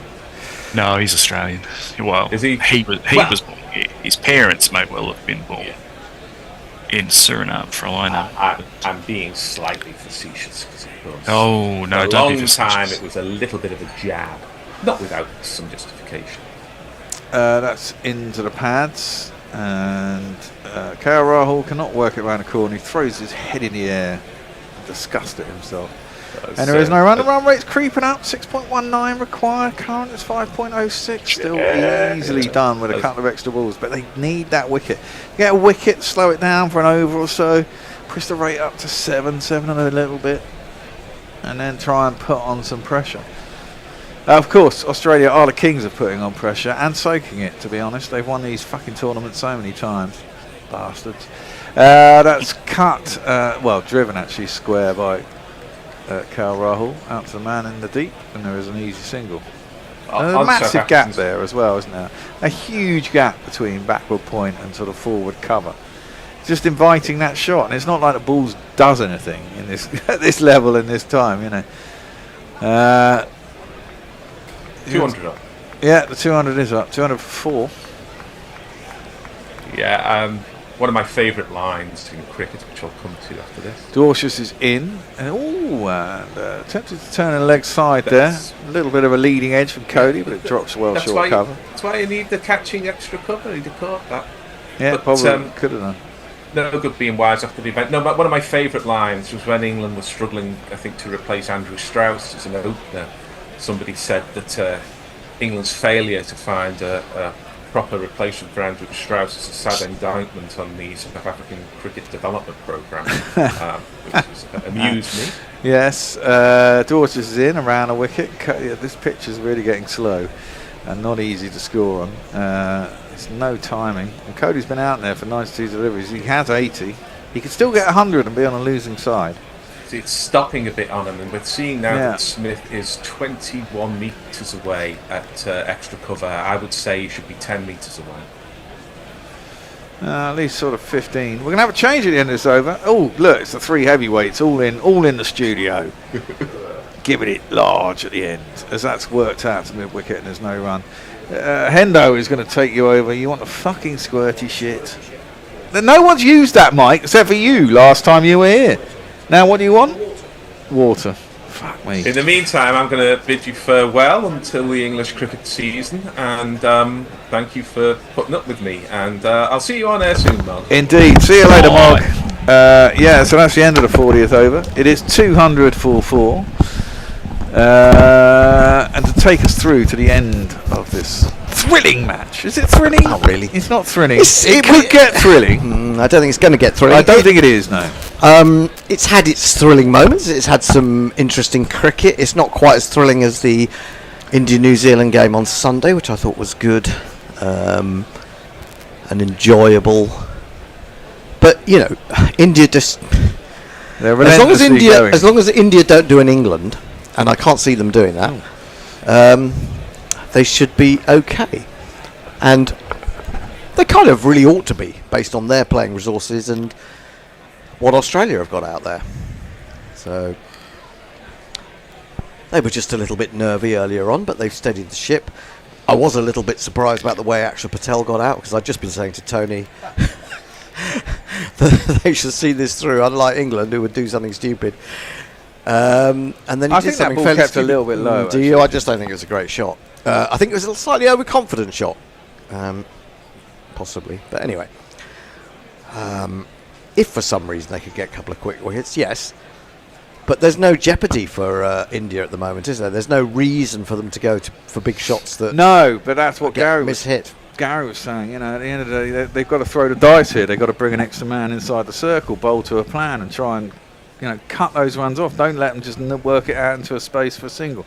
I know very good batsmen are able to do it, but if you have an offside plan and you bring an extra man in the circle, you've got 5 in that little ring, very little space, they've got to be very accurate to get it through. And you are allowed, presumably you're allowed to have as many people in the circle as you want. You can only have 4 out. You can have as many people in as you like. So make them go over the top. I mean, it's a risk, but you know, in this day and age, you have to do something a bit different, don't you? It's knockout cricket, isn't it? It's knockout cricket. If you lose, you're out. There's no second chances. Exactly.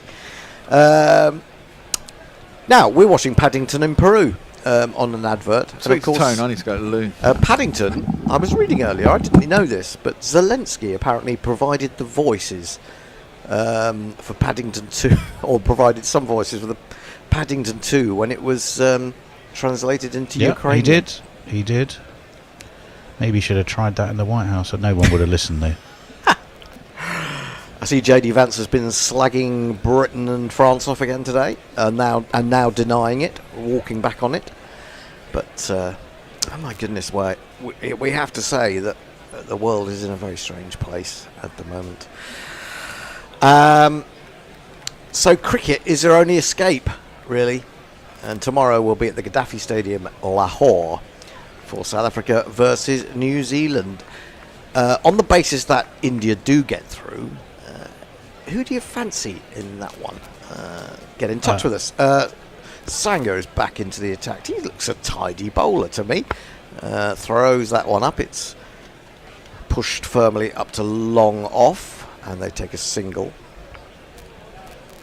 There's not really a lot of spin out there for him, but he does give the ball quite nice flight.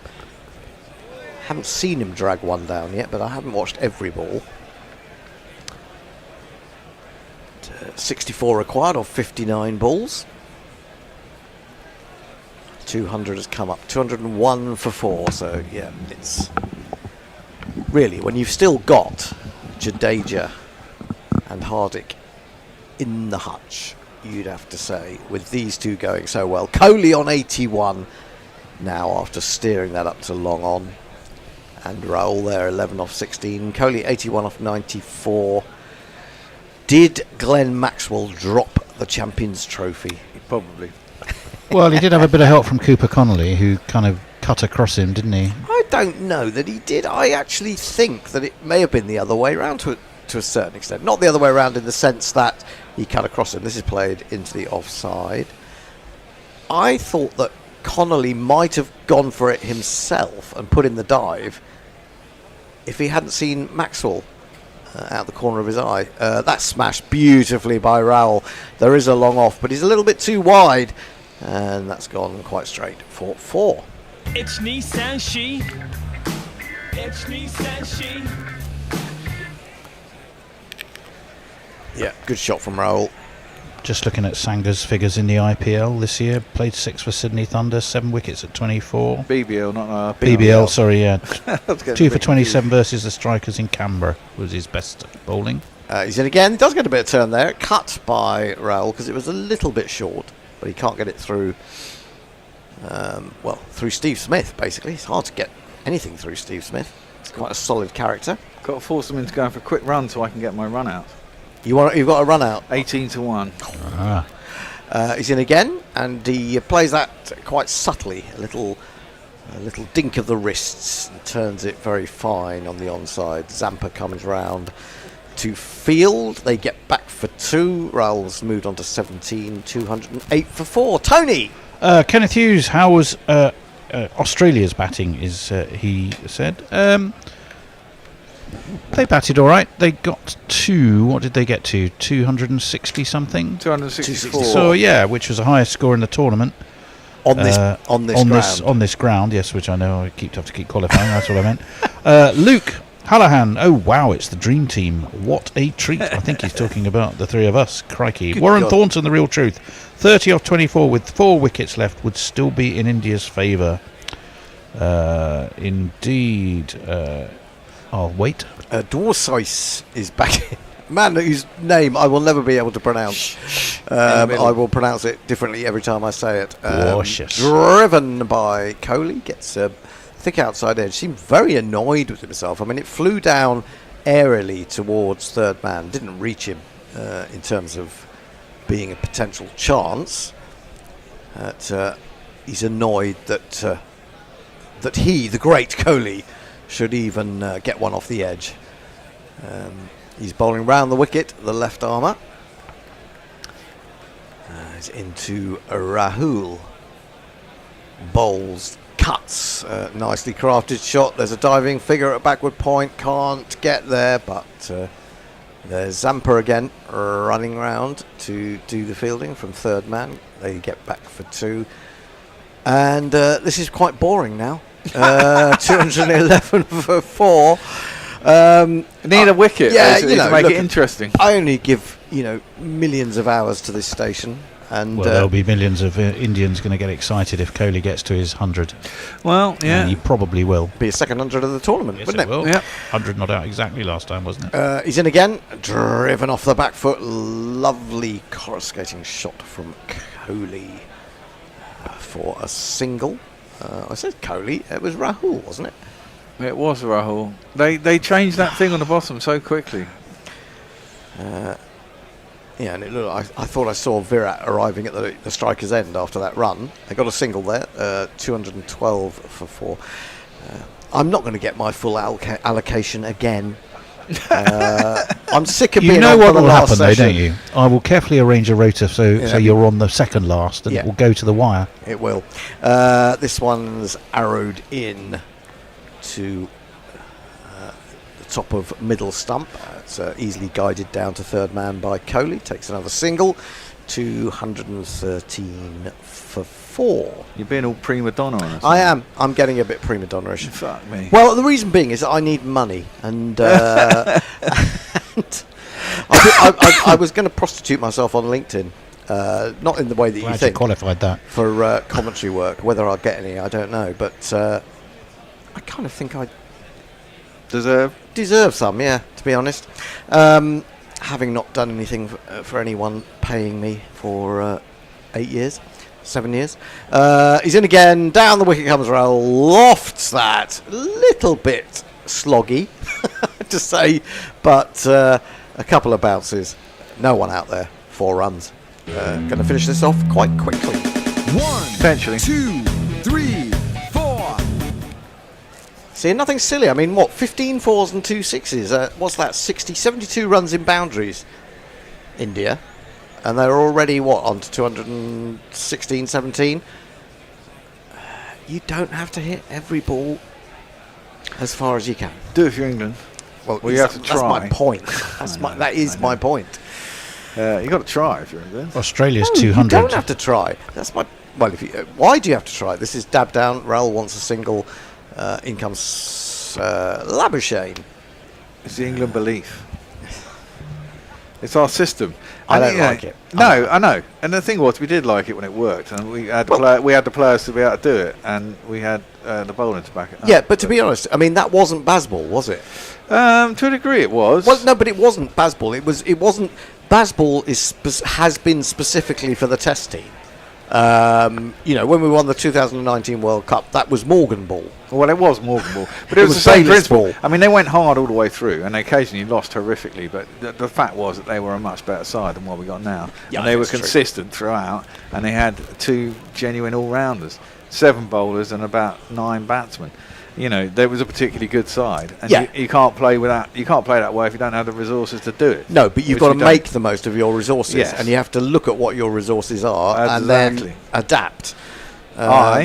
That said, we've still got some very, very talented players. In comes Zampa. He's starting a new over. There's a little bit of turn, but it's a bit short. It's flicked into the onside. Kohli is desperate to get back for a second. He can see that 100 slipping away by Rahul's attacking intent. Desperate to deny the great man. 218 for 4. 47 required off 47. Exactly. He's 16 off 47. I know, but 16 out of 47. 200 came up for Australia in just over 37 overs, so from a speed of scoring perspective, they were slightly ahead of where India are now. Yeah, but you got to think they'd lost a little bit more wickets, isn't it? And then around about this time, someone big got out. Well, actually, down the wicket comes Rahul. He definitely doesn't want Kohli to get a second 100. He's launched that long and straight for one of these. I think that's a foreign language for 6. Yes. Which language is that? Was that German? No, I think it's Spanish, isn't it? Spanish sounded like Spanish to me. Uno, tres. Yeah, probably. Yeah. Sorry, I wasn't really listening that closely. Lovely shot, though. Lovely shot. I do like KL Rahul. I don't know why. I've always liked him, even when Indian fans were absolutely slating him. I never quite understood why he's so criticised in India. Zampa in too short, but it is a googly. He's trying to pull that down to Long on, who's now out there, the man who was up inside the circle. It's probably a good job that he didn't really get hold of that, as it's ended up dropping short of the long on. They've just taken the 1. What was the length on that one then? That was 84 metres. Zampa in again, fetched by Coley, who's in trouble, and he's caught low down by the man who's unpronounceable. Dwarcius, that's the one. And well, Indian fans have their heads in their hands. And Coley, I think Coley was desperate to get to that 100, and I think I don't really think that was a very good shot, to be honest. No, I think he kind of egged on a bit, didn't he, by Cal Rahul doing it twice, and he thought, I can do that too. He was being a little bit, did he think he was being... egotistical. Yeah, well, I think he was, yes, the feeling that his thunder was being slightly stolen. Still quite muted celebrations from well, they need another one, quick. Australia. Yeah, I think so. Was Cal Rahul going, why the fuck did you do that? I think he might have done. It certainly looked like that to Coley. Yeah. What was that about, Virat lad? You selfish bugger. You were just looking at your landmark. Yeah. Not the needs of the game. Yeah. I still think that India will do this comfortably, but he didn't really need to do that. And if by some chance India did muck this up, then you would look at Coley and that shot. Drake Mongreen's got some advice for you, Hendo. Just say dwarf ears. Dwarf ears. That's better. I can do that. Dwarf ears. No, it's actually dwarf ears, but I like dwarf ears. I like dwarf ears. That's brilliant. I think that's very good. It's dwarf ears. Dwarf ears. Hardik Pandya is coming into bat. There should be a news flash about that any moment now. And 40 runs are required on 44. Now Hardik can hit a long ball. I can't believe he's down at 99 in the ODI rankings. It's got an average of 33, pretty impressive strike rate. Possibly too. Doesn't bat on quite a few occasions because they don't get that far down the order. Indeed. So Zampa has a wicket. He's in. He bowls to Hardik, and Hardik pushes that wristily out on the offside. And there is no run. Yeah, it was a kind of almost like a crossbat. It was almost a crossbat drive by Coley. He was on his front foot and he was fetching it a little bit from outside off. Might have been better just going over extra cover if he was going to do that. Here is Zampa and he bowls, and this is threaded through the offside by Hardik, who will take his first run. At the end of that over, the 43rd, India are 226 for 5. They need 39 of 42 with 5 wickets in hand. Tony. Enrique Mentor wants to know why is it that Indians don't play in the BBL? Well, they don't play in many of the overseas leagues. They're not allowed to. They don't play any of them. Oh, hold on. What? What's up? Oh, very good. Super chat. Brian in Brisbane is actually paying money to find out, very generously, and thank you for the beer and chocky bickies. What is the GPL looking like there? Well, if there's a victory, it'll be, we worked it out earlier, didn't we? They required 235, so it'll be 4-5-2-9. There's no 529 on there. there. There isn't. There is a 5-3-3. They require 265, don't they? 265, not 235. No, yeah, they require 265. Forced back at him by Pandya. That was. Is this Nathan Ellis again? So 265 plus 264 is your piece of maths. It's 5-2-9. Yes. Yeah. Right. So there is a 5-3-3. So Messengers could have potentially win it if they scored 4 or 5 or 6 off the last. Well, they ball. need to get to 527 and then hit a 6, don't they? 529. Or the equivalent like of. That, so they need to get to 262 and then hit a 6 to win it. I think. Would that be right? I don't know. Not I quite. don't know. Maybe they can't actually. Here is Ellis in again, bowls, and watchfully played out on the offside by Hardik, but Rahul is alive to the single that is available. Oh, they take it. I think so. If they got to equal scores, it would be 5-6-4 each, wouldn't it? So which would be 5-2-8, which would mean they'd need 5. So they can't do that. So if So they need to get to 5-2, equivalent to 5-2-7. So they need to get to 2. No, they need to get 5-6-3 and then hit 6. I'll tell you one thing. So many people are following this, I imagine, remotely, that Cricinfo has crashed, which it does occasionally do towards the tail end of a tight India game. I've noticed this before. It obviously has a limit on its server, and it's just been busticated. So they're all coming to see us. They're all coming to play with us. Ellis bowls down the leg side. Oh, now they're appealing for a catch down the leg side, and it may just be wishful thinking on behalf of Nathan Ellis and his keeper. Steve Smith has wandered across. I don't think he's in the end going to review it, because I think, if anything, it probably just brushed the pad. That also makes him sound like some kind of zoo animal. Nathan Ellis and his keeper. prowling the cage at Zoological Gardens in Regent's Park. Well, there's not going to be any Englishmen in the final, by the looks of things. There's going to be no English and no Inglis. 2:27 for 5. Need to get these two and Jadeja out in about 2 overs. He bowls a good slower ball that's pushed past him by Raoul. He'll take the single. 2:28 for 5. We're going to see, is there an edge? No edge. But it does brush the pad, as we said. So Did you get given as a wide? I didn't get given as a wide, no. So it's good. Very That's good. Good piece of umpiring. umpiring. Yeah, very good. Chris Gaffney, who basically nearly lost his life earlier in this innings, as it would have been Rowett horrible. Smashed one back early in the innings. So it was real heart in the mouth moment for him. Ellis bowls, and I was going to say Coley. He's not out there anymore. Hardick chops away off the front foot with good timing, but not sufficiently good placement. Straight to the man, and there is no run. It's a runner ball now. 37 off 37.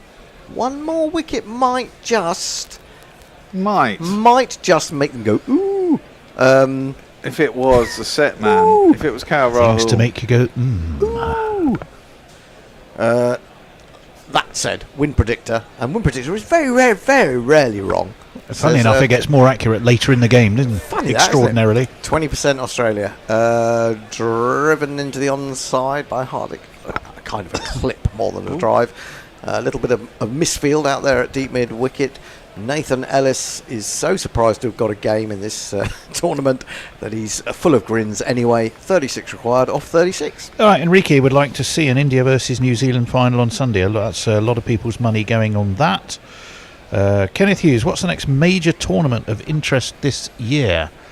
Tournament? Well, there's the IPL literally just coming up in not really few much weeks. interest to me. But we will hopefully be doing a weekly show, Bear. Maybe, yes. Which you may well be featuring Although on. that will probably be interrupted by a move.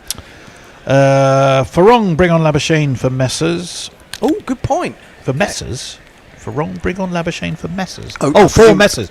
I thought you meant bowling. I didn't think Messers was out there having a bowl. It'll be Sangha. Might be worth a try. Sangha, 5 overs for 33. I thought he's bowled a bit better than that, hasn't he? He looks a decent prospect. I really think that. I like the air that he gives to the ball. Bit of overspin there. That's a straight played off the back foot by Hardick. Not much air on that one. He Not pushed much it through, didn't he? Having said that, that was flat. That was Mind flat. you, Varun Chakravarti generally bowls pretty bloody flat, doesn't he? Look, doesn't turn it a lot. This is not dragging it down. That's what I hate to see leg spinners do. And he gives that one a little bit of air, and it's shoveled out into the offside by Hardick. A hint of turn, but covered by the batsman. I just wonder why England don't bloody use Varun Ahmed more in short form cricket. Well, I don't see the point in parading him around the world and not using and him. never using him. Sangha in. I think he was looking for the googly there, but nothing really happened. It was quite wide. Cut again by Hardick, but picking out the fielder. 3-dot balls. Just a little bit of pressure on the batsman, but Hardick can release that with just one enormous swing of his bat.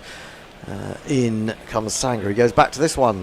There is no enormous swing of the bat there as he clips it to mid-wicket. And there's just a little bit of pensiveness amongst the Indians in the crowd, although as soon as they realise that there's a camera on them, they are all smiles. If they're not dancing, they're smiling.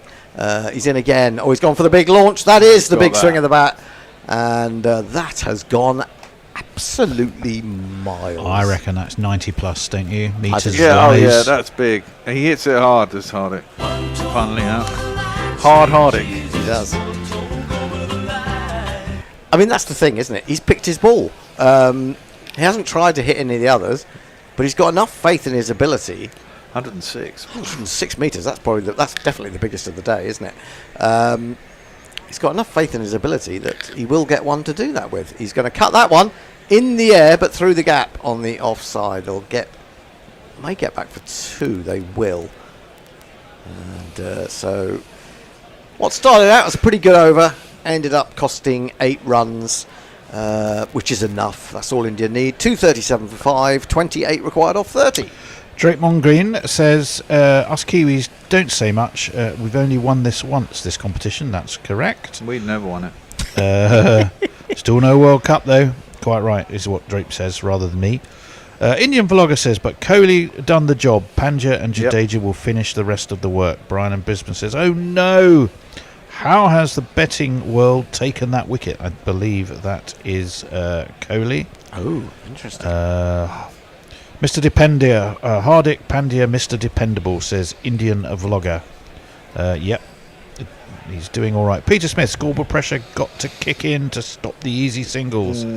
Yep, they do indeed need that, and there's plenty of chat between Jay Grover and Suter Who, involving and Ox and Aops and Lord knows what else. And and a few swear words.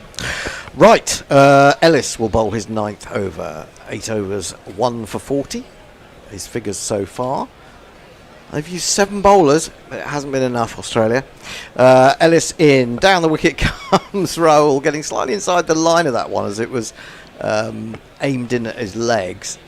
He wanted to launch that, but unlike Kohli, he thought better of it and just defended it. Back of the hand, and I have to say, back of the hand. I was going to say back of the hand, but I'll say back of the hand effort there from Ellis. Disinterested back of the hand. Very disinterested back of the hand. He watched it well and just defended it. He's got 2,919 runs. He's just about to go past 3,000 ODI career runs, and that is that. As he eases it into the offside, the man at extra has to slide around to his left. That man is Steve Smith, who must know the game is up now. Yep. 238 for 5. Think he'll cry? To be honest, the interesting thing, of course, when we look at this, is that Australia will have only really played 2 games. Won one, lost one. Exactly. It would have been interesting to see them against Afghanistan. Well, it would have been interesting. Mind you, they were cruising that way. They were kind of cruising. Yeah, they were cruising it. I think. I mean, the Australia-South Africa game would have been fun. Ellis in again, bowls defended by Hardick to extra cover. There's Smith once more. Well, I mean, to be fair, a massive English innings, which is typical because everyone does against us. In one of the best games of the tournament, they chased down 352. But actually, when you look at their side, you wouldn't have expected to go very far anyway, would you? Not really. I mean, I think, England probably should have got 370 in that game. More like 390 at one point. But, Yeah, I mean, I think you've got to be realistic to a certain extent. I mean, when you think that Duckett had got 165 and whatever Herschel Gibbs says, getting a double 100 in one-day internationals is not an everyday occurrence. No. Flicked to mid-wicket, Travis Head does the fielding. There is no run. Has Jay been banned from Super Chat? He thinks he's been banned from Super Chat. Well, that's what he seems to be saying, yeah. So I've been banned from many things, but fucking Super Chats, for fuck's sake. How can that happen? How does that happen? Not by us, Jay. I can absolutely assure you. We're not going to stop you spending your money on us. So it can't be us. I mean, is there a limit to how many Super Chats someone can do? I don't think so. I can't imagine the capitalist people that are Google would have a social conscience about stopping people spending their money with them. Do you think it's just Jay's bank? Might be. Driven by Hardick straight back to Ellis, who got a little bit of nibble back. That's why he mistimed it. And there is no run. But again, we see this Hardick going 3 balls without scoring, but he can just suddenly unleash. Suter who thinks it's the bank that blocks it. Yeah, I was about to say, banks have a really annoying habit of deciding you might be doing something you're not supposed to do, or we don't think you're the person you are when it's you, and you have to phone them up and fucking clear Perhaps your they name. think that he's laundering money through Google. Through Gorilla to Cricket. Gorilla Cricket. Yeah, we're well-known money launderers, we are. Ellis bowls, and he can't do anything with that. That's ended up being a pretty good over from Ellis. So 27 required off 24. They should still do it. They should still do it, but now would be a really interesting time to get a couple of quick wickets, because that will slow things down. And there's only 4 overs left. Well, the thing is whether they can induce a false attacking shot, isn't it? That's. I mean, there's no reason that these batsmen should get themselves out unless they just miss time going for a bigger shot than they need to.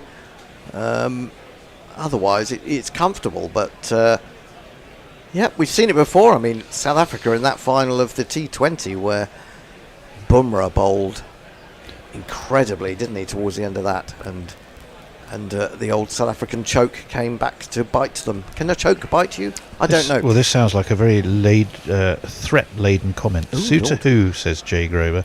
Weirdly, Sheffield to Aberdeen is quite reasonable. They're talking about train fares. They're You gonna could meet. read that many ways. Ooh. If Jay's heading north to Aberdeen to see Suter who. Zampa has pulled that one down, but he's probably got away with it. It's crunched out too long off by Raul, who would have expected to have done better with that. Hit it hard, but hit it straight at the man and didn't really get the timing, didn't get the placement. 239 for 5, 26 needed off 23. Hardick 11, Raul 34. Hardick's just going to batter a couple He's of going to have sixes. to. Well, this is it. They've got a man very, very straight for the ball have. down the ground. He's So almost. You've got a ring of 3, really, deep on the long on, long off. Well, he's fence. ended up throwing it wider. He's trying to get him to toe end, but he's going to get 2, I think, out. Oh, he's had to hurry back. Oh, and he may have done his ankle or his calf muscle or his hamstring. So it's all happening. They ran the first quickly. It looked like they were going to come back for a second, but Raul lost his nerve at the last minute, sent Hardick back. I mean, in fact, Hardick was slow taking off there, wasn't he? He had a look at it to see where it had gone. I think he might have jabbed. He turned his ankle. I think he turned his ankle in turning because he was sent back by KL Rahul for that second run because he was too slow taking the first one. Well, he'll be all right. He'll be all right. He's not receiving treatment anyway. So 25 required off 22. That was good, keeping that down to 1.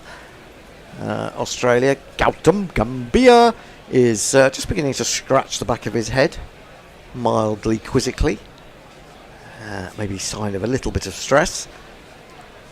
And Zampa again is in to Raul. It's flat and it's short and it's cut for 1 out again to that man in the deep on the cover boundary.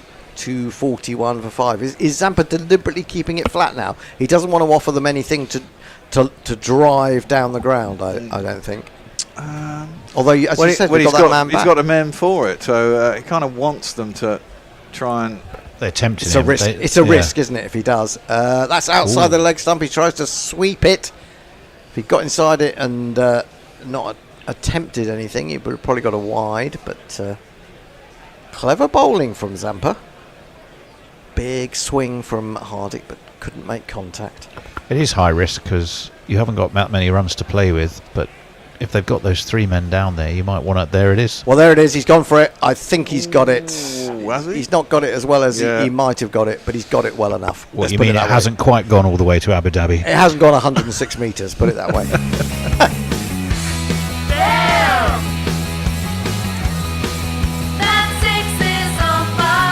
What I mean is that the height to length ratio was pretty equal. bigger. Well, it was bigger than the previous one. Oh yeah, no, it went a long way up. Yep. But it has cleared only 80. I mean, that's a pathetic 23 metres fewer than the last shot. Carey Come on, Hardik. He's in again. He's going to go for another one, and I think he's got that as well. It's coming out of the sky. That is longer. And it's 2 sixes in a row.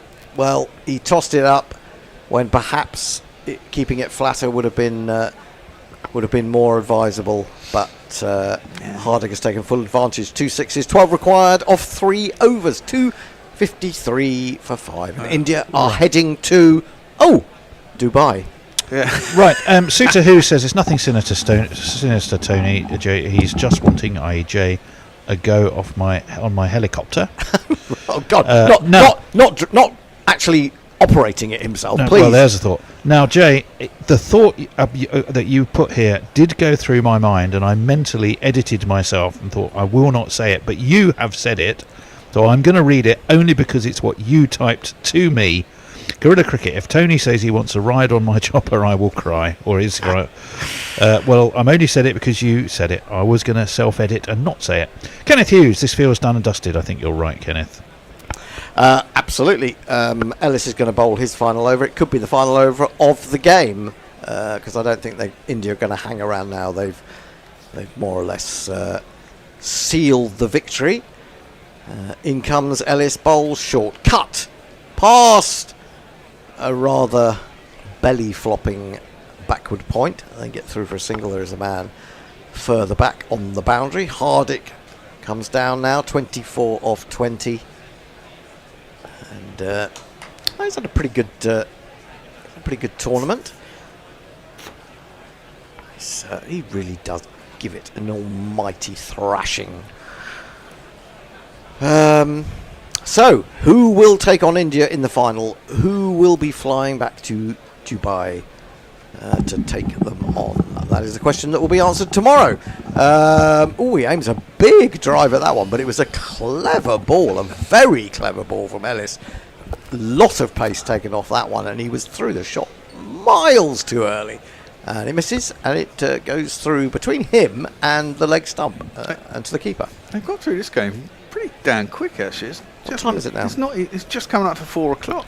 A lot of spin, that's why. Yeah, a lot of spin. And that was a pretty good googly from Ellis at the back of his hand. I think that did actually move. Here he is again, and he gets into his delivery stride and then pulls out. Was he just intimating something about Raul's backing up there? Yeah, I was wondering if that's what he was. He was going too fast to even think about man-cadding him, but I think he may have been making that point. We're not going to see a replay of it, so we can't be sure. But it seems a bit pointless at this stage. But there you go. You've got to take your wickets where you can. It'd be quite good fun if he did a man-cad at this stage. Would set tongues wagging. Bowls him a shorter ball, which he aims to... Oh, is that a wide? Is that a wide?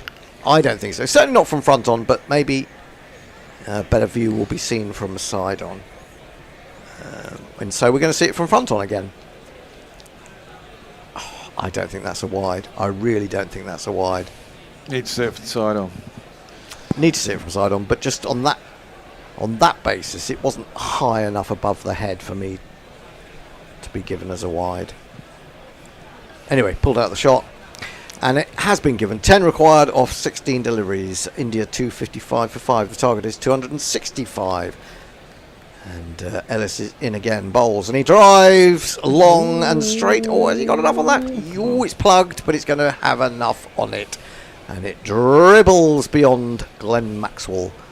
It's 4 more. Hardik's on to 28, and 6 runs are required.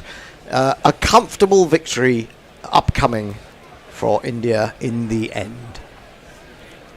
Yeah, they know how to just accelerate when they need to, and Hardik was the man to just calm any fluttering nerves, wasn't he? Have you noticed how also on these slow pitches India tend to hit straighter than other teams that remain unmentioned? Yeah, try to go square. Yes, exactly. There's Jay Shah's looking very cash. Ellis in, bowls it wide. He tries to reach it without any foot movement at all, almost overbalances, chops down on it, runs through to the keeper, and there is no run. 259 for 5. 2 balls left in the over. Yeah, they've cruised this really in the end, haven't they? Yeah, it's been a decent effort from a below strength Australia. Yeah. I mean, they are the weakest of the teams left. You said for much of the reasons we were just talking about. You know, they're missing out an entire bowling attack basically. So it does seem weird, doesn't it? Yeah. You know. But would that have changed their selection today when it's such a spin-friendly pitch and they would have gone spin anyway? Yes, I think it would have. Yes. Yeah. Ellis in, driven straight. Is that enough? Has that completed the game? No, it's been taken by Maxwell about 10 yards inside the rope at long on. That's what he's there for. And Hardick goes for 28. Ooh, could plan there be a worked, little just twist too in the late. tail? Twist Yeah. in the tail. No, it's too late really. But hey, I won't look back. 'Cause by the time that I do, you'll be gone. That makes me just want to drift off into sleep. A 4 and 3 sixes. Some nice striking there by Hardick. He's pretty much done the job. 6 required off 13 deliveries. It brings Jadeja, the left-handed Jadeja, to the wicket. Will he get a chance to do anything? That's the question. Well, he will face at least one ball. Yeah, and here's a jingle that goes like, if I can find him, this.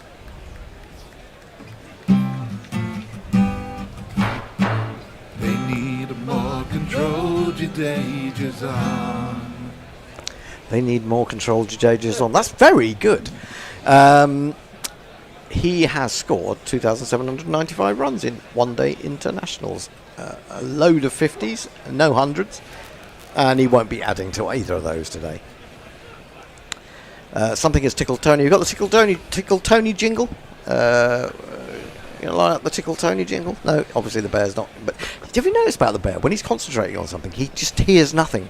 I don't know. I've never seen him concentrate on that's anything. true. Not for long. I was actually drifting off into, my little mind was nap. elsewhere. Steered up to mid-on, and they take a slightly risky single. Throw comes in. Raoul didn't look entirely enamoured of the fact that he had to get a shift on. Direct hit, I think he'd have been out. There could have been some trouble. It was Labuschagne, and oh my God, they're getting a whole bunch of overthrows. What on earth happened there? No, they're getting one overthrow. Rahul had gone miles past the wicket, but then whoever was at the other end, Jadeja said, come on, there's an extra run there. So they did get an extra run in the end. So they got 2 there, so 4 required off the final 2 overs, and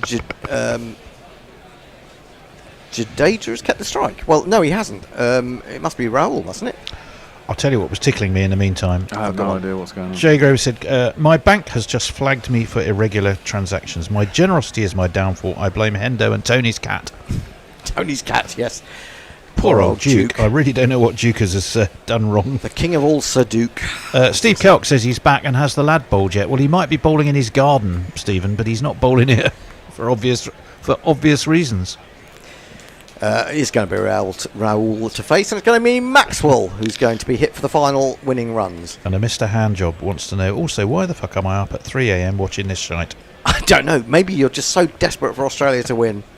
I can understand that. I mean, could you have gone to bed not knowing?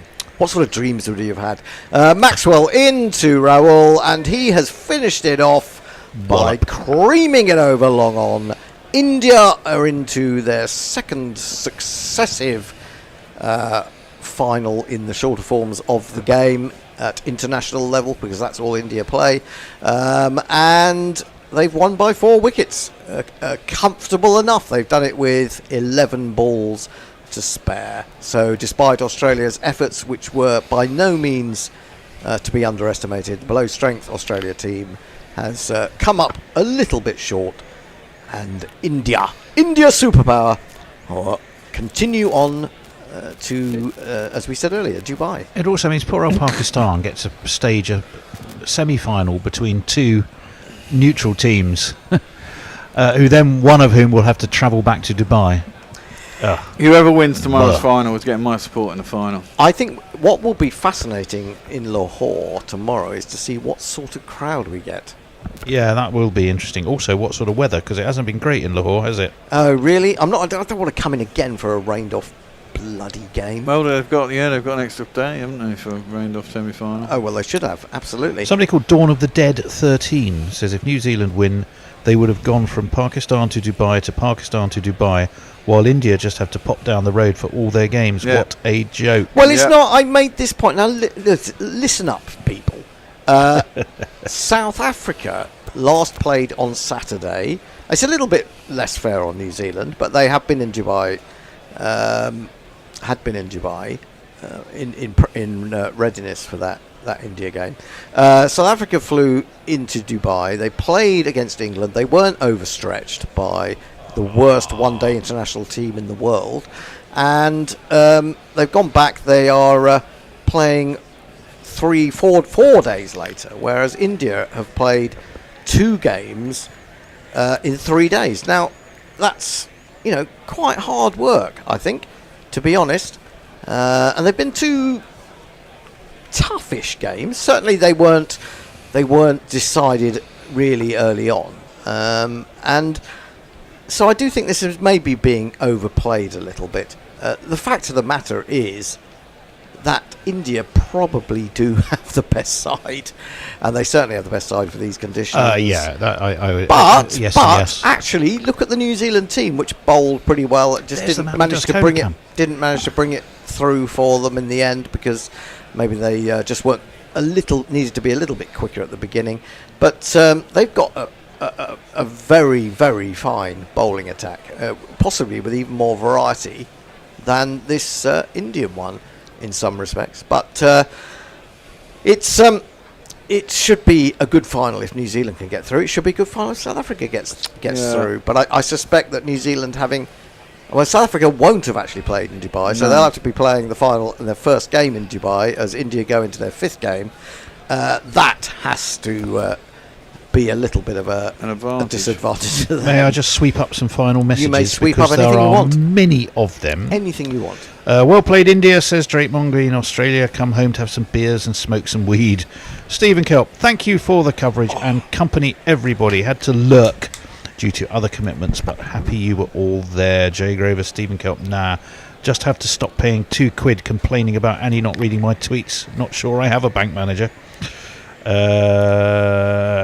That victory smacks of morality, says Eric J. India had a week off between matches, says Farong. I'm not sure. Did they did have some time off? I don't know if it's weird. They certainly had a few Jays. Stephen Kelk says Jay Grover, my credit card fraud algorithm would suspect you too. Tomorrow Mog, says Suter Who. Coding Shiska, New Zealand have a better chance to beat India in the final. You're probably not wrong there. And with that, we shall close the door on that. Where did the GPL finish, Bear? 5-3-1, which was 2 off messages. 2 off messes. So the pot tomorrow will be how much? Let's have a look. It'll be £87. 87. See if you can get it up to 100 before the final. Boy, will that be worth winning then. Should we open it overnight and let people go in there? It makes no difference, because why would you go on it in an ODI? I wouldn't, but some people might. Well, you've got an hour and 15 to figure out how many runs, and you might want to know how many runs have been scored in that first thing. Do people do it overnight for the tests? No, we tried that as well. Doesn't make a difference. Everything we try. Yeah. You need the prompt. Our friends and fans and listeners need to be constantly prompted. Yes, they need us doing the prompting. Have they got no initiative? Well, they obviously do. They find their way to us. But with that, I'm going to get ready to leave, as indeed is your taxi, I might point out. Okay, so until tomorrow, which is not very long. I won't be in first thing. The Bear will be starting us off at 8:50 a.m. I'll be in for overs 21 to 30. Until then, it's congratulations to India, commiserations to Australia. It's New Zealand versus South Africa tomorrow. Please join us again, and we will be welcoming you with open arms. Until then, goodbye from all of us. Bye. Bye.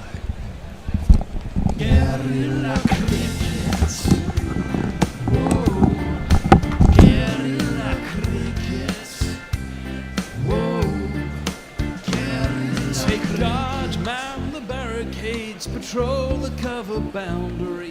At last the time has come, this is a cricketing emergency. Hear this call to arms for every cricket revolutionary. Take up your bats and stumps for the test match insurgency. At first they tried to silence us, but we would not be silenced. They threatened us with lies, so we threatened them with violence. Che Guevara, Sangakkara, Joseph Stalin, Douglas Jardine, Robespierre, Darrell Hare, Vladimir Lenin, O'Brien Kevin, guerrilla cricket. It's not about the winning, it's about how many rules you break. Even in cricket commentary, this is the best advice to take.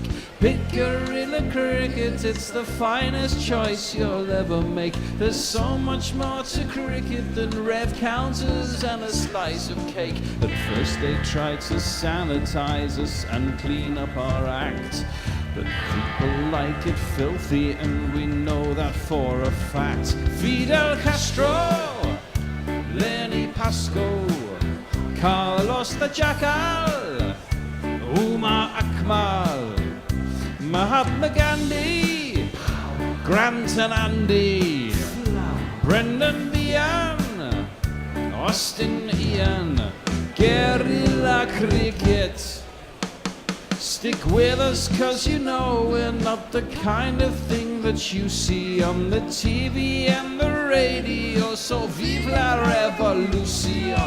First they tried to buy us, but we would not be bought. Okay, we were, but then we ran away, and we will not be caught. Would not give up the ghost when they left us all for dead.